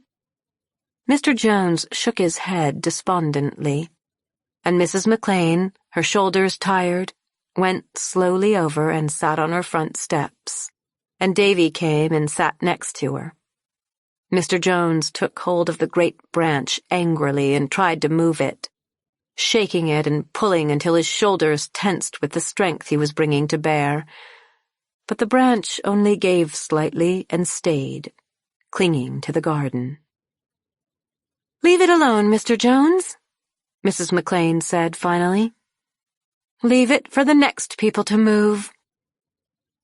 But still Mr. Jones pulled against the branch, and then suddenly Davy stood up and cried out, "There's Mrs. Winning! Hi, Mrs. Winning!"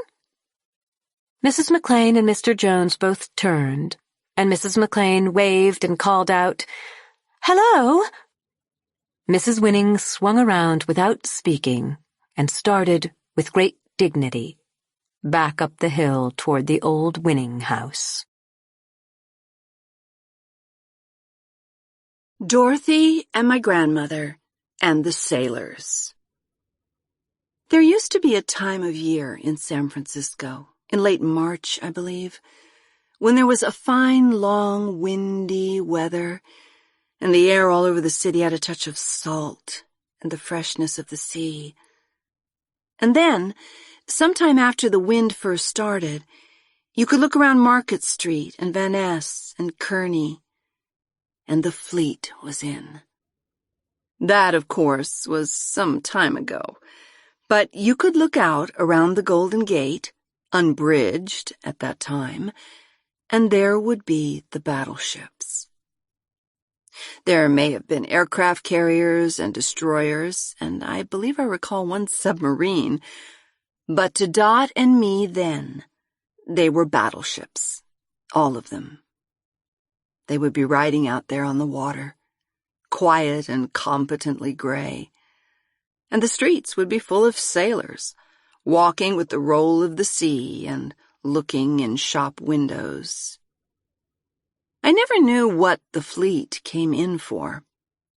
My grandmother said positively that it was for refueling, But from the time the wind first started, Dot and I would become more aware, walking closer together and dropping our voices when we talked. Although we were all of 30 miles from where the fleet lay, when we walked with our backs to the ocean, we could feel the battleships riding somewhere behind and beyond us. And when we looked toward the ocean, we narrowed our eyes, almost able to see across 30 miles and into a sailor's face. It was the sailors, of course. My mother told us about the kind of girls who followed sailors. And my grandmother told us about the kind of sailors who followed girls. When we told Dot's mother the fleet was in, she would say earnestly, "Don't go near any sailors, you two."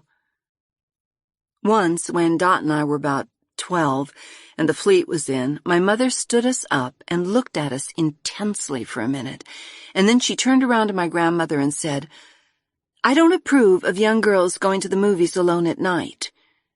And my grandmother said, "Nonsense! They won't come this far down the peninsula. I know sailors." Dot and I were permitted only one movie at night a week, anyway, and even then they sent my 10-year-old brother along with us. The first time the three of us started off to the movies together, my mother looked at Dot and me again, and then speculatively at my brother, who had red curly hair, and started to say something, and then looked at my grandmother and changed her mind. We lived in Burlingame, which is far enough away from San Francisco to have palm trees in the gardens, but near enough so that Dot and I were taken into San Francisco to the Emporium to get our spring coats each year. Dot's mother usually gave Dot her coat money, which Dot handed over to my mother, and then Dot and I got identical coats, with my mother officiating. This was because Dot's mother was never well enough to go into San Francisco shopping, and particularly not with Dot and me.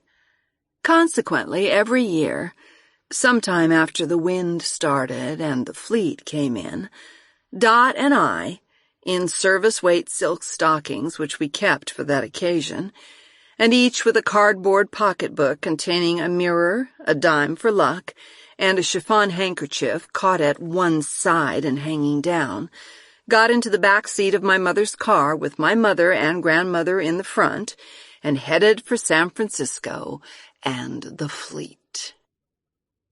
We always got our coats in the morning, went to the Pig and Whistle for lunch, and then, while Dot and I were finishing our chocolate ice cream with chocolate sauce and walnuts, my grandmother phoned my Uncle Oliver and arranged to meet him at the launch, which took us out to the fleet. My Uncle Oliver was taken along partly because he was a man and partly because in the previous war he had been a radio operator on a battleship, and partly because another uncle of mine, an Uncle Paul, was still with the Navy. My grandmother thought he had something to do with a battleship named the Santa Volita or Bonita or possibly Carmelita. And my Uncle Oliver was handy for asking people who looked like they might know my Uncle Paul if they did know him. As soon as we got on a boat, my grandmother would say, as though she had never thought of it before, "Look! That one over there seems to be an officer. Ollie, just go over casually and ask him if he knows old Paul." Oliver, having been one himself, didn't think that sailors were particularly dangerous to Dot and me if we had my mother and grandmother with us. But he loved ships. And so he went with us and left us the minute we were on board. While we stepped cautiously over the clean decks, eyeing the lifeboats apprehensively, my Uncle Oliver would touch the gray paint affectionately and go off in search of the radio apparatus. When we met my Uncle Oliver at the launch, he would usually buy Dot and me an ice cream cone each, and on the launch he would point out various boats around and name them for us. He usually got into a conversation with the sailor running the launch, and sooner or later he managed to say modestly, "I was to sea back in 17." And the sailor would nod respectfully. When it came time for us to leave the launch and go up the stairway onto the battleship, my mother whispered to Dot and me, "Keep your skirts down." And Dot and I climbed the ladder, holding on with one hand and with the other wrapping our skirts tight around us into a bunch in front which we held on to. My grandmother always preceded us onto the battleship, and my mother and Uncle Oliver followed us. When we got on board, my mother took one of us by the arm and my grandmother took the other, and we walked slowly around all of the ship they allowed us to see, excepting only the lowest levels, which alarmed my grandmother. We looked solemnly at cabins, decks, which my grandmother said were aft, and lights, which she said were port. Well, both sides were port to my grandmother. She believed that starboard was up, in the sense that the highest mast always pointed at the North Star. Usually we saw cannon. All guns were cannon, which my Uncle Oliver, in what must have been harmless teasing, assured my grandmother were kept loaded all the time. "In case of mutiny," he told my grandmother. There were always a great many sightseers on the battleships, and my Uncle Oliver was fond of gathering a little group of boys and young men around him to explain how the radio system worked. When he said he had been a radio operator back in 17, someone was sure to ask him, "Did you ever send out an SOS?" And my Uncle Oliver would nod heavily and say, "But I'm still here to tell about it." Once, while my Uncle Oliver was telling about 17, and my mother and my grandmother and Dot were looking over the rail at the ocean, I saw a dress that looked like my mother's, and followed it for quite a way down the battleship before the lady turned around, and I realized that it was not my mother, and I was lost. Remembering what my grandmother had told me, that I was always safe if I didn't lose my head, I stood still and looked around until I isolated a tall man in a uniform with lots of braid. That will be a captain, I thought, and he will certainly take care of me. He was very polite. I told him I was lost and thought my mother and my grandmother and my friend Dot and my Uncle Oliver were down the boat a ways, but I was afraid to go back alone. He said he would help me find them, and he took my arm and led me down the boat. Before very long, we met my mother and my grandmother hurrying along looking for me, with Dot coming along behind them as fast as she could. When my grandmother saw me, she ran forward and seized my arm, pulling me away from the captain and shaking me. "You gave us the scare of our lives," she said. "She was just lost, that's all," the captain said. "Well, I'm glad we found her in time," my grandmother said, walking backward with me to my mother. The captain bowed and went away, and my mother took my other arm and shook me. "Aren't you ashamed?" she said. Dot stared at me solemnly. "But he was a captain," I began.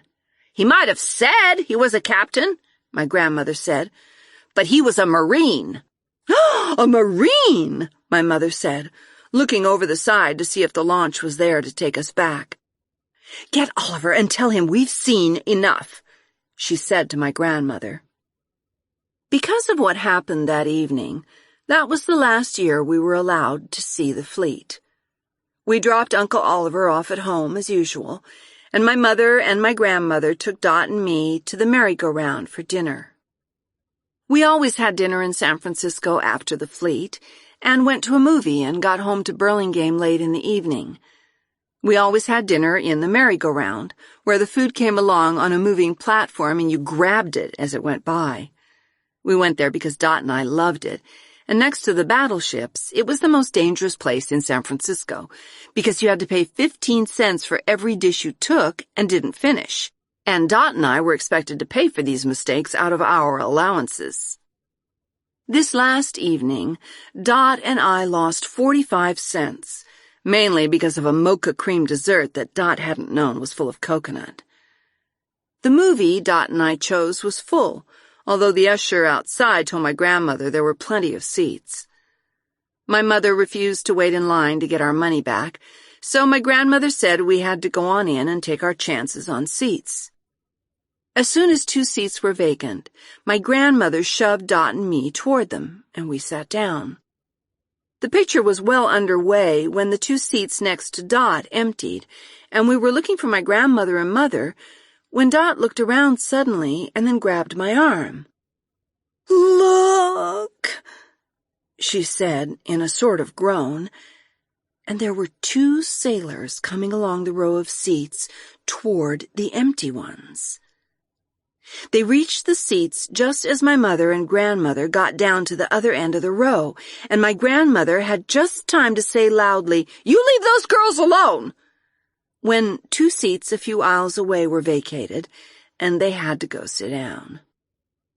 Dot moved far over in her seat next to me and clung to my arm. "What are they doing?" I whispered. "They're just sitting there," Dot said. "What do you think I ought to do?" I leaned cautiously around Dot and looked. "Don't pay any attention," I said. "Maybe they'll go away." "You can talk," Dot said tragically. "They're not next to you." "I'm next to you," I said reasonably. "That's pretty close." "What are they doing now?" Dot asked. I leaned forward again. "They're looking at the picture," I said. "I can't stand it," Dot said. "I want to go home." Panic overwhelmed both of us at once, and fortunately my mother and my grandmother saw us running up the aisle and caught us outside. "What did they say?" my grandmother demanded. "I'll tell the usher." My mother said if Dot would calm down enough to talk, she would take us into the tea room next door and get us each a hot chocolate. When we got inside and were sitting down, we told my mother and my grandmother we were fine now, and instead of a hot chocolate, we would have a chocolate sundae apiece. Dot had even started to cheer up a little when the door of the tea room opened and 2 sailors walked in. With one wild bound, Dot was in back of my grandmother's chair, cowering and clutching my grandmother's arm. "Don't let them get me!" she wailed. "They followed us," my mother said tautly. My grandmother put her arms around Dot. "Oh, poor child," she said. "You're safe with us." Dot had to stay at my house that night. We sent my brother over to Dot's mother to tell her that Dot was staying with me, and that Dot had bought a gray tweed coat with princess lines, very practical and warmly underlined. She wore it all that year. Part 3. The Confession of Margaret Jackson, relict of Thomas Stewart in the Shaws, who being examined by the justices anent her being guilty of witchcraft, declares that 40 years ago or thereabout, she was at Pollokshaw Croft with some few sticks on her back, and that the black man came to her, and that she did give up herself unto the black man, from the top of her head to the sole of her foot, and that this was after the declarant's renouncing of her baptism, and that the spirit's name which he designed her was Locus, and that about the 3rd or 4th of January, instant or thereby in the night time, when she awakened, she found a man to be in bed with her whom she supposed to be her husband, though her husband had been dead 20 years or thereby, and that the man immediately disappeared, and declares that this man who disappeared was the devil. Joseph Glanville, Sadducismus Triumphatus. Colloquy. The doctor was competent-looking and respectable. Mrs. Arnold felt vaguely comforted by his appearance, and her agitation lessened a little. She knew that he noticed her hand shaking when she leaned forward for him to light her cigarette, and she smiled apologetically, but he looked back at her seriously. "You seem to be upset," he said gravely. I'm very much upset, Mrs. Arnold said. She tried to talk slowly and intelligently. That's one reason I came to you, instead of going to Dr. Murphy, our regular doctor, that is. The doctor frowned slightly. My husband, Mrs. Arnold went on, I don't want him to know that I'm worried, and Dr. Murphy would probably feel it was necessary to tell him. The doctor nodded, not committing himself, Mrs. Arnold noted. What seems to be the trouble? Mrs. Arnold took a deep breath. Doctor, she said, how do people tell if they're going crazy? The doctor looked up. Isn't that silly? Mrs. Arnold said. I hadn't meant to say it like that. It's hard enough to explain anyway, without making it so dramatic. Insanity is more complicated than you think, the doctor said. I know it's complicated, Mrs. Arnold said. That's the only thing I'm really sure of. Insanity is one of the things I mean. I beg your pardon? That's my trouble, Doctor. Mrs. Arnold sat back and took her gloves out from under her pocketbook and put them carefully on top. Then she took them and put them underneath the pocketbook again. Suppose you just tell me all about it, the doctor said. Mrs. Arnold sighed. Everyone else seems to understand, she said, and I don't. Look, she leaned forward and gestured with one hand while she spoke. I don't understand the way people live. It all used to be so simple. When I was a little girl, I used to live in a world where a lot of other people lived too, and they all lived together, and things went along like that with no fuss. She looked at the doctor. He was frowning again, and Mrs. Arnold went on, her voice rising slightly. Look, yesterday morning, my husband stopped on his way to his office to buy a paper. He always buys the Times, and he always buys it from the same dealer. And yesterday, the dealer didn't have a Times for my husband. And last night when he came home for dinner, he said the fish was burned and the dessert was too sweet, and he sat around all evening talking to himself. He could have tried to get it at another dealer, the doctor said. Very often, dealers downtown have papers later than local dealers. No, Mrs. Arnold said slowly and distinctly. I guess I'd better start over. When I was a little girl, she said. Then she stopped. Look, she said, did there used to be words like psychosomatic medicine, or international cartels, or bureaucratic centralization? Well, the doctor began. What do they mean? Mrs. Arnold insisted. In a period of international crisis, the doctor said gently, when you find, for instance, cultural patterns rapidly disintegrating. International crisis, Mrs. Arnold said. Patterns! She began to cry quietly. He said the man had no right not to save him at times, she said hysterically, fumbling in her pocket for a handkerchief, and he started talking about social planning on the local level, and surtax net income, and geopolitical concepts, and deflationary inflation. Mrs. Arnold's voice rose to a wail. He really said deflationary inflation. Mrs. Arnold, the doctor said, coming around the desk, we're not going to help things any this way. What is going to help? Mrs. Arnold said. Is everyone really crazy but me?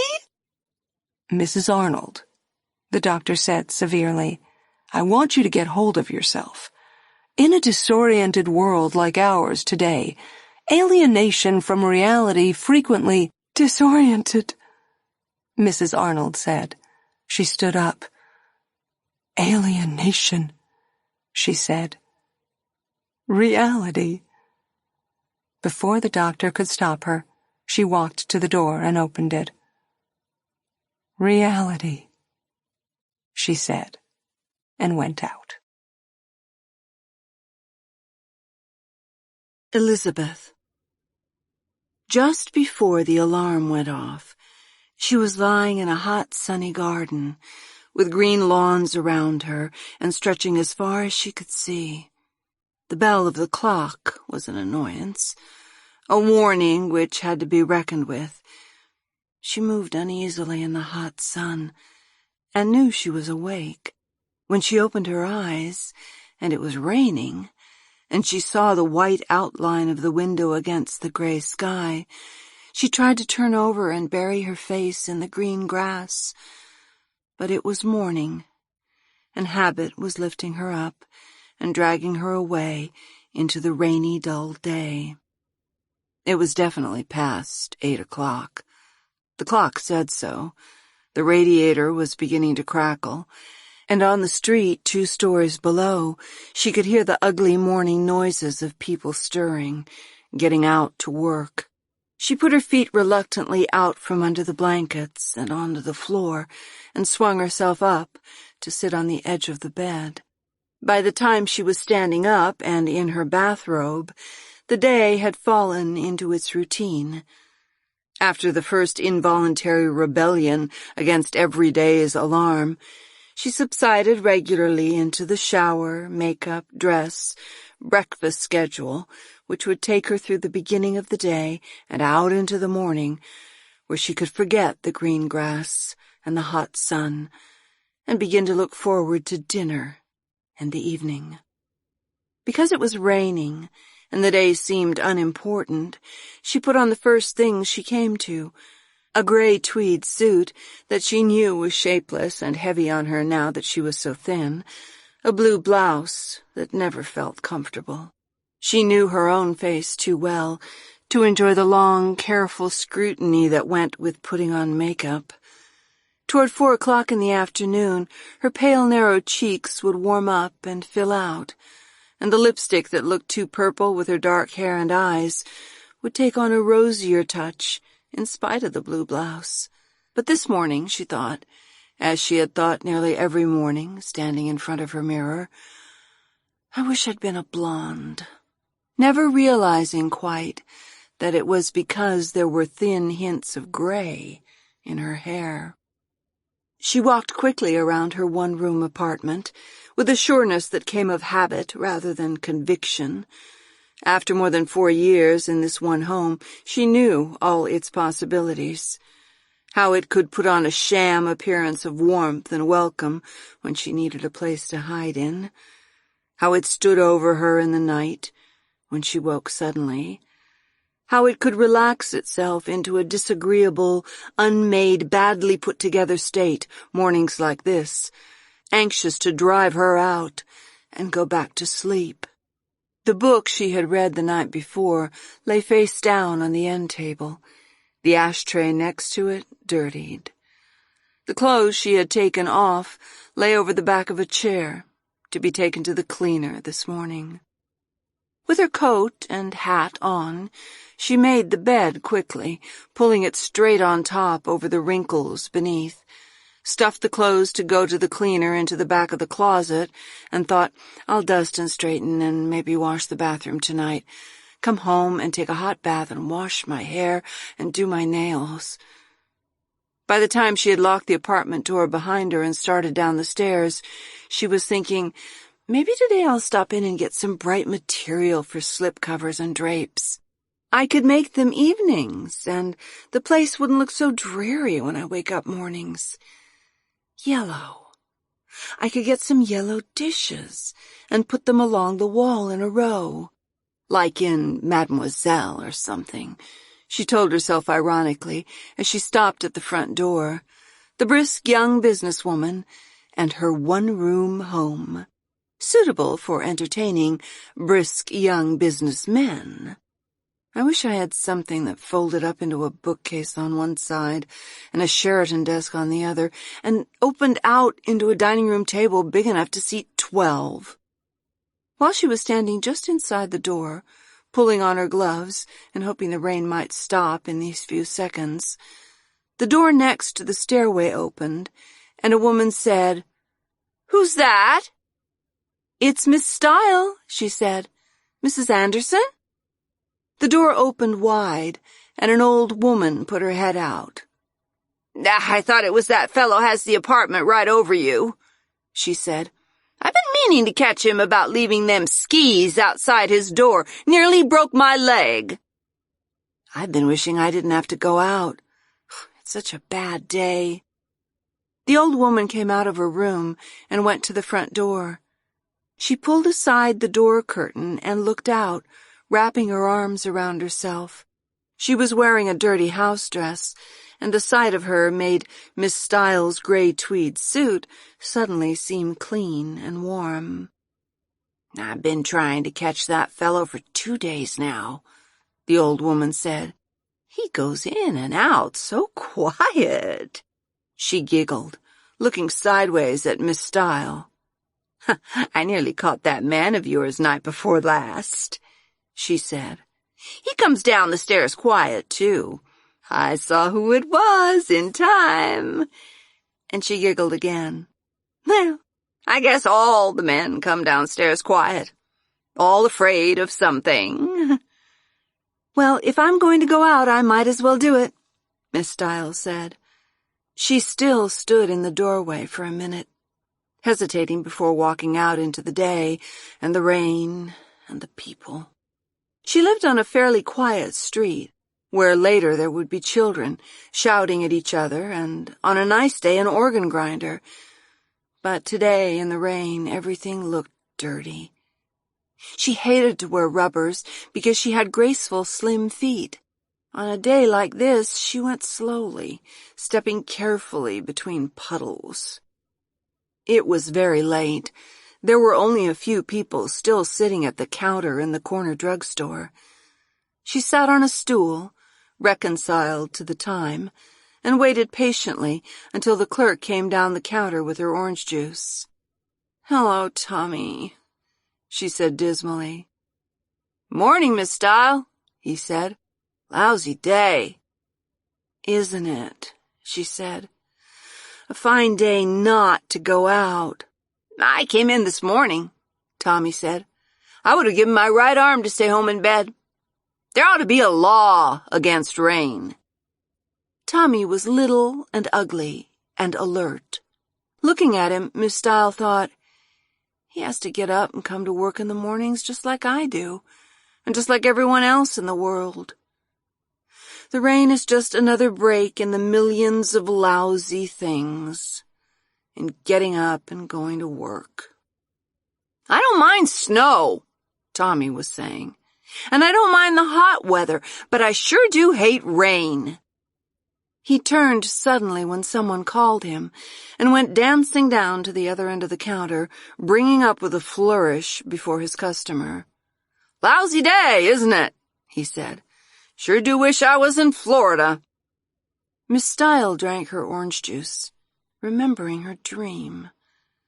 A sharp recollection of flowers and warmth came into her mind, and then was lost before the cold driving rain outside.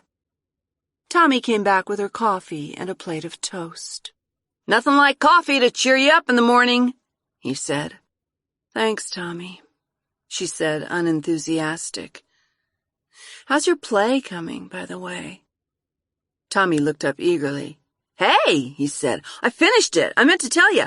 Finished the whole thing and sent it away day before yesterday." Funny thing, she thought. A clerk in a drugstore. He gets up in the morning and eats and walks around and writes a play just like it was real. Just like the rest of us. Like me. "Fine," she said. "I sent it to an agent a guy told me about. He said it was the best agent he knew." "Tommy," she said, "why didn't you give it right to me?" He laughed, looking down at the sugar bowl he was holding for her. "Listen," he said. "My friend said you didn't want stuff like mine. You want people, like, from out of town or something. They don't know if they're any good or not. Hell," he went on anxiously, "I'm not one of these guys fall for ads in the magazines." "I see," she said. Tommy leaned over the counter. "Aw, don't get sore," he said. "You know what I mean. You know your business better than I do." "I'm not sore," she said. She watched Tommy hurry away again, and she thought, wait till I tell Robbie. Wait till I tell him the soda jerk thinks he's a bum. "Listen," Tommy said to her from halfway down the counter. "How long do you think I ought to wait? How long will they take to read it, these agents?" "A couple of weeks, maybe," she said. "Maybe longer." "Yeah, I figured it might be," he said. "You want more coffee today?" "No, thanks," she said. She slid down from the stool and walked across the store to pay her check. They're probably going to buy that play, she was thinking, and I'm going to start eating in the Hamburg joint across the street. She went out into the rain again to see her bus just pulling up across the street. She ran for it against the light and pushed into the crowd of people getting on. With a kind of fury left over from Tommy and his play, she thrust her way against the people, and a woman turned to her and said, "Who do you think you're pushing?" Vengefully, she put her elbow into the woman's ribs and got on the bus first. She dropped her nickel in and got to the last available seat and heard the woman behind her. "These people who think they can shove anybody around, they think they're important." She looked around to see if anyone knew who the woman was talking about. The man beside her on the seat next to the window was staring straight ahead with the infinitely tired expression of the early morning bus passenger. Two girls in the seat in front were looking out the window after a man passing. And in the aisle next to her, the woman was standing, still talking about her. "People who think their business is the only important thing in the world think they can just push anyone around." No one in the bus was listening. Everyone was wet and uncomfortable and crowded, but the woman went on monotonously. "Think no one else has a right to ride on buses." She stared past the man out the window until the crowds coming into the bus pushed the woman past her down the aisle. When she came to her stop, she was timid for a minute about pushing her way out, and when she reached the door, the woman was near it, staring at her as though wanting to remember her face. "Dried up old maid," the woman said loudly, and the people around her in the bus laughed.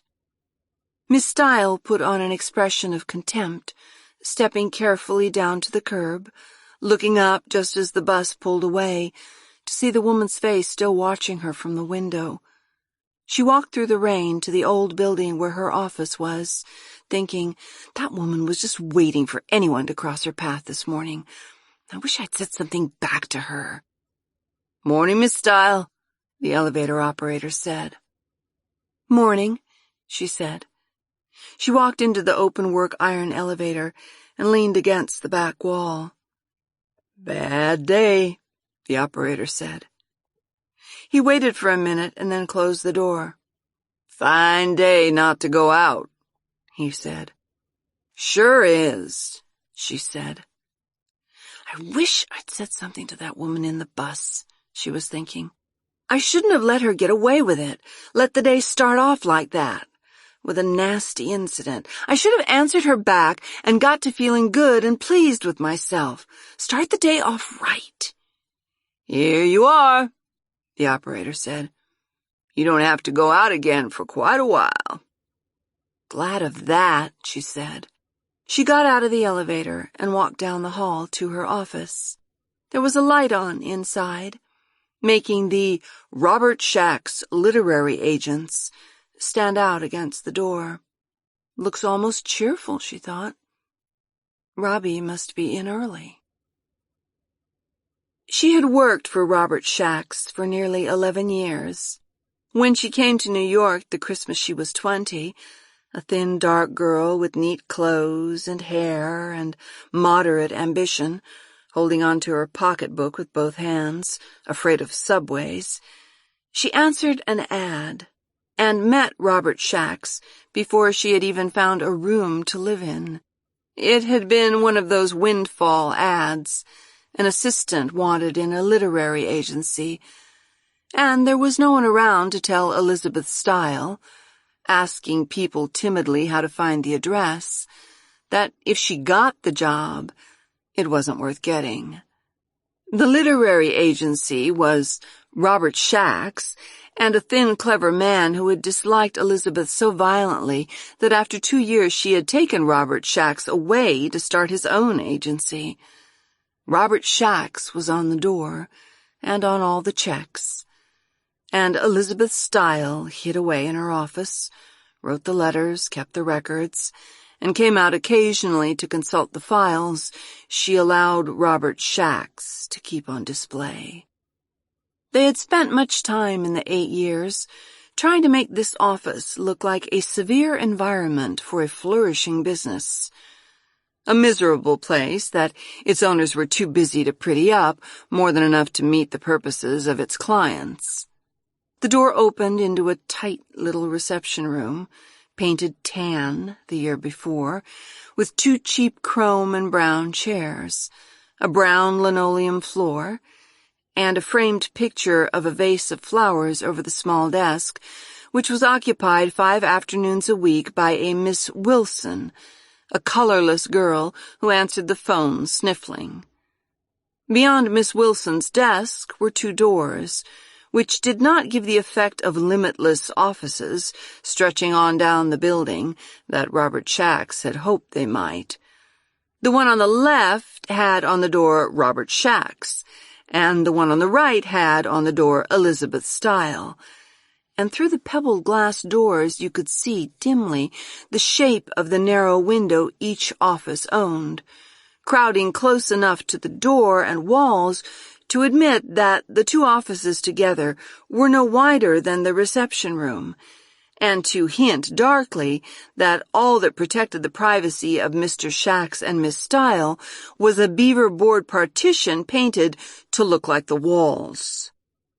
Every morning, Elizabeth Style came into the office with the idea that something might be done for it still, that somehow there might be a way to make it look respectable, with Venetian blinds, or paneling, or an efficient-looking bookcase with sets of classics and the newest books that Robert Shax had presumably sold to their publishers. Or even an end table with expensive magazines.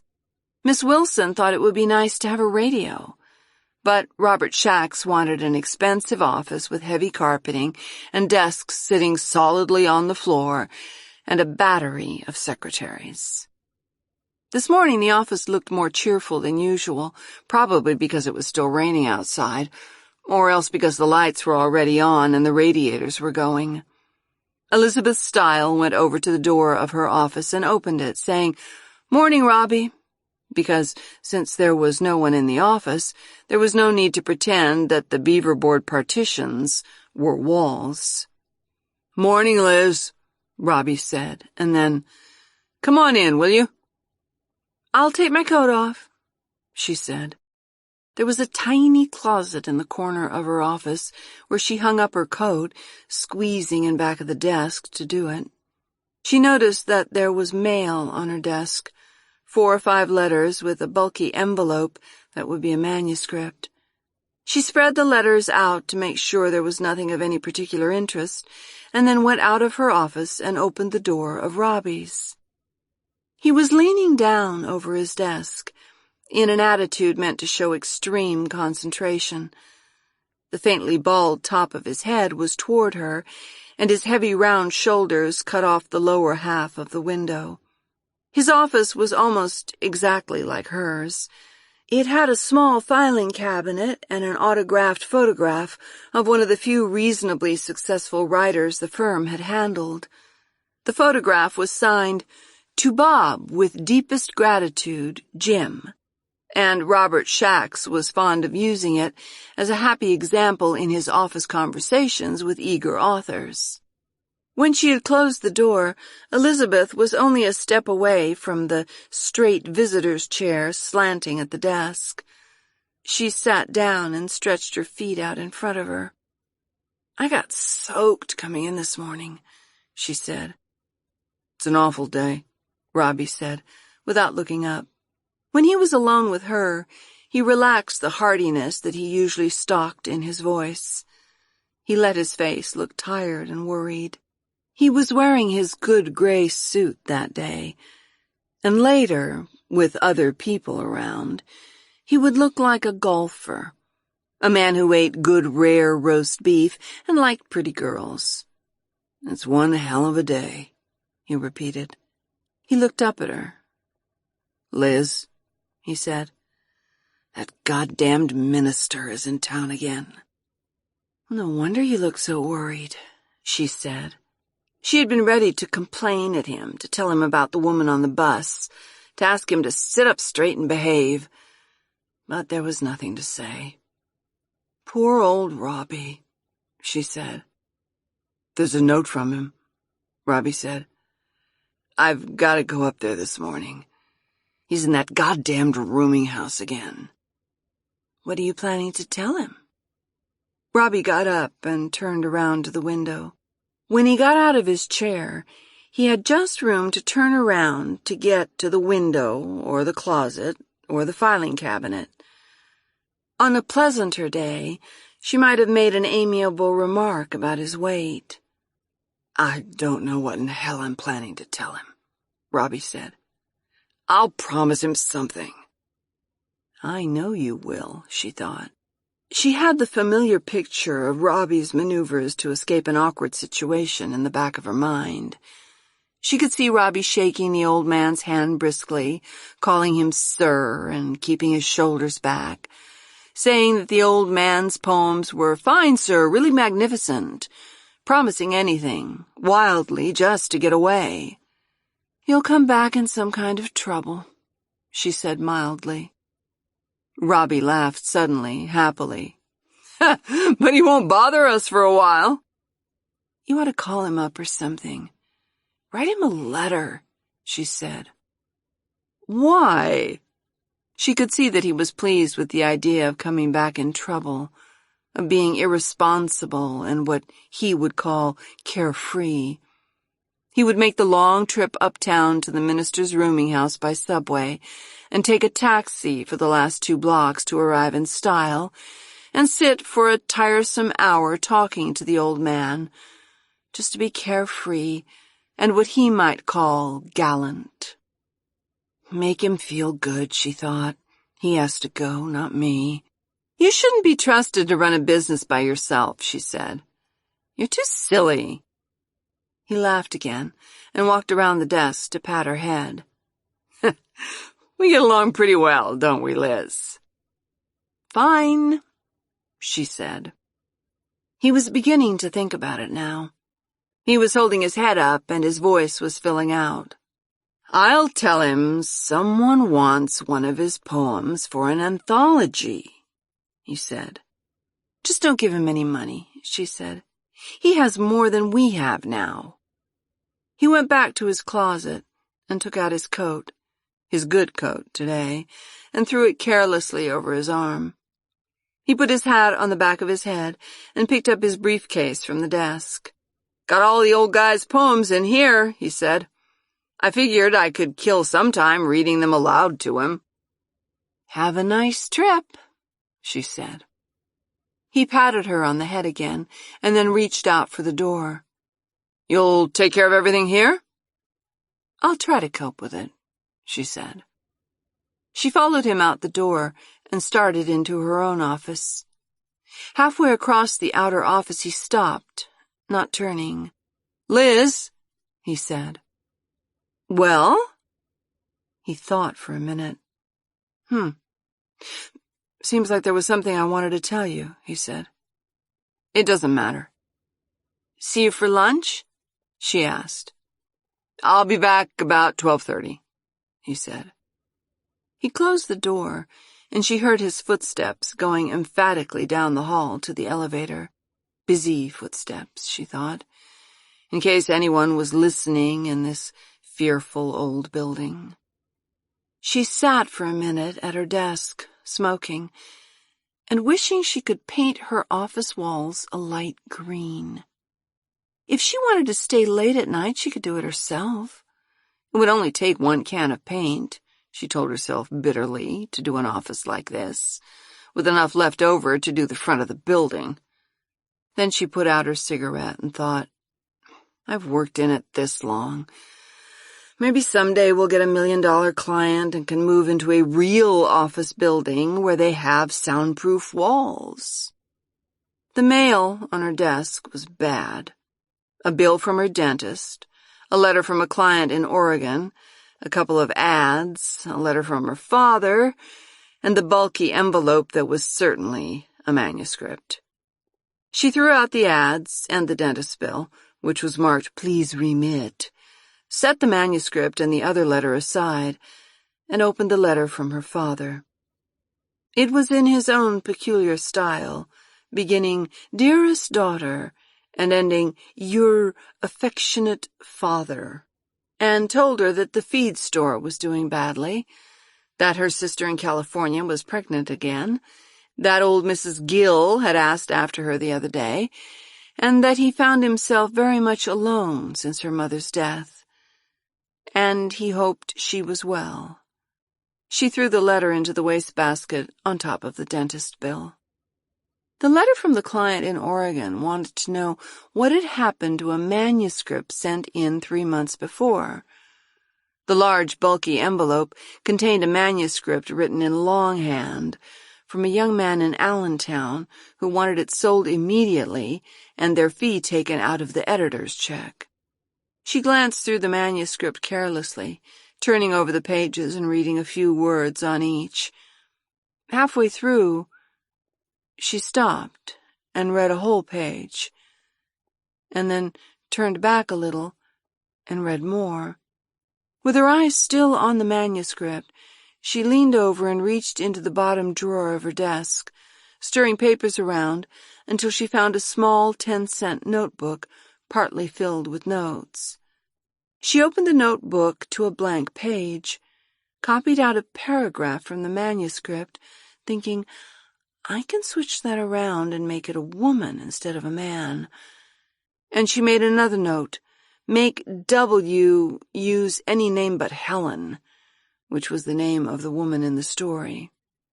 Then she put the notebook away and set the manuscript to one side of her desk in order to swing up the panel of the desk that brought the typewriter upright. She took out a sheet of notepaper labeled Robert Shack's Literary Agents, Elizabeth Style Fiction Department, and put it into the typewriter. She was just typing the young man's name and the address, General Delivery, Allentown, when she heard the outer door open and close. "Hello?" she called, without looking up. "Good morning." She looked up then. It was such a high, girlish voice. The girl who had come in was big and blonde, and walked across the little reception room as though she were prepared to be impressed no matter what happened to her there. "Did you want to see me?" Elizabeth asked, her hands still resting on the typewriter keys. If God should have sent me a client, she thought, it wouldn't hurt to look literary. "I wanted Mr. Shack's," the girl said. She waited in the doorway of Elizabeth's office. "He was called out on very pressing business," Elizabeth said. "Did you have an appointment?" The girl hesitated, as though doubting Elizabeth's authority. Not exactly," she said finally. "I'm supposed to be working here, I guess." Seemed like there was something he wanted to tell me, Elizabeth thought. That coward. "I see," she said. "Come in and sit down." The girl came in shyly, although with no apparent timidity. She figured it was his business to tell me, not hers, Elizabeth thought. Did Mr. Shax tell you to come to work here? Well, the girl said, deciding it was all right to trust Elizabeth. On Monday morning about 5 o'clock, I was asking for a job in all the offices in this building, and I came here, and Mr. Shax showed me around the office, and he said he thought I could do the work all right. She thought back over what she had said. You weren't here, she added. I couldn't have been, Elizabeth agreed. He's known since Monday, and I find out, she thought, what is this, Wednesday? I find out on Wednesday when she shows up for work. I didn't ask your name. Daphne Hill, the girl said meekly. Elizabeth wrote Daphne Hill down on her memorandum and looked at it, partly to seem as if she was coming to an important decision, and partly to see what Daphne Hill looked like written down. Mr. Shax said... The girl began and stopped. Her voice was high, and when she was anxious, she opened her small brown eyes wide and blinked. Except for her hair, which was a pale blonde and curled all over the top of her head, she was clumsy and awkward, all dressed up for her first day at work.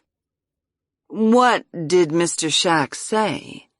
Elizabeth asked, when the girl seemed to have subsided permanently.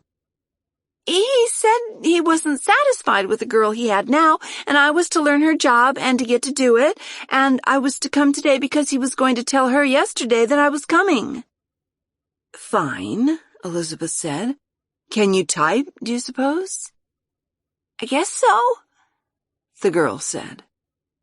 Elizabeth looked at the letter in the typewriter on her desk and then said, Well, you go on outside and sit at the desk out there, and if the phone rings, you answer it. Read or something. Yes, Miss Style, the girl said. And please close my office door, Elizabeth said. She watched the girl go out and close the door carefully. The things she had wanted to say to the girl were waiting to be said. Maybe she could rephrase some of them for Robbie at lunch. What does this mean? She thought suddenly in panic. Miss Wilson has been here almost as long as I have.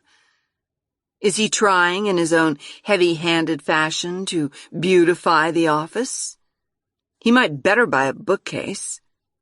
Who is going to teach this incredible girl to answer the phone and write letters, even as well as Miss Wilson? Me, she thought at last. I'm going to have to drag Robbie out of this last beautiful impulsive gesture like always. The things I do for a miserable little office and a chance to make money. Anyway, maybe Daphne will help me paint the walls after 5 someday. Maybe the one thing Daphne knows how to do is paint. She turned back to the letter in the typewriter. An encouraging letter to a new client. It fell into a simple formula in her mind, and she wrote it without hesitating, typing clumsily and amateurishly, but quickly. Dear Mr. Burton, she wrote, we have read your story with a good deal of interest. Your plot is well thought out, and we believe that the character of... She stopped for a minute and turned back to the manuscript, opening it at random. Lady Montague, in particular, is of more than usual merit. Naturally, in order to appeal to the better-paying markets, the story needs touching up by a skilled professional editor, a decisive selling service we are able to offer our clients.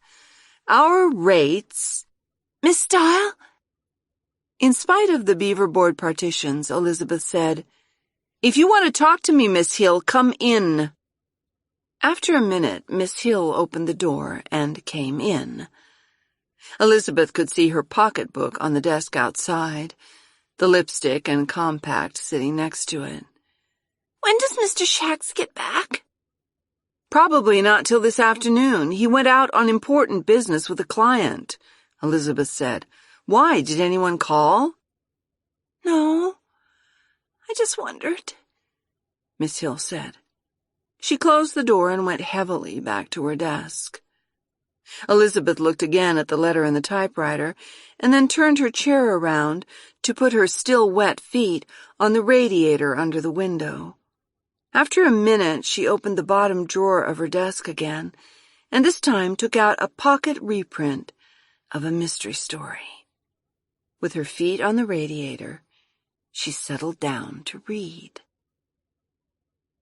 Because it was raining, and because she was depressed and out of sorts, and because Robbie had not come by 1:45, Elizabeth treated herself to a martini while she was waiting, sitting uncomfortably on a narrow chair in the restaurant, watching other unimpressive people go in and out. The restaurant was crowded, the floors wet from the feet coming in from the rain, and it was dark and dismal. Elizabeth and Robbie had come here for lunch 2 or 3 times a week, ever since they had opened the office in the building nearby. The first day they had come had been in summer, and Elizabeth, in a sheer black dress, she remembered it still. She would be too thin for it now, and a small white hat and white gloves, had been excited and happy over the great new career opening out for her. She and Robbie had held hands across the table and talked enthusiastically. They were only going to stay in the old building for a year or 2 at the most, and then they would have enough money to move uptown. The good clients who would come to the new Robert Shax agency would be honest, reputable writers with large, best-selling manuscripts. Editors would go to lunch with them at sleek uptown restaurants. A drink before lunch would not be an extraordinary thing. The first order of stationery saying Robert Shax Literary Agents, Elizabeth Style Fiction Department, had not been delivered. They planned the letterhead at lunch that day. Elizabeth thought about ordering another martini, and then saw Robbie coming impatiently through the people in the aisles. He saw her across the room and waved at her, aware of people watching him, an executive late for a luncheon appointment, even in a dingy restaurant. When he got to the table, his back to the room, his face was tired and his voice quiet. "Finally made it," he said. He looked surprised at the empty martini glass. "I haven't even had breakfast yet," he said. "Did you have a bad time with the minister?" "Terrible," he said. "He wants a book of his poems published this year." "What did you tell him?"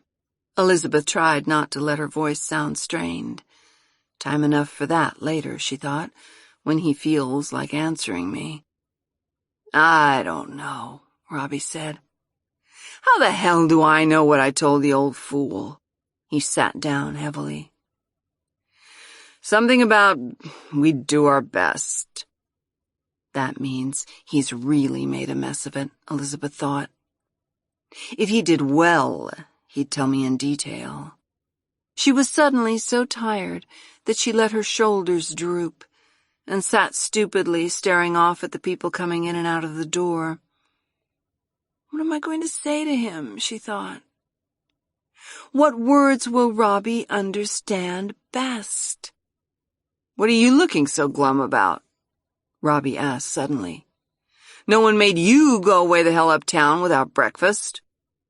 "I had a tough morning anyway," Elizabeth said. Robbie looked up, waiting. "I had a new employee to break in." Robbie still waited, his face a little flushed, squinting at her. He was waiting to see what she was going to say before he apologized, or lost his temper, or tried to pass the whole thing off as a fine joke. Elizabeth watched him. This is Robbie, she was thinking. I know what he's going to do, and what he's going to say, and what tie he's going to wear every day in the week. And for 11 years, I have known these things, and for 11 years I've been wondering how to say things to make him understand. And 11 years ago, we sat here and held hands, and he said we were going to be successful. I was thinking of the day we had lunch here, when we first started out together. She said quietly, and Robbie looked mystified. The day we started out together? She repeated more distinctly. Do you remember Jim Harris? Robbie nodded, his mouth a little open. We were going to make a lot of money because Jim was going to bring all his friends to us. And then you had a fight with Jim, and we haven't seen him since, and none of his friends came to us. And now we've got your friend the minister for a client, and a beautiful picture of Jim on your office wall. Signed, she said, signed with gratitude. And if he was making enough money, we'd be around trying to borrow from him even now. Elizabeth, Robbie said. He was confused between trying to look hurt and trying to see if anyone heard what she was saying. Even the boy in my corner drugstore. Elizabeth looked at him for a minute. Daphne Hill, she said. My God. I see, Robbie said, with a significant smile. Daphne Hill. He turned when he saw the waitress coming. Miss, he said loudly, and to Elizabeth, I think you ought to have another drink. Cheer you up a little. When the waitress looked at him, he said, 2 martinis, and turned back to Elizabeth, putting on the smile again. I'm going to drink my breakfast, he said. And then he reached over and touched Elizabeth's hand. Listen, he said. Liz, if that's all that's bothering you. I was a dope. I thought you'd figured I'd done something wrong about the minister. Listen, Daphne's all right. I just thought we needed someone around who'd brighten the place up a little. You could have painted the wall, Elizabeth said tonelessly. When Robbie stared, she said, Nothing. And he went on, leaning forward seriously. Look, he said. If you don't like this Daphne, out she goes. There's no question about it, after all. We're in business together. He looked off into space and smiled reminiscently. I remember those days, all right. We were going to do wonders. He lowered his voice and looked lovingly at Elizabeth. I think we still can, he said. Elizabeth laughed in spite of herself. You'll have to go down the stairs more quietly, she said. My janitor's wife thought you were the man who leaves skis out in the hall. She nearly broke a leg. Don't make fun of me, Robbie said. Elizabeth, it really hurts me to see you let someone like Daphne Hill upset you. Of course it does, Elizabeth said. Robbie suddenly impressed her as funny. If only I could keep on feeling like this, she thought, even while she was laughing at him. Here comes your breakfast for you to drink, she said. Miss, Robbie said to the waitress, we'd like to order our lunch, please. He handed the menu ceremoniously to Elizabeth and said to the waitress, chicken croquettes and French fried potatoes. Elizabeth said, the same, please, and handed the menu back. When the waitress had gone, Robbie picked up one of the martinis and handed it to Elizabeth. You need this, old girl, he said. He picked up the other and looked at her. Then he lowered his voice to the same low, affectionate tone and said, here's to you and our future success. Elizabeth smiled at him sweetly and tasted her drink. She could see Robbie debating whether to toss his off all at once or to sip it slowly, as though he didn't need it. "If you drink it too fast, you'll be sick, dear," she said, "without your breakfast." He tasted it delicately and then set it down. "Now, let's talk seriously about Daphne," he said. "I thought she was leaving," Elizabeth said. He looked frightened. "Well, naturally, if you want it that way," he said stiffly. "Seems sort of rotten to hire a girl and fire her the same day because you're jealous." "Well, I'm not jealous," Elizabeth said. "I never said I was." "If I can't have a good-looking girl in the office," Robbie said. "You can," Elizabeth said. "I'd just like one who could type. Daphne can take care of the work all right." "Robbie," Elizabeth said, and then stopped. Already, she thought, I don't want to laugh at him anymore. I wish I could feel all the time like I did a minute ago. Not like this. She looked at him carefully, his red face and the thin graying hair, and the heavy shoulders above the table. He was holding his head back and his chin firm because he knew she was looking at him. He thinks I'm odd, she thought. He's a man, and he's cowed me. Let her stay, Elizabeth said. And after all, Robbie leaned back to let the waitress put his plate in front of him. After all, he went on when the waitress had gone, it isn't as though I didn't have the authority to hire someone from my own office. I know, Elizabeth said wearily. If you want to start a fuss about some small thing, Robbie said. The corners of his mouth were turned down, and he refused to meet her eyes. I can run my own office, he repeated. You're scared to death I might leave you someday, Elizabeth said. Eat your lunch. Robbie picked up his fork. Naturally, he said. I feel that it would be a shame to break up a pleasant partnership just because you were jealous. Never mind, Elizabeth said. I won't go away anywhere. I hope not, Robbie said. He ate industriously for a minute. I tell you what, he said suddenly, putting his fork down. We'll try her out for a week, and then if you don't think she's better than Miss Wilson, she'll go. But I don't, Elizabeth began. Then she said, fine. That way we can find out exactly how she'll suit us. Splendid idea, Robbie said. Now I feel better. He reached across the table and this time patted her hand. Good old Liz, he said. You know, Elizabeth said, I feel so funny right now. She was looking at the doorway. I thought I saw someone I knew. Robbie turned around and looked at the doorway. Who? No one you know, Elizabeth said.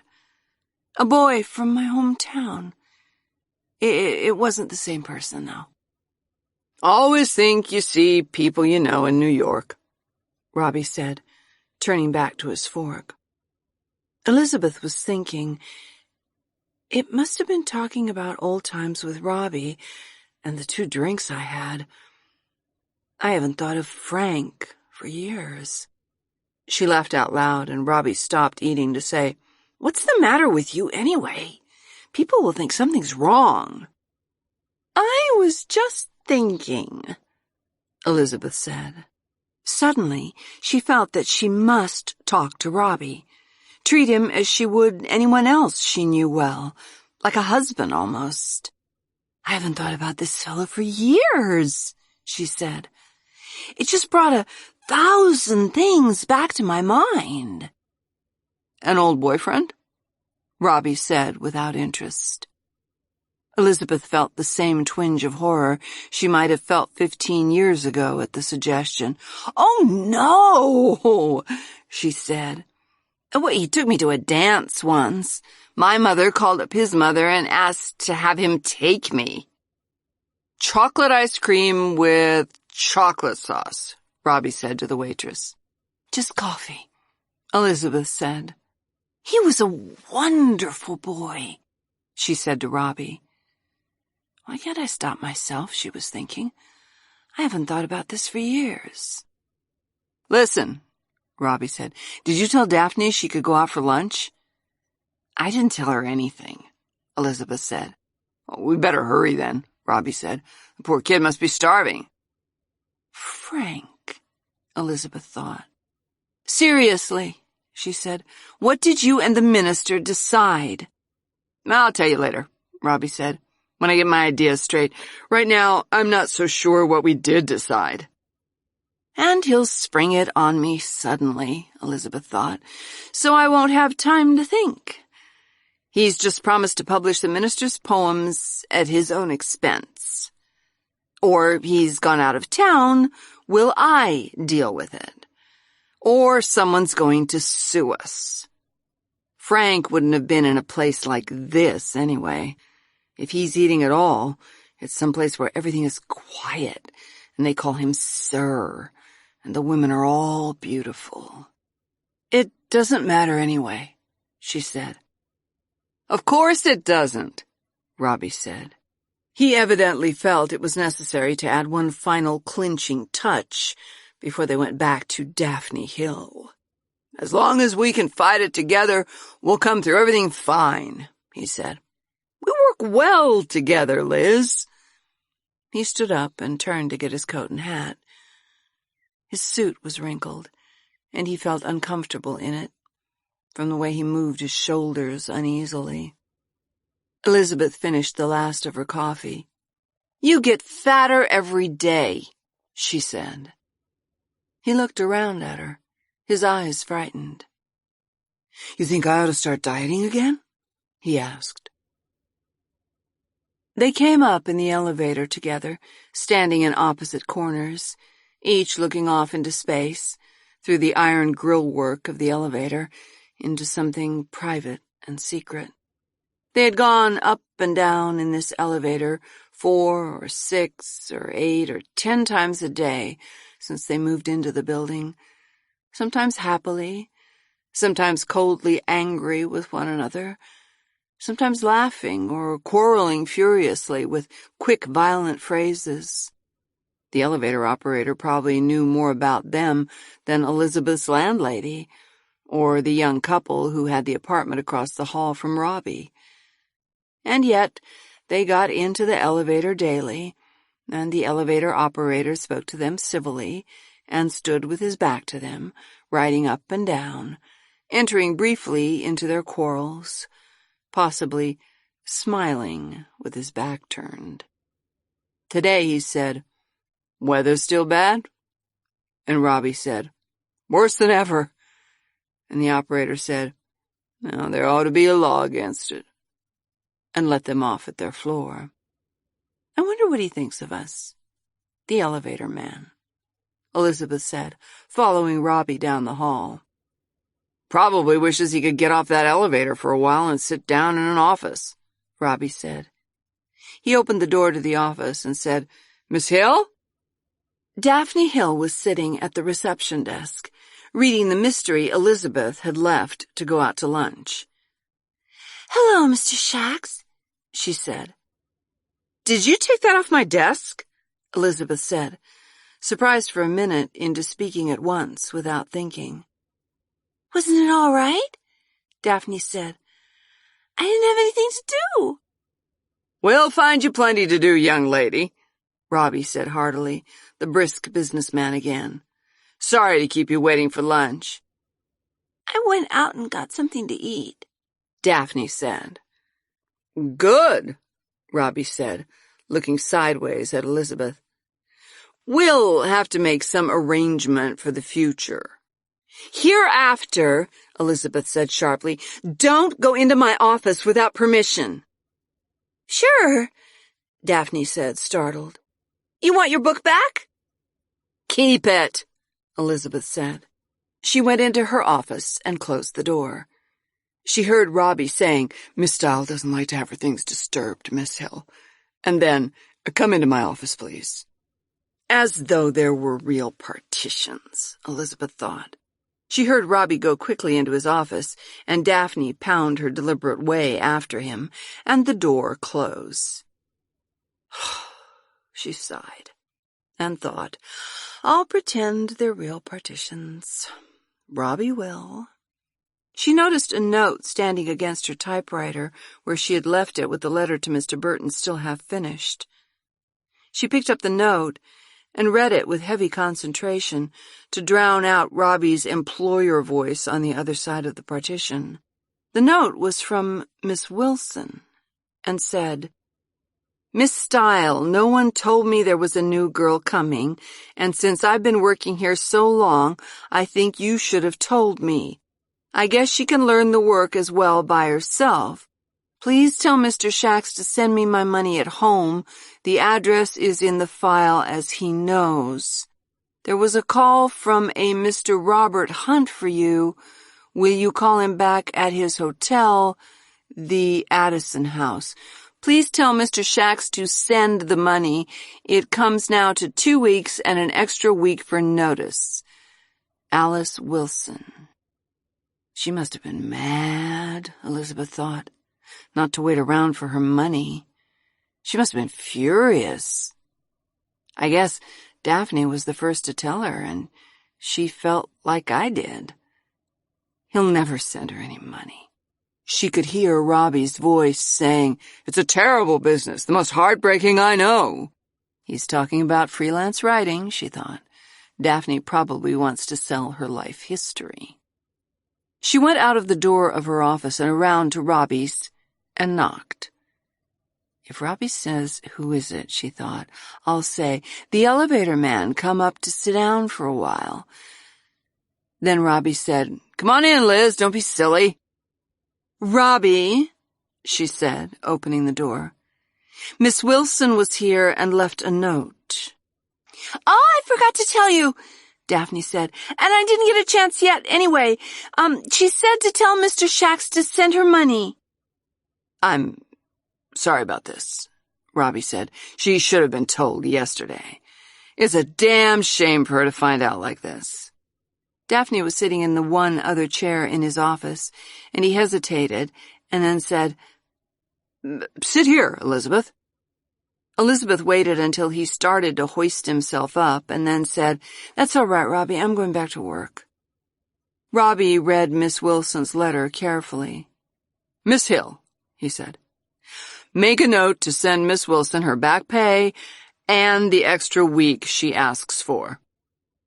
I don't have anything to make a note on, Daphne said. Elizabeth took a pad and pencil off Robbie's desk and handed it to her, and Daphne made a solemn sentence on the first page of the pad. Who is this Hunt? Robbie asked Elizabeth. Your old boyfriend? I knew I shouldn't have told him, Elizabeth thought. I think it's an old friend of my father's from home, she said. Better call him back, Robbie said, handing her the note. I shall, Elizabeth said. Don't you think you'd better write Miss Wilson and explain what happened? Robbie looked dismayed, and then he said, Miss Hill can do that this afternoon.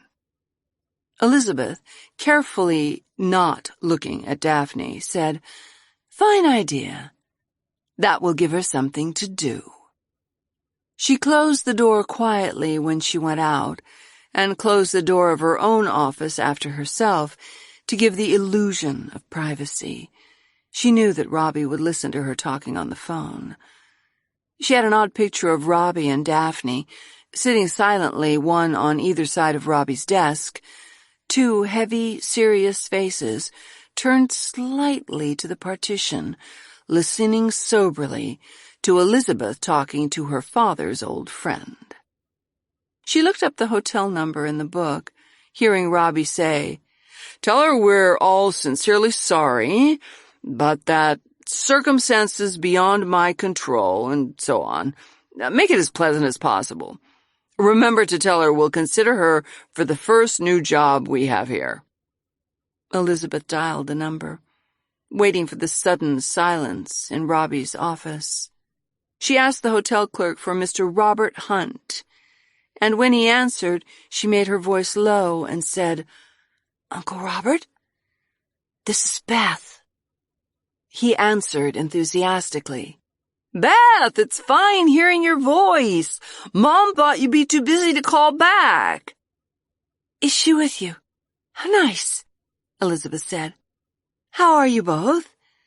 How is Dad?" "All fine," he said. "How are you, Beth?" She kept her voice low. "Just grand, Uncle Robert. Getting along so well. How long have you been here? And how long are you staying? And when can I see you?" He laughed. "Well, Mom is talking at me from this end and you're talking at me from that end," he said. "And I can't hear a word either of you is saying. How are you anyway?" "I'm grand," she said again. "Beth," he said, "we're very anxious to see you. Got a lot of messages from home and all." "I'm pretty busy," she said, "but I'd love to see you. How long are you staying?" "Tomorrow," he said. "Just came in for a couple of days." She was figuring quickly, even while her voice was saying, "Oh, no," with heavy dismay. "Why didn't you let me know?" she said. "Mom wants me to tell you everyone sends their love," he said. "I'm just sick," she said. Guilt drove her into accenting her words violently. "I don't know how I'm going to get to see you. Maybe tomorrow morning somehow?" "Well," he said slowly, "Mom sort of had her heart set on going to Long Island tomorrow to see her sister, and they'll take us right to the train. We thought maybe you'd come along with us tonight." "Oh, Lord," Elizabeth said. "I've got a dinner appointment I can't break. A client," she said. "You know." "Isn't that a shame?" he said. "We're going to a show. Thought you might come along." "Mom," he called, "what's that show we're going to?" He waited for a minute and then said, She doesn't remember either. The hotel got tickets for us." "I wish I could," she said. "I just wish I could." She thought, in spite of herself, of the extra ticket they had been careful to buy. The two old people alone for dinner, pretending they were celebrating in a strange city. They saved tonight for me, she thought. If it had been any other person in the world, I could have broken it, but this is one of our best clients, and I just don't dare. "Of course not." There was so long a silence that Elizabeth said hastily, "How is Dad, anyway?" "Fine," he said. "Everyone's fine. I guess he sort of wishes you were home now." "I imagine he's lonesome," Elizabeth said, careful not to let her voice commit her to anything. She was anxious to end the phone call, disassociate herself from the Hunts and her father and the nagging hints that she should go home. "I live in New York now," she told herself, while the old man's voice continued with a monotonous series of anecdotes about her father and people she had known long ago. "I live in New York by myself, and I don't have to remember any of these people. Uncle Robert should be glad I talked to him at all." "I'm so glad you called," she said suddenly through his voice. "I've got to get back to work." "Oh, of course," he said apologetically. "Well, Beth, write to all of us, won't you? Mom is telling me to give you her love." They hang on to me, she thought. They're holding me back with their letters and their "yours affectionately," and they're sending love back and forth. "Goodbye," she said. "Come back soon for a visit," he went on. "I will when I can. Goodbye," Elizabeth said. She hung up on his goodbye, and then, "Oh, wait, Beth," when something more occurred to him. I couldn't listen any longer without being rude, she thought. She heard Robbie's voice starting then in the next office. And I guess you understand about things like answering the phone and so on. I guess so, Daphne said. Elizabeth went back to her letter to Mr. Burton, permanently curled from staying in the typewriter, and she heard Robbie and Daphne Hill talking for a while about names of clients and the 2-button phone extension at the reception desk. And then she heard both of them go out to the reception desk and try the extension. 2 children, she thought, playing office. Occasionally she would hear Robbie's heavy laugh, and then, after a minute, Daphne laughing too, slow and surprised. In spite of all her attempts to concentrate on their rates for Mr. Burton, she found herself listening, following Robbie and Daphne where they moved around the office. Once, louder than the slight murmur which had been going on between them, she heard Robbie's man-of-the-world voice saying, "Some quiet little restaurant." And then, when the voice dropped back to its cautious tone, she said to herself, "Where they can talk."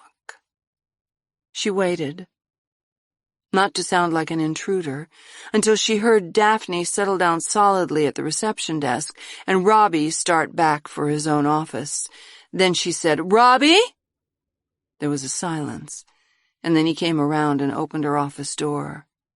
"You know I don't like you to yell in the office," he said. She paused for a minute because she wanted to speak cordially. "We're going to have dinner together tonight?" she asked. They had dinner together 4 or 5 times a week, usually in the restaurant where they had had lunch, or in some small place near either Robbie's apartment or Elizabeth's. When she saw the corners of Robbie's mouth turn down and the faint turn of his head toward the outer office, she raised her voice slightly. "I got out of seeing these fool people tonight," she said. "There's a lot I want to talk to you about." "As a matter of fact, Liz," Robbie said, talking very quickly and in a low voice, "I'm afraid I'm going to be stuck for dinner." Not realizing that he was repeating what he had heard her say on the phone a few minutes before, he went on, putting on a look of annoyance. "I've got a dinner appointment I can't break with a client."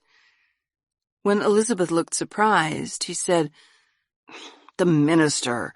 I promised him this morning we'd get together again tonight. I haven't had a chance to tell you." "Of course you can't break it," Elizabeth said easily. She waited, watching Robbie.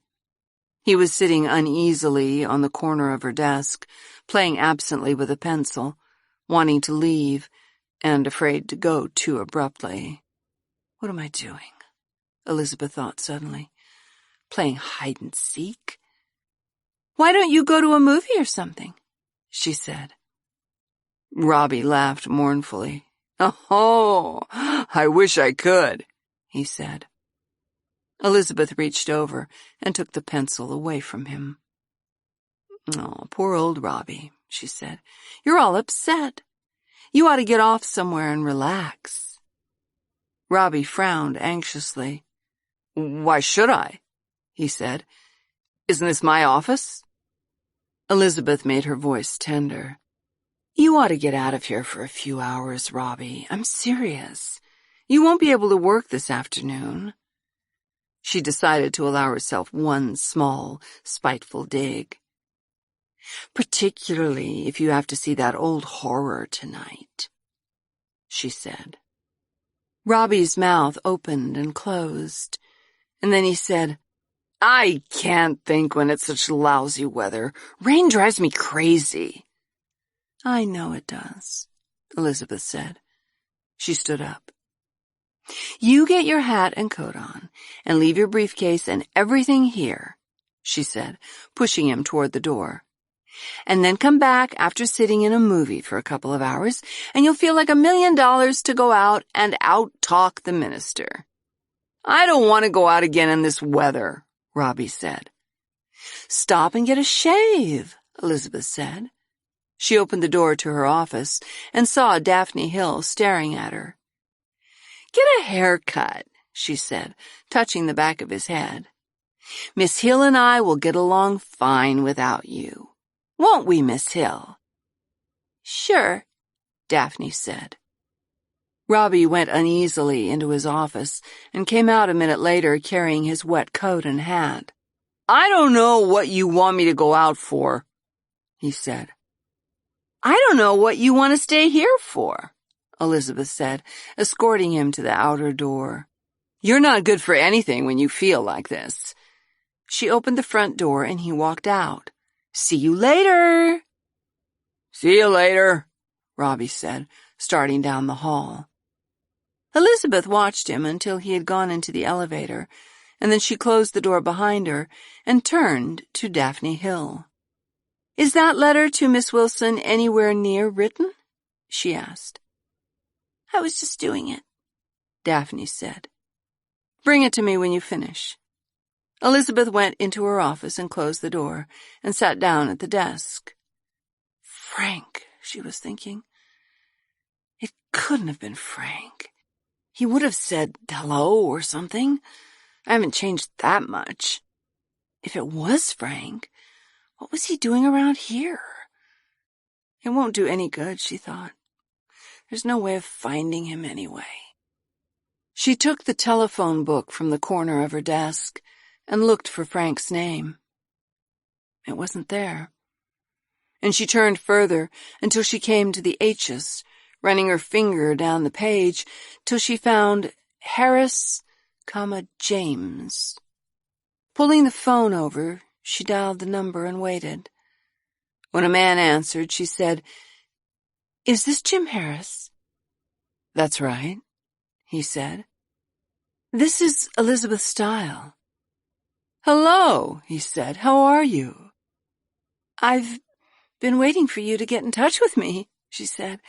It's been a long time. I know it has, he said. Somehow I never seem to get around. I'll tell you what I called you about, she said. Do you remember Frank Davis? Yeah, I remember him, he said. What's he doing now? Well, that's what I wanted to ask you, she said. Oh. Well. She waited a minute and then went on. You know, one of these days, I'm going to take you up on that standing dinner date. I hope you do, he said. I'll call you. Oh, no, she thought. It seems like such a long time since we got together. Listen. She made her voice sound like this was a sudden idea, one of those unexpectedly brilliant things. Why don't we make it tonight? He started to say something, and she went on. I've been dying to see you. You see, my kid sister's in town, he said. Well, can't she come along? Elizabeth asked. Well, he said, I guess so. Fine, Elizabeth said. You come on down to my place for a drink first and bring the kid along, and we can have a grand talk about old times. Suppose I call you back, he asked. I'm leaving the office now, Elizabeth said flatly. I'll be running around all afternoon, so let's make it around 7? All right, he said. I'm so pleased we made it tonight, Elizabeth said. I'll see you later. After she had hung up, she sat for a minute with her hand on the phone, thinking, good old Harris. He never has a chance if you talk fast. He must get stuck for every dirty job around town. She laughed, pleased, and then stopped abruptly when Daphne knocked on the door. When Elizabeth said, Come in, Daphne opened the door cautiously and put her head in. I finished the letter, Miss Style, she said. Bring it here, Elizabeth said, and then added, Please. Daphne came in and held the letter out at arm's length. It isn't very good, she said, but it's my first letter by myself. Elizabeth glanced at the letter. It doesn't matter, she said. Sit down, Daphne. Daphne sat down gingerly on the edge of the chair. Sit back, Elizabeth said. That's the only chair I've got, and I don't want you breaking it. Daphne sat back and opened her eyes wide. Elizabeth carefully opened her pocketbook and took out a pack of cigarettes and hunted for a match. "Just a minute," Daphne said eagerly. "I've got some." She hurried out to the outer office and came back with a package of matches. "Keep them," she said. "I've got plenty more." Elizabeth lit her cigarette and put the matches down on the edge of the desk. "Now," she said, and Daphne leaned forward. "Where did you work before you started here?" "This is my first job," Daphne said. "I just came to New York." "Where did you come from?" "Buffalo," Daphne said. "So you came to New York to make your fortune?" Elizabeth asked. "This is where I have, dear Daphne," she was thinking. "I've already made my fortune." "I don't know," Daphne said. "My father brought us down here because his brother needed him in the business. We just moved here a couple months ago." If I had a family to take care of me, Elizabeth thought, I wouldn't have a job with Robert Shax. "What sort of an education have you had?" "I went to high school in Buffalo," Daphne said. "I was in business school for a while." "You want to be a writer?" "No," Daphne said. "I want to be an agent like Mr. Shax. And you," she added. "It's a fine business," Elizabeth said. "You can make a lot of money at it." "That's what Mr. Shax said. He was very nice about it." Daphne was getting braver. She was eyeing Elizabeth's cigarette and had settled down comfortably in her chair. Elizabeth was suddenly very tired. There was no sport in Daphne. "Mr. Shax and I were talking about you at lunch," she said deliberately. Daphne smiled. When she smiled, and when she was sitting down, without the appearance of that big body resting precariously on small feet, Daphne was an attractive girl. In spite of the small brown eyes, with that incredible mop of hair, Daphne was very attractive. "I'm so thin," Elizabeth thought. And she said with pleasure, "I think you'd better rewrite that letter to Miss Wilson, Daphne." "Sure," Daphne said. "Telling her," Elizabeth went on, "to come back to work as soon as she can." "Back here?" Daphne asked, with the smallest beginning of alarm. "Back here," Elizabeth said. She smiled. "I'm afraid Mr. Shax didn't have courage enough to tell you," she said. "Mr. Shax and I are, besides business partners," she said, "very good friends. Frequently, Mr. Shax takes advantage of our friendship and leaves the disagreeable tasks for me to do." "Mr. Shax didn't tell me anything," Daphne said. "I didn't think he had," Elizabeth said, "when I saw how you went right ahead as though you were staying here." Daphne was frightened. She's too stupid to cry, Elizabeth thought, but she's going to have everything explained to her in detail. "Naturally," Elizabeth went on, "I don't like having to do this. Possibly I can make it easier for you by trying to help you get another job." Daphne nodded. "This may help you," Elizabeth said, "because Mr. Shax commented on it earlier, and it's the sort of thing men are particular about. Your appearance." Daphne looked down at the ample front of her dress. "Probably," Elizabeth said, "you already know this, and I'm very rude to comment on it, but I think you'd make a better impression, and if you ever get a job, you'd be able to work more comfortably if you wore something to the office instead of a silk dress.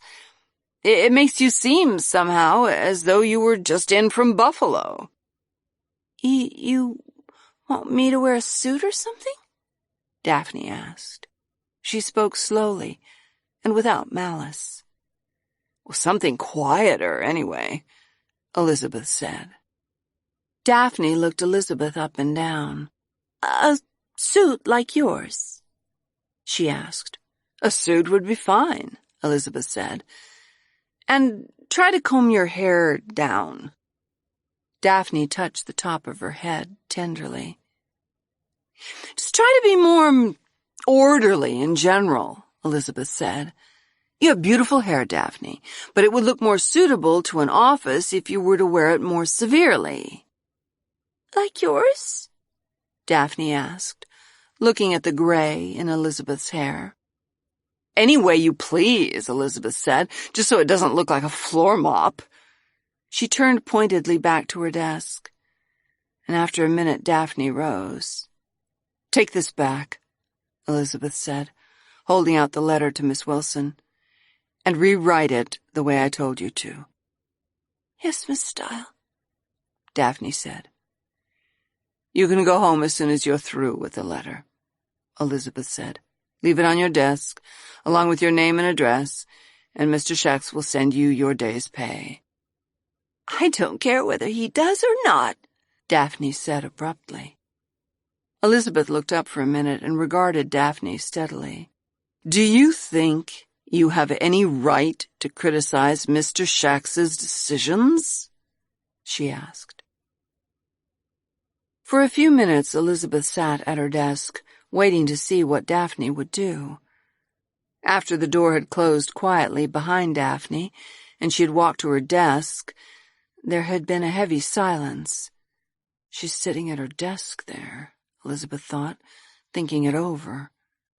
Then, finally, there was the small sound of Daphne's pocketbook, the snap of the catch opening, the movement of a hand searching against keys, papers.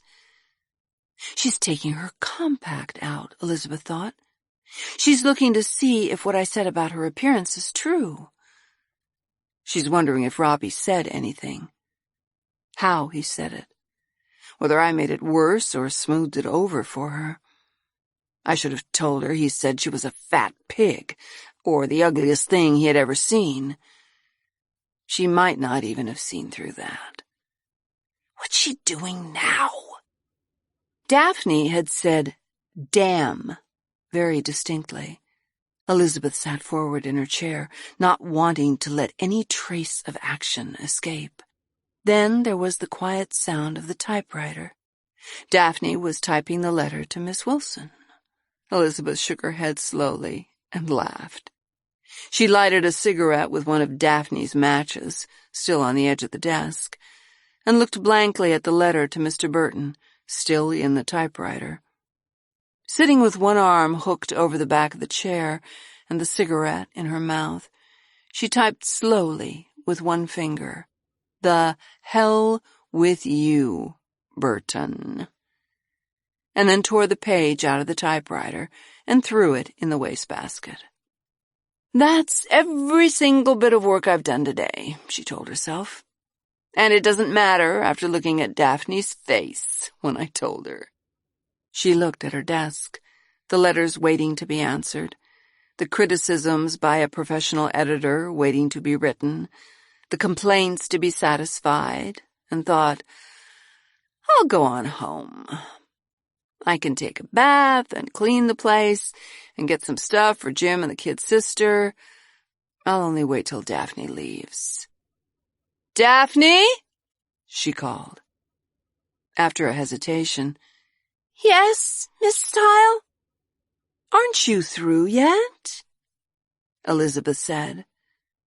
She could afford to let herself speak gently now. "That letter to Miss Wilson should only take a minute." "Just getting ready to leave," Daphne said. "Don't forget to leave your name and address." There was a silence from the other room, and Elizabeth said to her closed door, raising her voice again, "Did you hear me?" "Mr. Shax knows my name and address," Daphne said.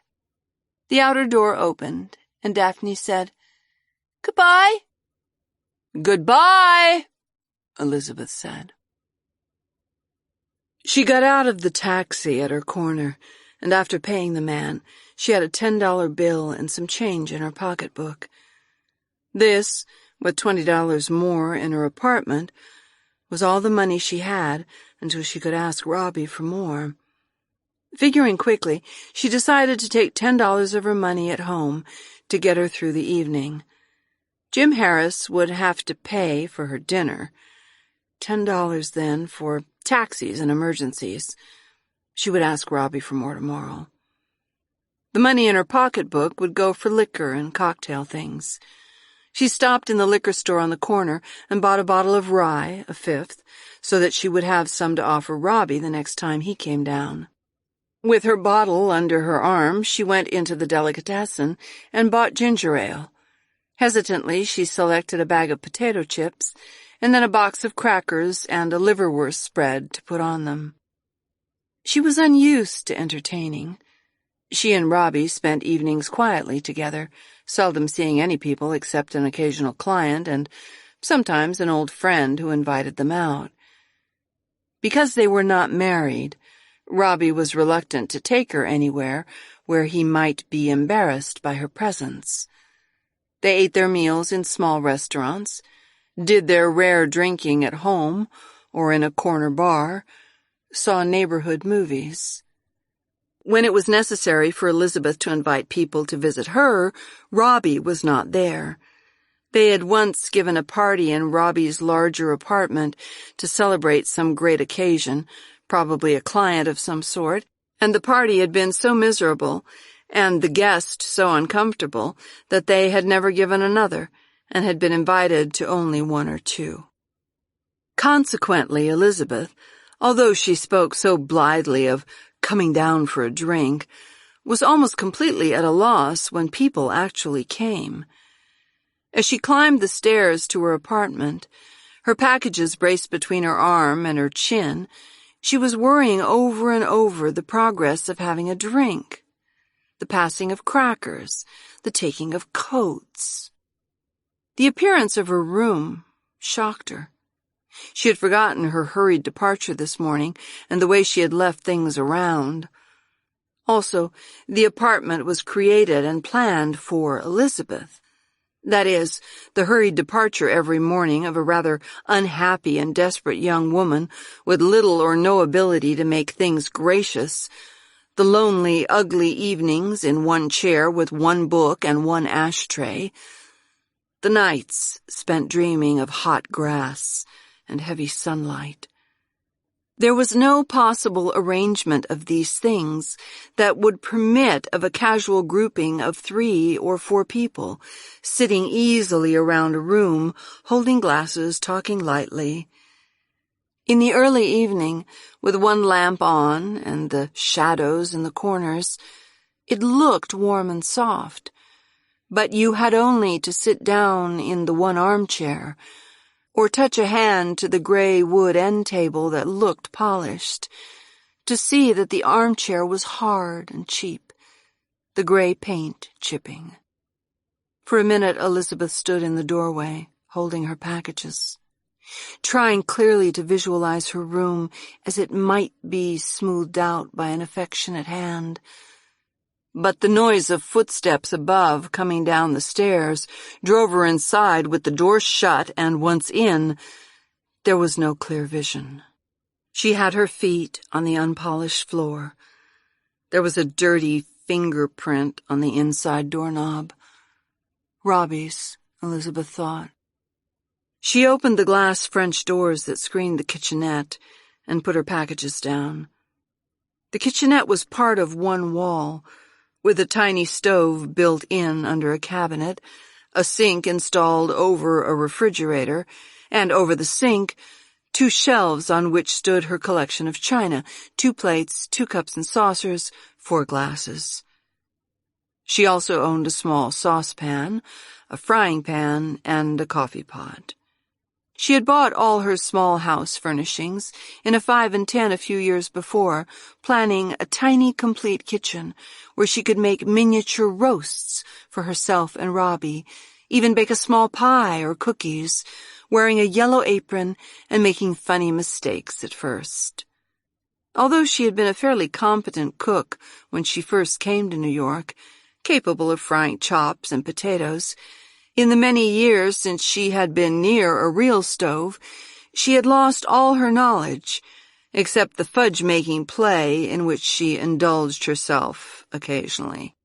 Cooking was, like everything else she had known, a decent, honest knowledge, meant to make her a capable, happy woman, the way to a man's heart, her mother used to say soberly, which, with the rest of her daily life, had sunk to a miniature useful only as a novelty on rare occasions.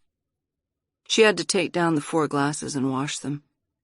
They were dusty from standing so long unused on the open shelf. She checked the refrigerator. For a while she had kept butter and eggs in the refrigerator, and bread and coffee in the cabinet, but they had grown moldy and rancid before she had been able to make more than one breakfast from them. She was so often late and so seldom inclined to take time over her own breakfast. It was only 4:30. She had time to straighten things up and bathe and dress. Her first care was for the easy things in the apartment. She dusted the tables and emptied the ashtray, stopping to put her dust cloth down and pull the bed covers even, smoothing the spread down to a regular roundness. She was tempted to take up the 3 small scatter rugs and shake them, and then wash the floor, but a glance at the bathroom discouraged her. They would certainly be in and out of the bathroom, and the floor and tub and even the walls badly needed washing. She used her dust cloth soaked in hot water from the tap, getting the floor clean at last. She put out clean towels from her small stock and started her bath water while she went back to finish the big room. After all her haphazard work, the room looked the same, still gray and inhospitable in the rainy afternoon light. She debated for a minute running downstairs for some bright flowers, and then decided that her money wouldn't last that far.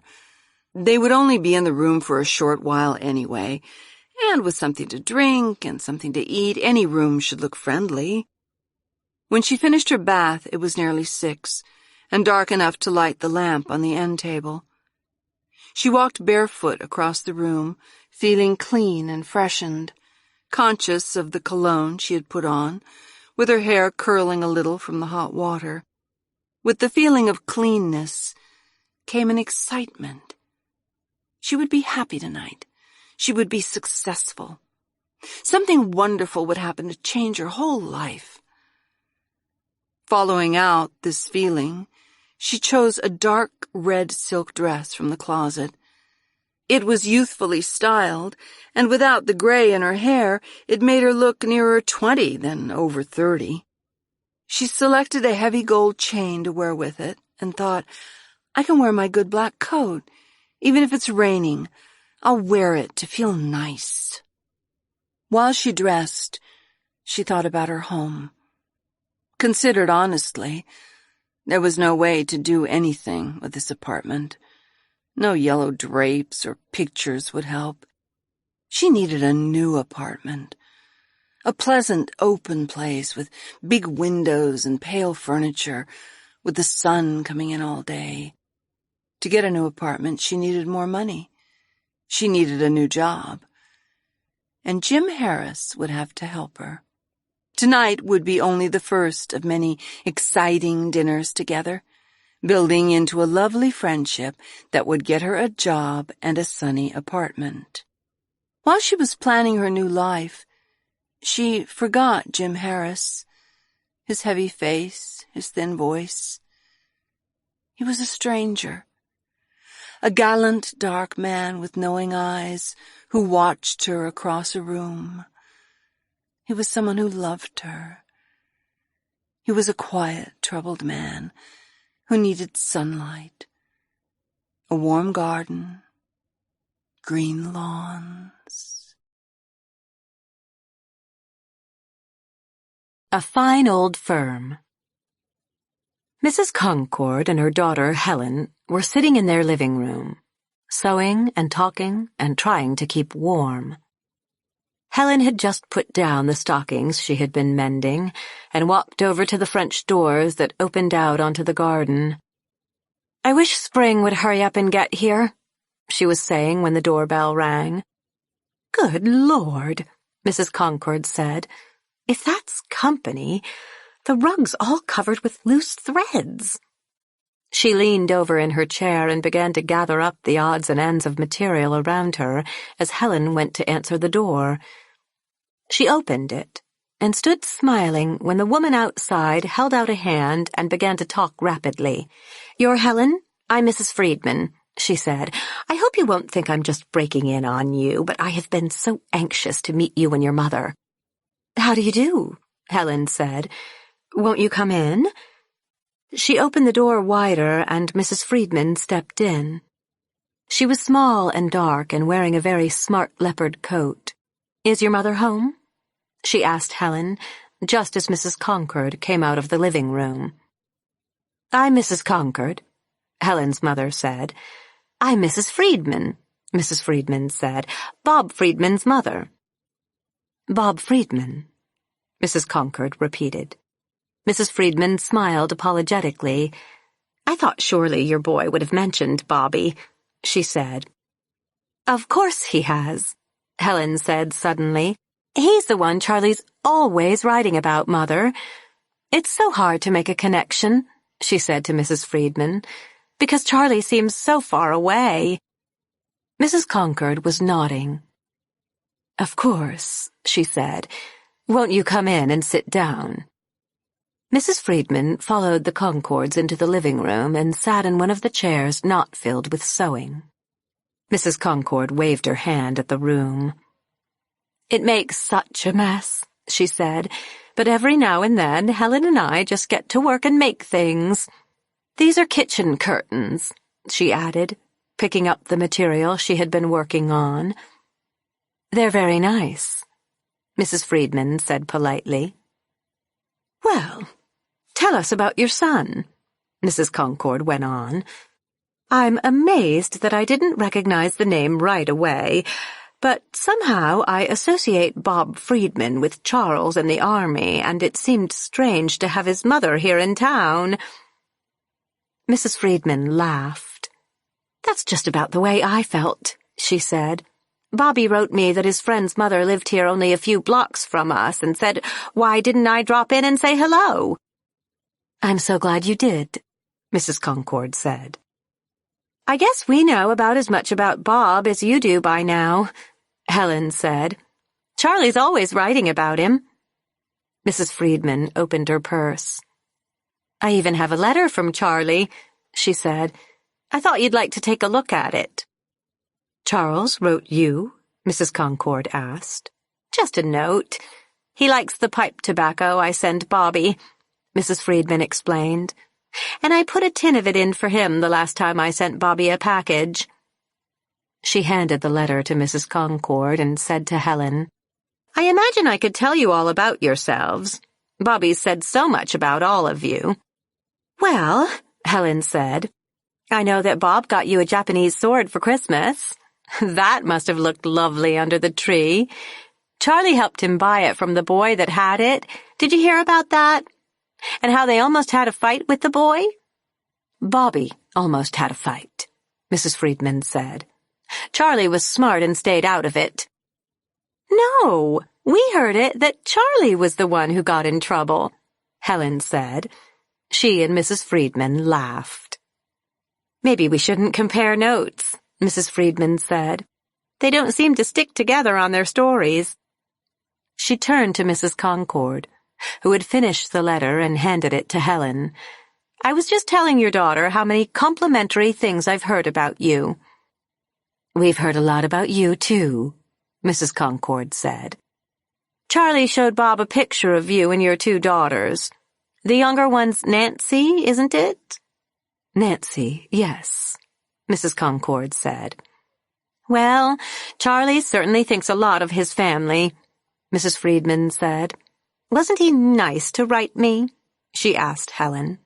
"That tobacco must be good," Helen said. She hesitated for a minute and handed the letter back to Mrs. Friedman, who put it in her purse. "I'd love to meet Charlie sometime," Mrs. Friedman said. "It seems as though I know him so well." "I'm sure he'll want to meet you when he comes back," Mrs. Concord said. "I hope it won't be long now," Mrs. Friedman said.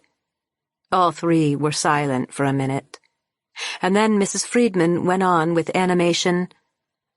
"It seems so strange that we've been living in the same town and it took our boys so far away to introduce us." "This is a very hard town to get acquainted in," Mrs. Concord said. "Have you lived here long?" Mrs. Friedman smiled apologetically. "Of course, I know of your husband," she added. "My sister's children are in your husband's high school, and they speak so highly of him." "Really?" Mrs. Concord said. "My husband has lived here all his life. I came here from the West when I was married." "Then it hasn't been hard for you to get settled and make friends," Mrs. Friedman said. "No, I never had much trouble," Mrs. Concord said. "Of course, most of our friends are people who went to school with my husband." "I'm sorry Bobby never got a chance to study under Mr. Concord," Mrs. Friedman said. "Well," she rose, "I have certainly enjoyed meeting you at last." "I'm so glad you came over," Mrs. Concord said. "It's like having a letter from Charles." "And I know how welcome a letter can be, the way I wait for Bobby's," Mrs. Friedman said. She and Mrs. Concord started for the door, and Helen got up and followed them. "My husband is very much interested in Charlie, you know. Ever since he found out that Charlie was studying law when he went into the army." "Your husband is a lawyer?" Mrs. Concord asked. "He's the Friedman, of Grunwald, Friedman and White," Mrs. Friedman said. "When Charlie is ready to start out for himself, perhaps my husband could find a place for him." "That's awfully kind of you," Mrs. Concord said. "Charles will be so sorry when I tell him. You see, it's always been sort of arranged that he'd go in with Charles Satterthwaite, my husband's oldest friend. Satterthwaite and Harris." "I believe Mr. Friedman knows the firm," Mrs. Friedman said. "A fine old firm," Mrs. Concord said. "Mr. Concord's grandfather used to be a partner." "Give Bob our best regards when you write him," Helen said. "I will," Mrs. Friedman said. "I'll tell him all about meeting you." "It's been very nice," she said, holding out her hand to Mrs. Concord. "I've enjoyed it," Mrs. Concord said. "Tell Charlie I'll send him some more tobacco," Mrs. Friedman said to Helen. "I certainly will," Helen said. "Well, goodbye then," Mrs. Friedman said. "Goodbye," Mrs. Concord said. The Dummy.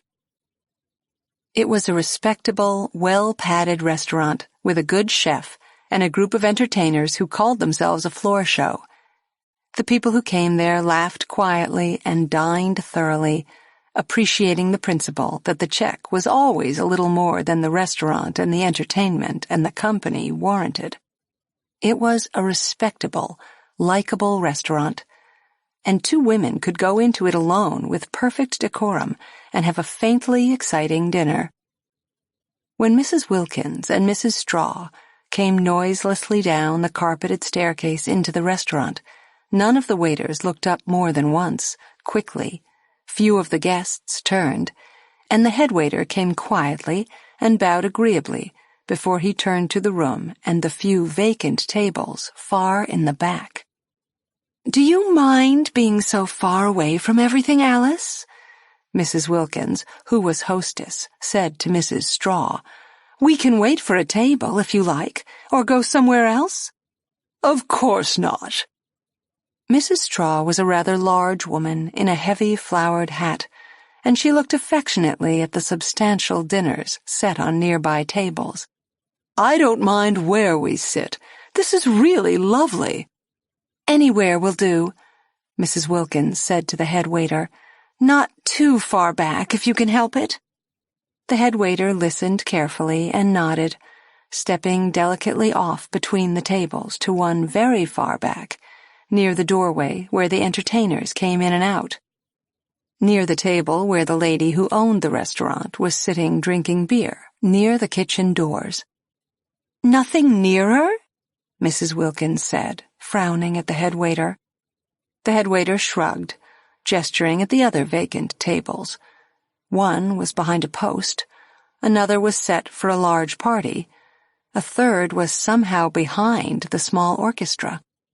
"This will do beautifully, Jen," Mrs. Straw said. "We'll sit right down." Mrs. Wilkins hesitated still, but Mrs. Straw pulled out the chair on one side of the table and sat down with a sigh, setting her gloves and pocketbook on the extra chair beside her and reaching to unfasten the collar of her coat. "I can't say I like this," Mrs. Wilkins said, sliding into the chair opposite. "I'm not sure we can see anything." "Of course we can," Mrs. Straw said. "We can see all that's going on, and of course we'll be able to hear everything. Would you like to sit here instead?" she finished reluctantly. "Of course not, Alice," Mrs. Wilkins said. She accepted the menu the waiter was offering her and set it down on the table, scanning it rapidly. "The food is quite good here," she said. "Shrimp casserole," Mrs. Straw said. "Fried chicken." She sighed. "I certainly am hungry." Mrs. Wilkins ordered quickly, with no debate, and then helped Mrs. Straw choose. When the waiter had gone, Mrs. Straw leaned back comfortably and turned in her chair to see all of the restaurant. "This is a lovely place," she said. "The people seem to be very nice," Mrs. Wilkins said. "The woman who owns it is sitting over there in back of you. I've always thought she looked very clean and decent." "She probably makes sure the glasses are washed," Mrs. Straw said. She turned back to the table and picked up her pocketbook, diving deep into it after a pack of cigarettes and a box of wooden safety matches, which she set on the table. "I like to see a place that serves food kept nice and clean," she said. "They make a lot of money from this place," Mrs. Wilkins said. "Tom and I used to come here years ago before they enlarged it. It was very nice then, but it attracts a better class of people now." Mrs. Straw regarded the crab meat cocktail now in front of her with deep satisfaction. "Yes, indeed," she said. Mrs. Wilkins picked up her fork indifferently, watching Mrs. Straw. "I had a letter from Walter yesterday," she said. "What did he have to say?" Mrs. Straw asked. "He seems fine," Mrs. Wilkins said. "Seems like there's a lot he doesn't tell us." "Walter's a good boy," Mrs. Straw said. "You worry too much." The orchestra began to play suddenly and violently, and the lights darkened to a spotlight on the stage. "I hate to eat in the dark," Mrs. Wilkins said. "We'll get plenty of light back here from those doors," Mrs. Straw said. She put down her fork and turned to watch the orchestra. "They've made Walter a proctor," Mrs. Wilkins said. "He'll be first in his class," Mrs. Straw said. "Look at the dress on that girl." Mrs. Wilkins turned covertly, looking at the girl Mrs. Straw had indicated with her head. The girl had come out of the doorway that led to the entertainers' rooms. She was tall and very dark, with heavy black hair and thick eyebrows, and the dress was electric green satin, cut very low, with a flaming orange flower on one shoulder. "I never did see a dress like that," Mrs. Wilkins said. "She must be going to dance or something." "She's not a very pretty girl," Mrs. Straw said. "And look at the fellow with her." Mrs. Wilkins turned again and moved her head back quickly to smile at Mrs. Straw. "He looks like a monkey," she said. "So little," Mrs. Straw said. I hate those flabby little blonde men. They used to have such a nice floor show here, Mrs. Wilkins said. Music and dancers, and sometimes a nice young man who would sing requests from the audience. Once they had an organist, I think. This is our dinner coming along now, Mrs. Straw said. The music had faded down, and the leader of the orchestra, who acted as a master of ceremonies, introduced the first number, a pair of ballroom dancers. When the applause started, a tall young man and a tall young woman came out of the entertainer's door and made their way through the tables to the dance floor. On their way, they both gave a nod of recognition to the girl in electric green and the man with her. Aren't they graceful? Mrs. Wilkins said when the dance started. They always look so pretty, that kind of dancers. They have to watch their weight, Mrs. Straw said critically. Look at the figure on the girl in green. Mrs. Wilkins turned again. I hope they're not comedians. They don't look very funny right now, Mrs. Straw said.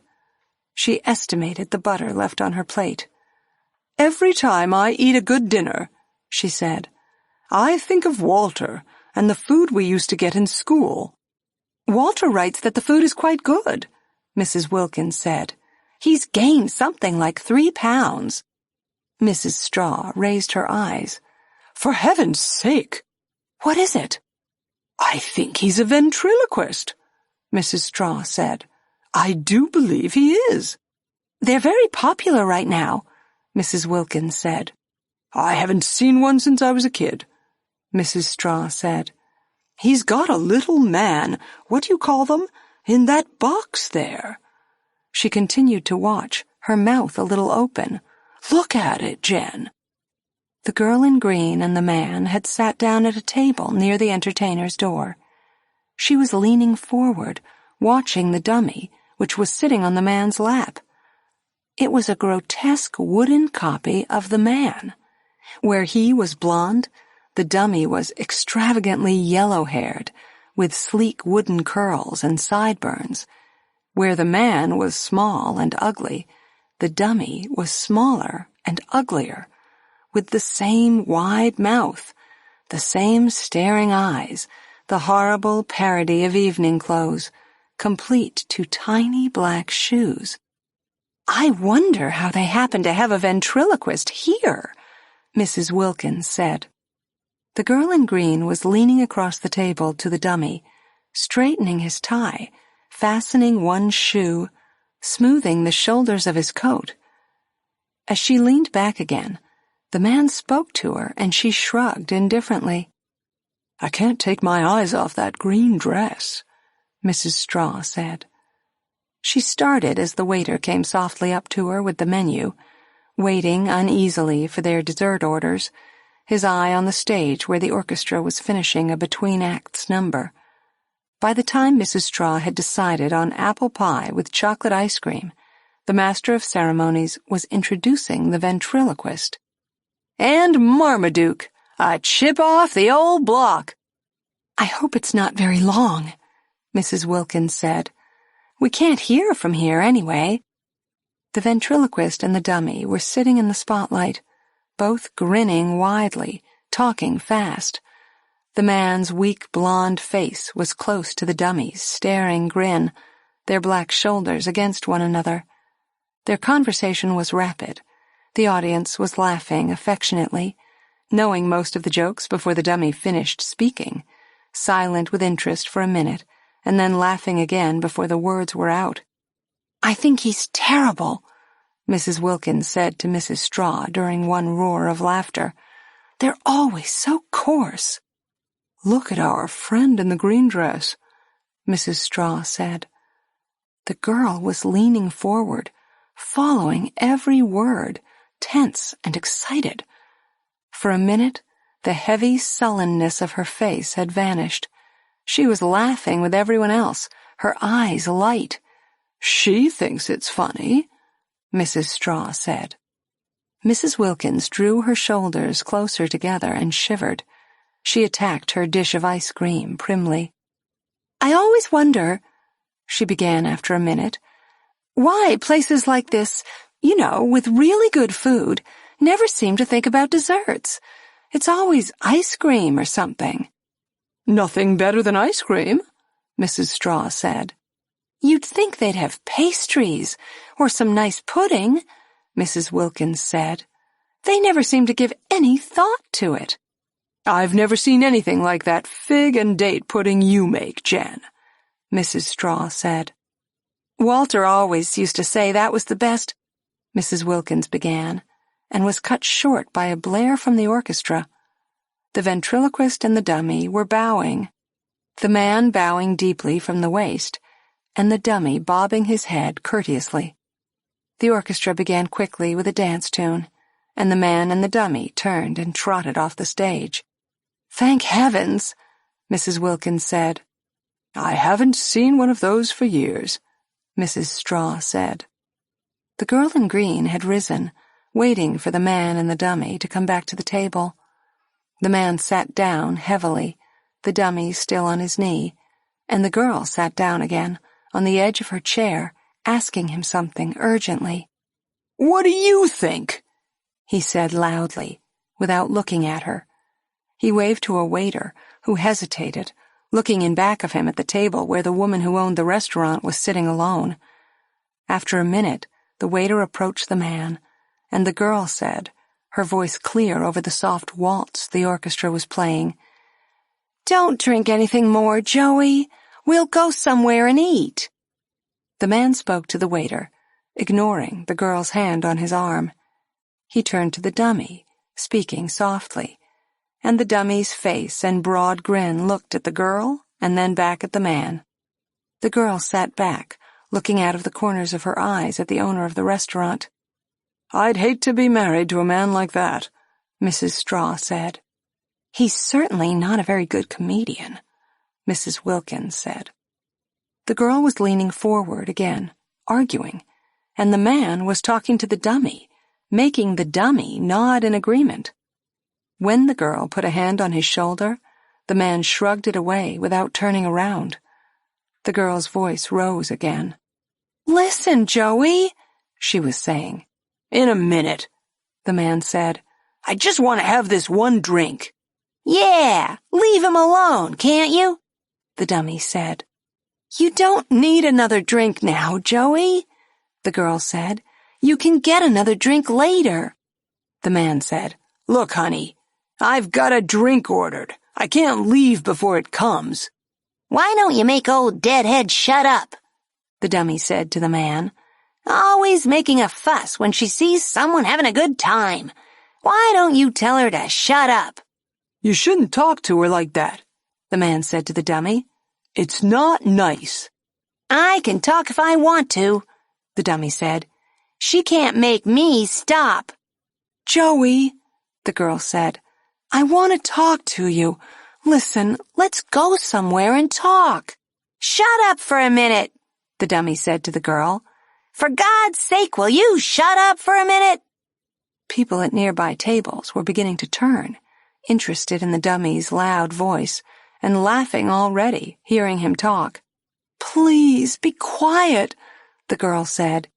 Yeah, don't make such a fuss, the man said to the dummy.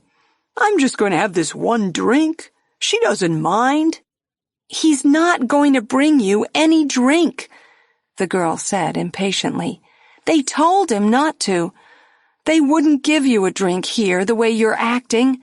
I'm acting fine, the man said. I'm the one making the fuss, the dummy said. It's time someone told you, sweetheart. You're going to get into trouble acting like a wet blanket all the time. A man won't stand for it forever. Be quiet, the girl said, looking around her anxiously. Everyone can hear you.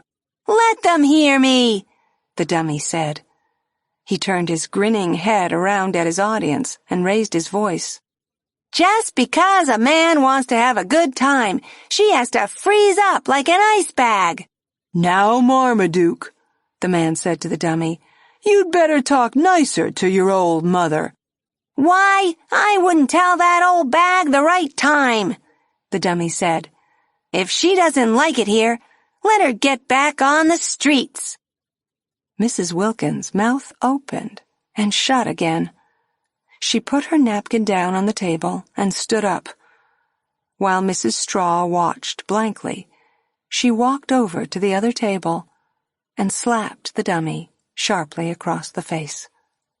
By the time she had turned and come back to her own table, Mrs. Straw had her coat on and was standing.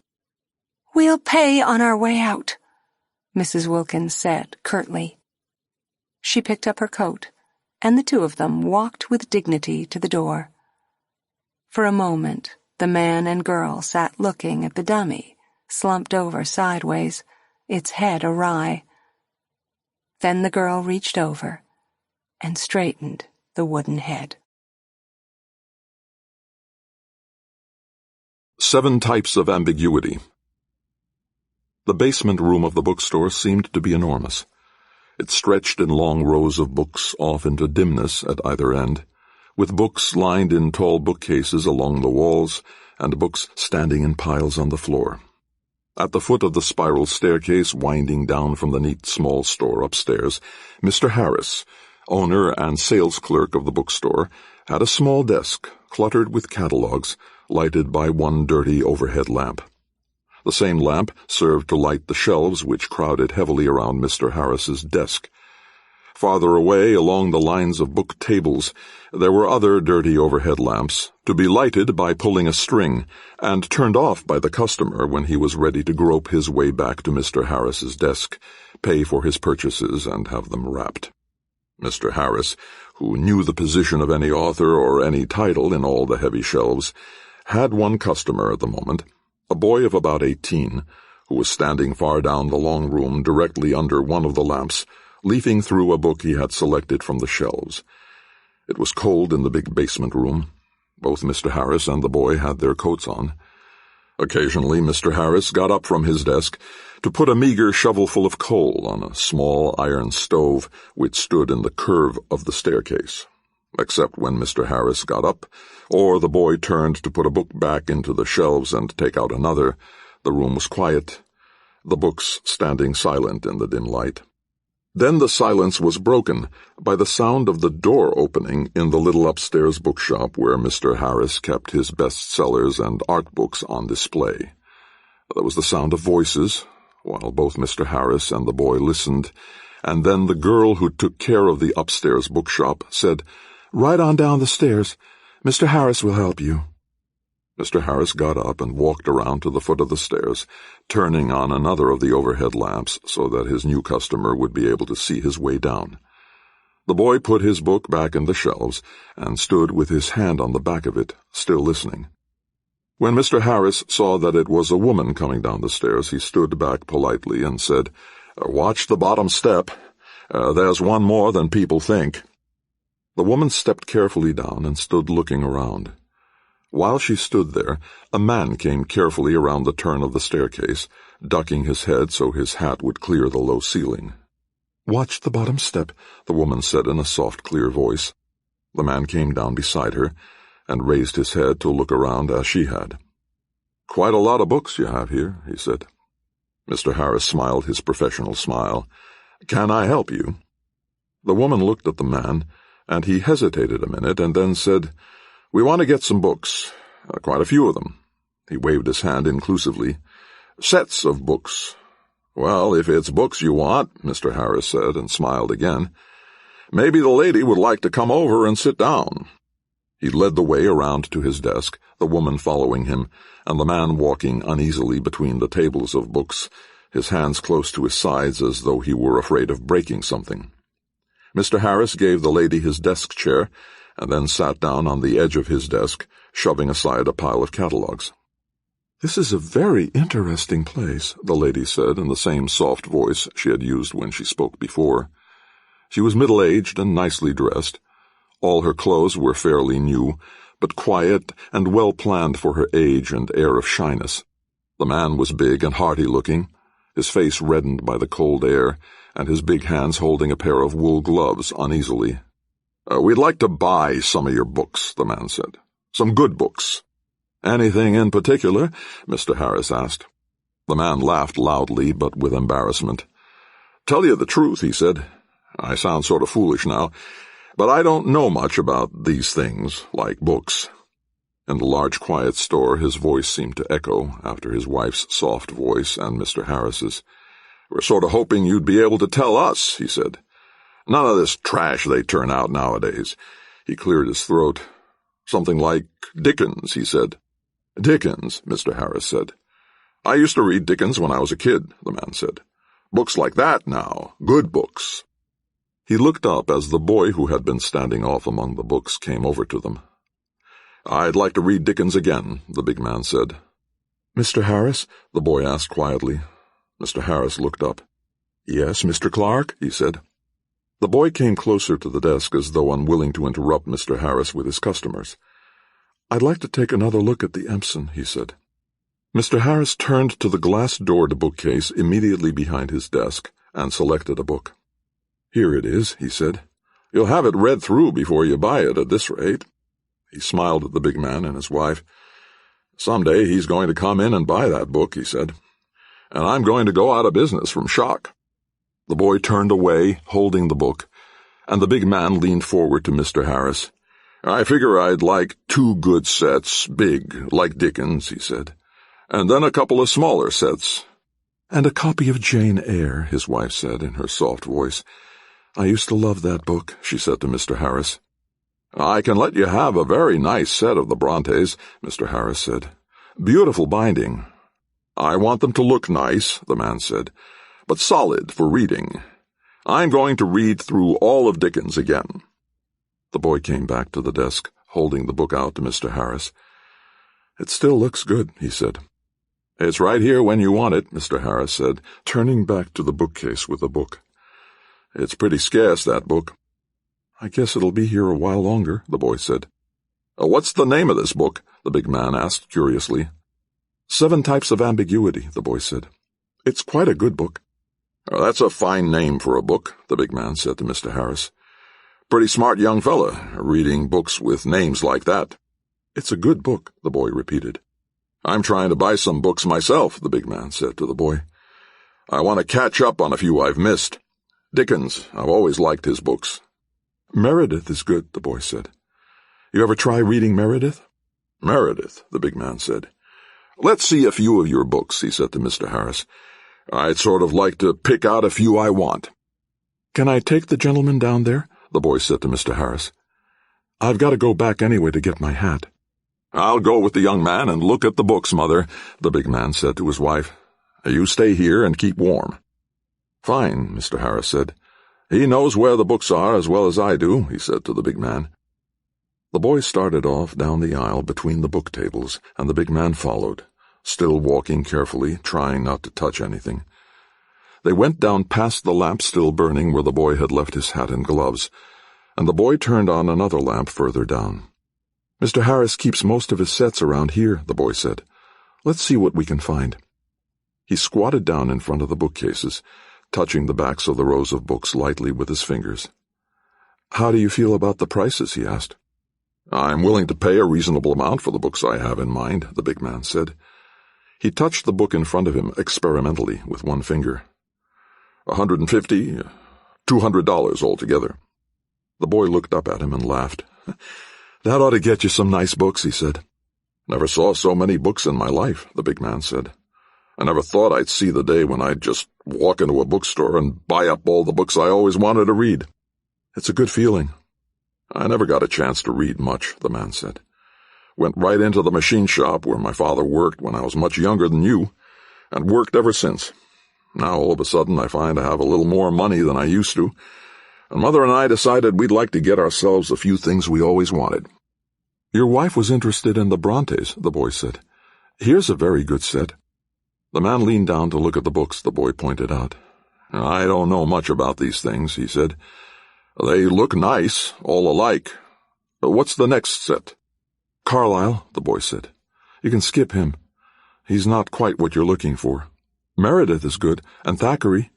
I think you'd want Thackeray. He's a great writer." The man took one of the books the boy handed him and opened it carefully, using only 2 fingers from each of his big hands. "This looks fine," he said. I'll write them down, the boy said. He took a pencil and a pocket memorandum from his coat pocket. Brontes, he said. Dickens, Meredith, Thackeray. He ran his hand along each of the sets as he read them off. The big man narrowed his eyes. I ought to take one more, he said. These won't quite fill up the bookcase I got for them. Jane Austen, the boy said. Your wife would be pleased with that. You read all these books? The man asked. Most of them, the boy said.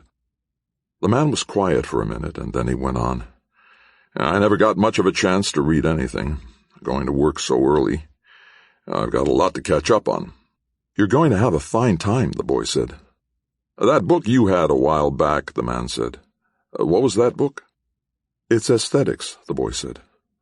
About literature. It's very scarce. I've been trying to buy it for quite a while and haven't had the money. You go to college? The man asked. Yes. Here's one I ought to read again, the man said. Mark Twain. I read a couple of his books when I was a kid, but I guess I have enough to start on. He stood up. The boy rose too, smiling. You're going to have to do a lot of reading. I like to read, the man said. I really like to read. He started back down the aisles, going straight for Mr. Harris's desk. The boy turned off the lamps and followed, stopping to get his hat and gloves. When the big man reached Mr. Harris's desk, he said to his wife, That's sure a smart kid. He knows those books right and left. Did you pick out what you want? His wife asked. The kid has a fine list for me. He turned to Mr. Harris and went on. It's quite an experience seeing a kid like that liking books the way he does. When I was his age, I was working for 4 or 5 years. The boy came up with a slip of paper in his hand. These ought to hold him for a while, he said to Mr. Harris. Mr. Harris glanced at the list and nodded. That Thackeray's a nice set of books, he said. The boy had put his hat on and was standing at the foot of the stairs. Hope you enjoy them, he said. I'll be back for another look at that Empson, Mr. Harris. I'll try to keep it around for you, Mr. Harris said. I can't promise to hold it, you know. I'll just count on its being here, the boy said. Thanks, son, the big man called out as the boy started up the stairs. Appreciate your helping me. That's all right, the boy said. He's sure a smart kid, the man said to Mr. Harris. He's got a great chance with an education like that. He's a nice young fellow, Mr. Harris said, and he sure wants that book. You think he'll ever buy it? The big man asked. I doubt it, Mr. Harris said. If you'll just write down your name and address, I'll add these prices. Mr. Harris began to note down the prices of the books, copying from the boy's neat list. After the big man had written his name and address, he stood for a minute drumming his fingers on the desk, and then he said, Can I have another look at that book? The Empson, Mr. Harris said, looking up. The one the boy was so interested in. Mr. Harris reached around to the bookcase in back of him and took out the book. The big man held it delicately, as he had held the others, and he frowned as he turned the pages. Then he put the book down on Mr. Harris's desk. If he isn't going to buy it, will it be all right if I put this in with the rest? He asked. Mr. Harris looked up from his figures for a minute, and then he made the entry on his list. He added quickly, wrote down the total, and then pushed the paper across the desk to the big man. While the man checked over the figures, Mr. Harris turned to the woman and said, Your husband has bought a lot of very pleasant reading. I'm glad to hear it, she said. We've been looking forward to it for a long time. The big man counted out the money carefully, handing the bills to Mr. Harris. Mr. Harris put the money in the top drawer of his desk and said, We can have these delivered to you by the end of the week, if that will be all right. Fine, the big man said. Ready, Mother? The woman rose, and the big man stood back to let her go ahead of him. Mr. Harris followed, stopping near the stairs to say to the woman, Watch the bottom step. They started up the stairs, and Mr. Harris stood watching them until they got to the turn. Then he switched off the dirty overhead lamp and went back to his desk. Come Dance With Me in Ireland. Young Mrs. Archer was sitting on the bed with Kathy Valentine and Mrs. Corn, playing with the baby and gossiping when the doorbell rang. Mrs. Archer, saying, "Oh dear," went to push the buzzer that released the outside door of the apartment building. We had to live on the ground floor, she called to Kathy and Mrs. Corn. Everybody rings our bell for everything. When the inner doorbell rang, she opened the door of the apartment and saw an old man standing in the outer hall. He was wearing a long, shabby black overcoat and had a square white beard. He held out a handful of shoelaces. "Oh," Mrs. Archer said. "Oh, I'm terribly sorry, but—" "Madam," the old man said, "if you would be so kind, a nickel apiece." Mrs. Archer shook her head and backed away. "I'm afraid not," she said. "Well, thank you anyway, madam," he said, "for speaking courteously. The first person on this block who has been decently polite to a poor old man." Mrs. Archer turned the doorknob back and forth nervously. "I'm awfully sorry," she said. Then, as he turned to go, she said, "Wait a minute," and hurried into the bedroom. "Old man selling shoelaces," she whispered. She pulled open the top dresser drawer, took out her pocketbook, and fumbled in the change purse. "Quarter," she said. "Think it's all right?" "Sure. Probably more than he's gotten all day." She was Mrs. Archer's age and unmarried. Mrs. Corn was a stout woman in her mid-50s. They both lived in the building and spent a good deal of time at Mrs. Archer's, on account of the baby. Mrs. Archer returned to the front door. "Here," she said, holding out the quarter. "I think it's a shame everyone was so rude." The old man started to offer her some shoelaces, but his hand shook, and the shoelaces dropped to the floor. He leaned heavily against the wall. Mrs. Archer watched, horrified. "Good Lord," she said, and put out her hand. As her fingers touched the dirty old overcoat, she hesitated, and then, tightening her lips, she put her arm firmly through his and tried to help him through the doorway. "Girls," she called, "come help me quick." Kathy came running out of the bedroom saying, "Did you call, Jean?" And then stopped dead, staring. "What'll I do?" Mrs. Archer said, standing with her arm through the old man's. His eyes were closed, and he seemed barely able, with her help, to stand on his feet. "Well, for heaven's sake, grab him on the other side. Get him to a chair or something," Kathy said. The hall was too narrow for all three of them to go down side by side, so Kathy took the old man's other arm and half led Mrs. Archer and him into the living room. "Not in the good chair," Mrs. Archer said. "In the old leather one." They dropped the old man into the leather chair and stood back. "What on earth do we do now?" Mrs. Archer said. "Do you have any whiskey?" Kathy asked. Mrs. Archer shook her head. "A little wine," she said doubtfully. Mrs. Corn came into the living room holding the baby. "Gracious," she said, "he's drunk." "Nonsense," Kathy said. "I wouldn't have let Jean bring him in if he were." "Watch out for the baby, Blanche," Mrs. Archer said. "Naturally," Mrs. Corn said. "We're going back into the bedroom, honey," she said to the baby. "And then we're going to get into our lovely crib and go beddy-bye." The old man stirred and opened his eyes. He tried to get up. "Now you stay right where you are," Kathy ordered. "And Mrs. Archer here is going to bring you a little bit of wine. You'd like that, wouldn't you?" The old man raised his eyes to Kathy.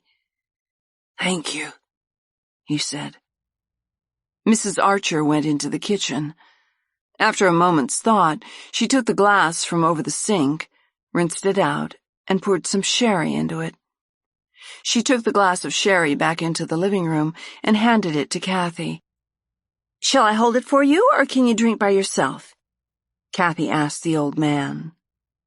"You are much too kind," he said, and reached for the glass. Kathy steadied it for him as he sipped from it, and then he pushed it away. "That's enough, thank you," he said. "Enough to revive me." He tried to rise. "Thank you," he said to Mrs. Archer. "And thank you to Kathy. I had better be going along." "Not until you're quite firm on your feet," Kathy said. "Can't afford to take chances, you know." The old man smiled. "I can afford to take chances," he said. Mrs. Corn came back into the living room. "Baby's in his crib," she said. "Just about asleep already." "Does he feel better now?" "I'll bet he was just drunk or hungry or something." "Of course he was," Kathy said, fired by the idea. "He was hungry. That's what was wrong all the time, Jean. Oh, how silly we were. Oh, poor old gentleman," she said to the old man. "Mrs. Archer is certainly not going to let you leave here without a full meal inside of you." Mrs. Archer looked doubtful. "I have some eggs," she said. "Fine," Kathy said. "Just the thing. They're easily digested," she said to the old man, "and especially good if you haven't eaten for—" She hesitated. "For a while." "Black coffee," Mrs. Corn said, "if you ask me. Look at his hands shake." "Nervous exhaustion," Kathy said firmly. "A nice hot cup of bouillon is all he needs to be good as ever, and he has to drink it very slowly until his stomach gets used to food again. The stomach," she told Mrs. Archer and Mrs. Corn, "shrinks when it remains empty for any great period of time." "I would rather not trouble you," the old man said to Mrs. Archer. "Nonsense," Kathy said. "We've got to see that you get a good hot meal to go on with." She took Mrs. Archer's arm and began to walk her out to the kitchen. "Just some eggs," she said. "Fry 4 or 5. I'll get you a half-dozen later. I don't suppose you have any bacon. I'll tell you, fry up a few potatoes, too. He won't care if they're half raw. These people eat things like heaps of fried potatoes and eggs, and there's some canned figs left over from lunch," Mrs. Archer said. "I was wondering what to do with them." "I've got to run right back and keep an eye on him," Kathy said. "He might faint again or something. You just fry up those eggs and potatoes. I'll send Blanche out if she'll come." Mrs. Archer measured out enough coffee for 2 cups and set the pot on the stove. Then she took out her frying pan. "Kathy," she said, I'm just a little worried. If he really is drunk, and if Jim should hear about it, with the baby here and everything." "Why, Jean," Kathy said, "you should live in the country for a while, I guess. Women always give out meals to starving men. And you don't need to tell Jim. Blanche and I certainly won't say anything." "Well," said Mrs. Archer, "you're sure he isn't drunk?" "I know a starving man when I see one," Kathy said. "When an old man like that can't stand up and his hands shake and he looks so funny, that means he's starving to death. Literally starving." "Oh, my," said Mrs. Archer. She hurried to the cupboard under the sink and took out 2 potatoes. "Two enough, do you think? I guess we're really doing a good deed." Kathy giggled. "Just a bunch of Girl Scouts," she said. She started out of the kitchen and then stopped and turned around. "You have any pie?" They always eat pie. "Well, it was for dinner, though," Mrs. Archer said. "Oh, give it to him," Kathy said. "We can run out and get some more after he goes." While the potatoes were frying, Mrs. Archer put a plate, a cup and saucer, and a knife and fork and spoon on the dinette table. Then, as an afterthought, she picked up the dishes and, taking a paper bag out of the cupboard, tore it in half and spread it smoothly on the table and put the dishes back. She got a glass and filled it with water from the bottle in the refrigerator, cut 3 slices of bread and put them on a plate, and then cut a small square of butter and put it on the plate with the bread. Then she got a paper napkin from the box in the cupboard and put it beside the plate, took it up after a minute to fold it into a triangular shape, and put it back. Finally, she put the pepper and salt shakers on the table and got out a box of eggs.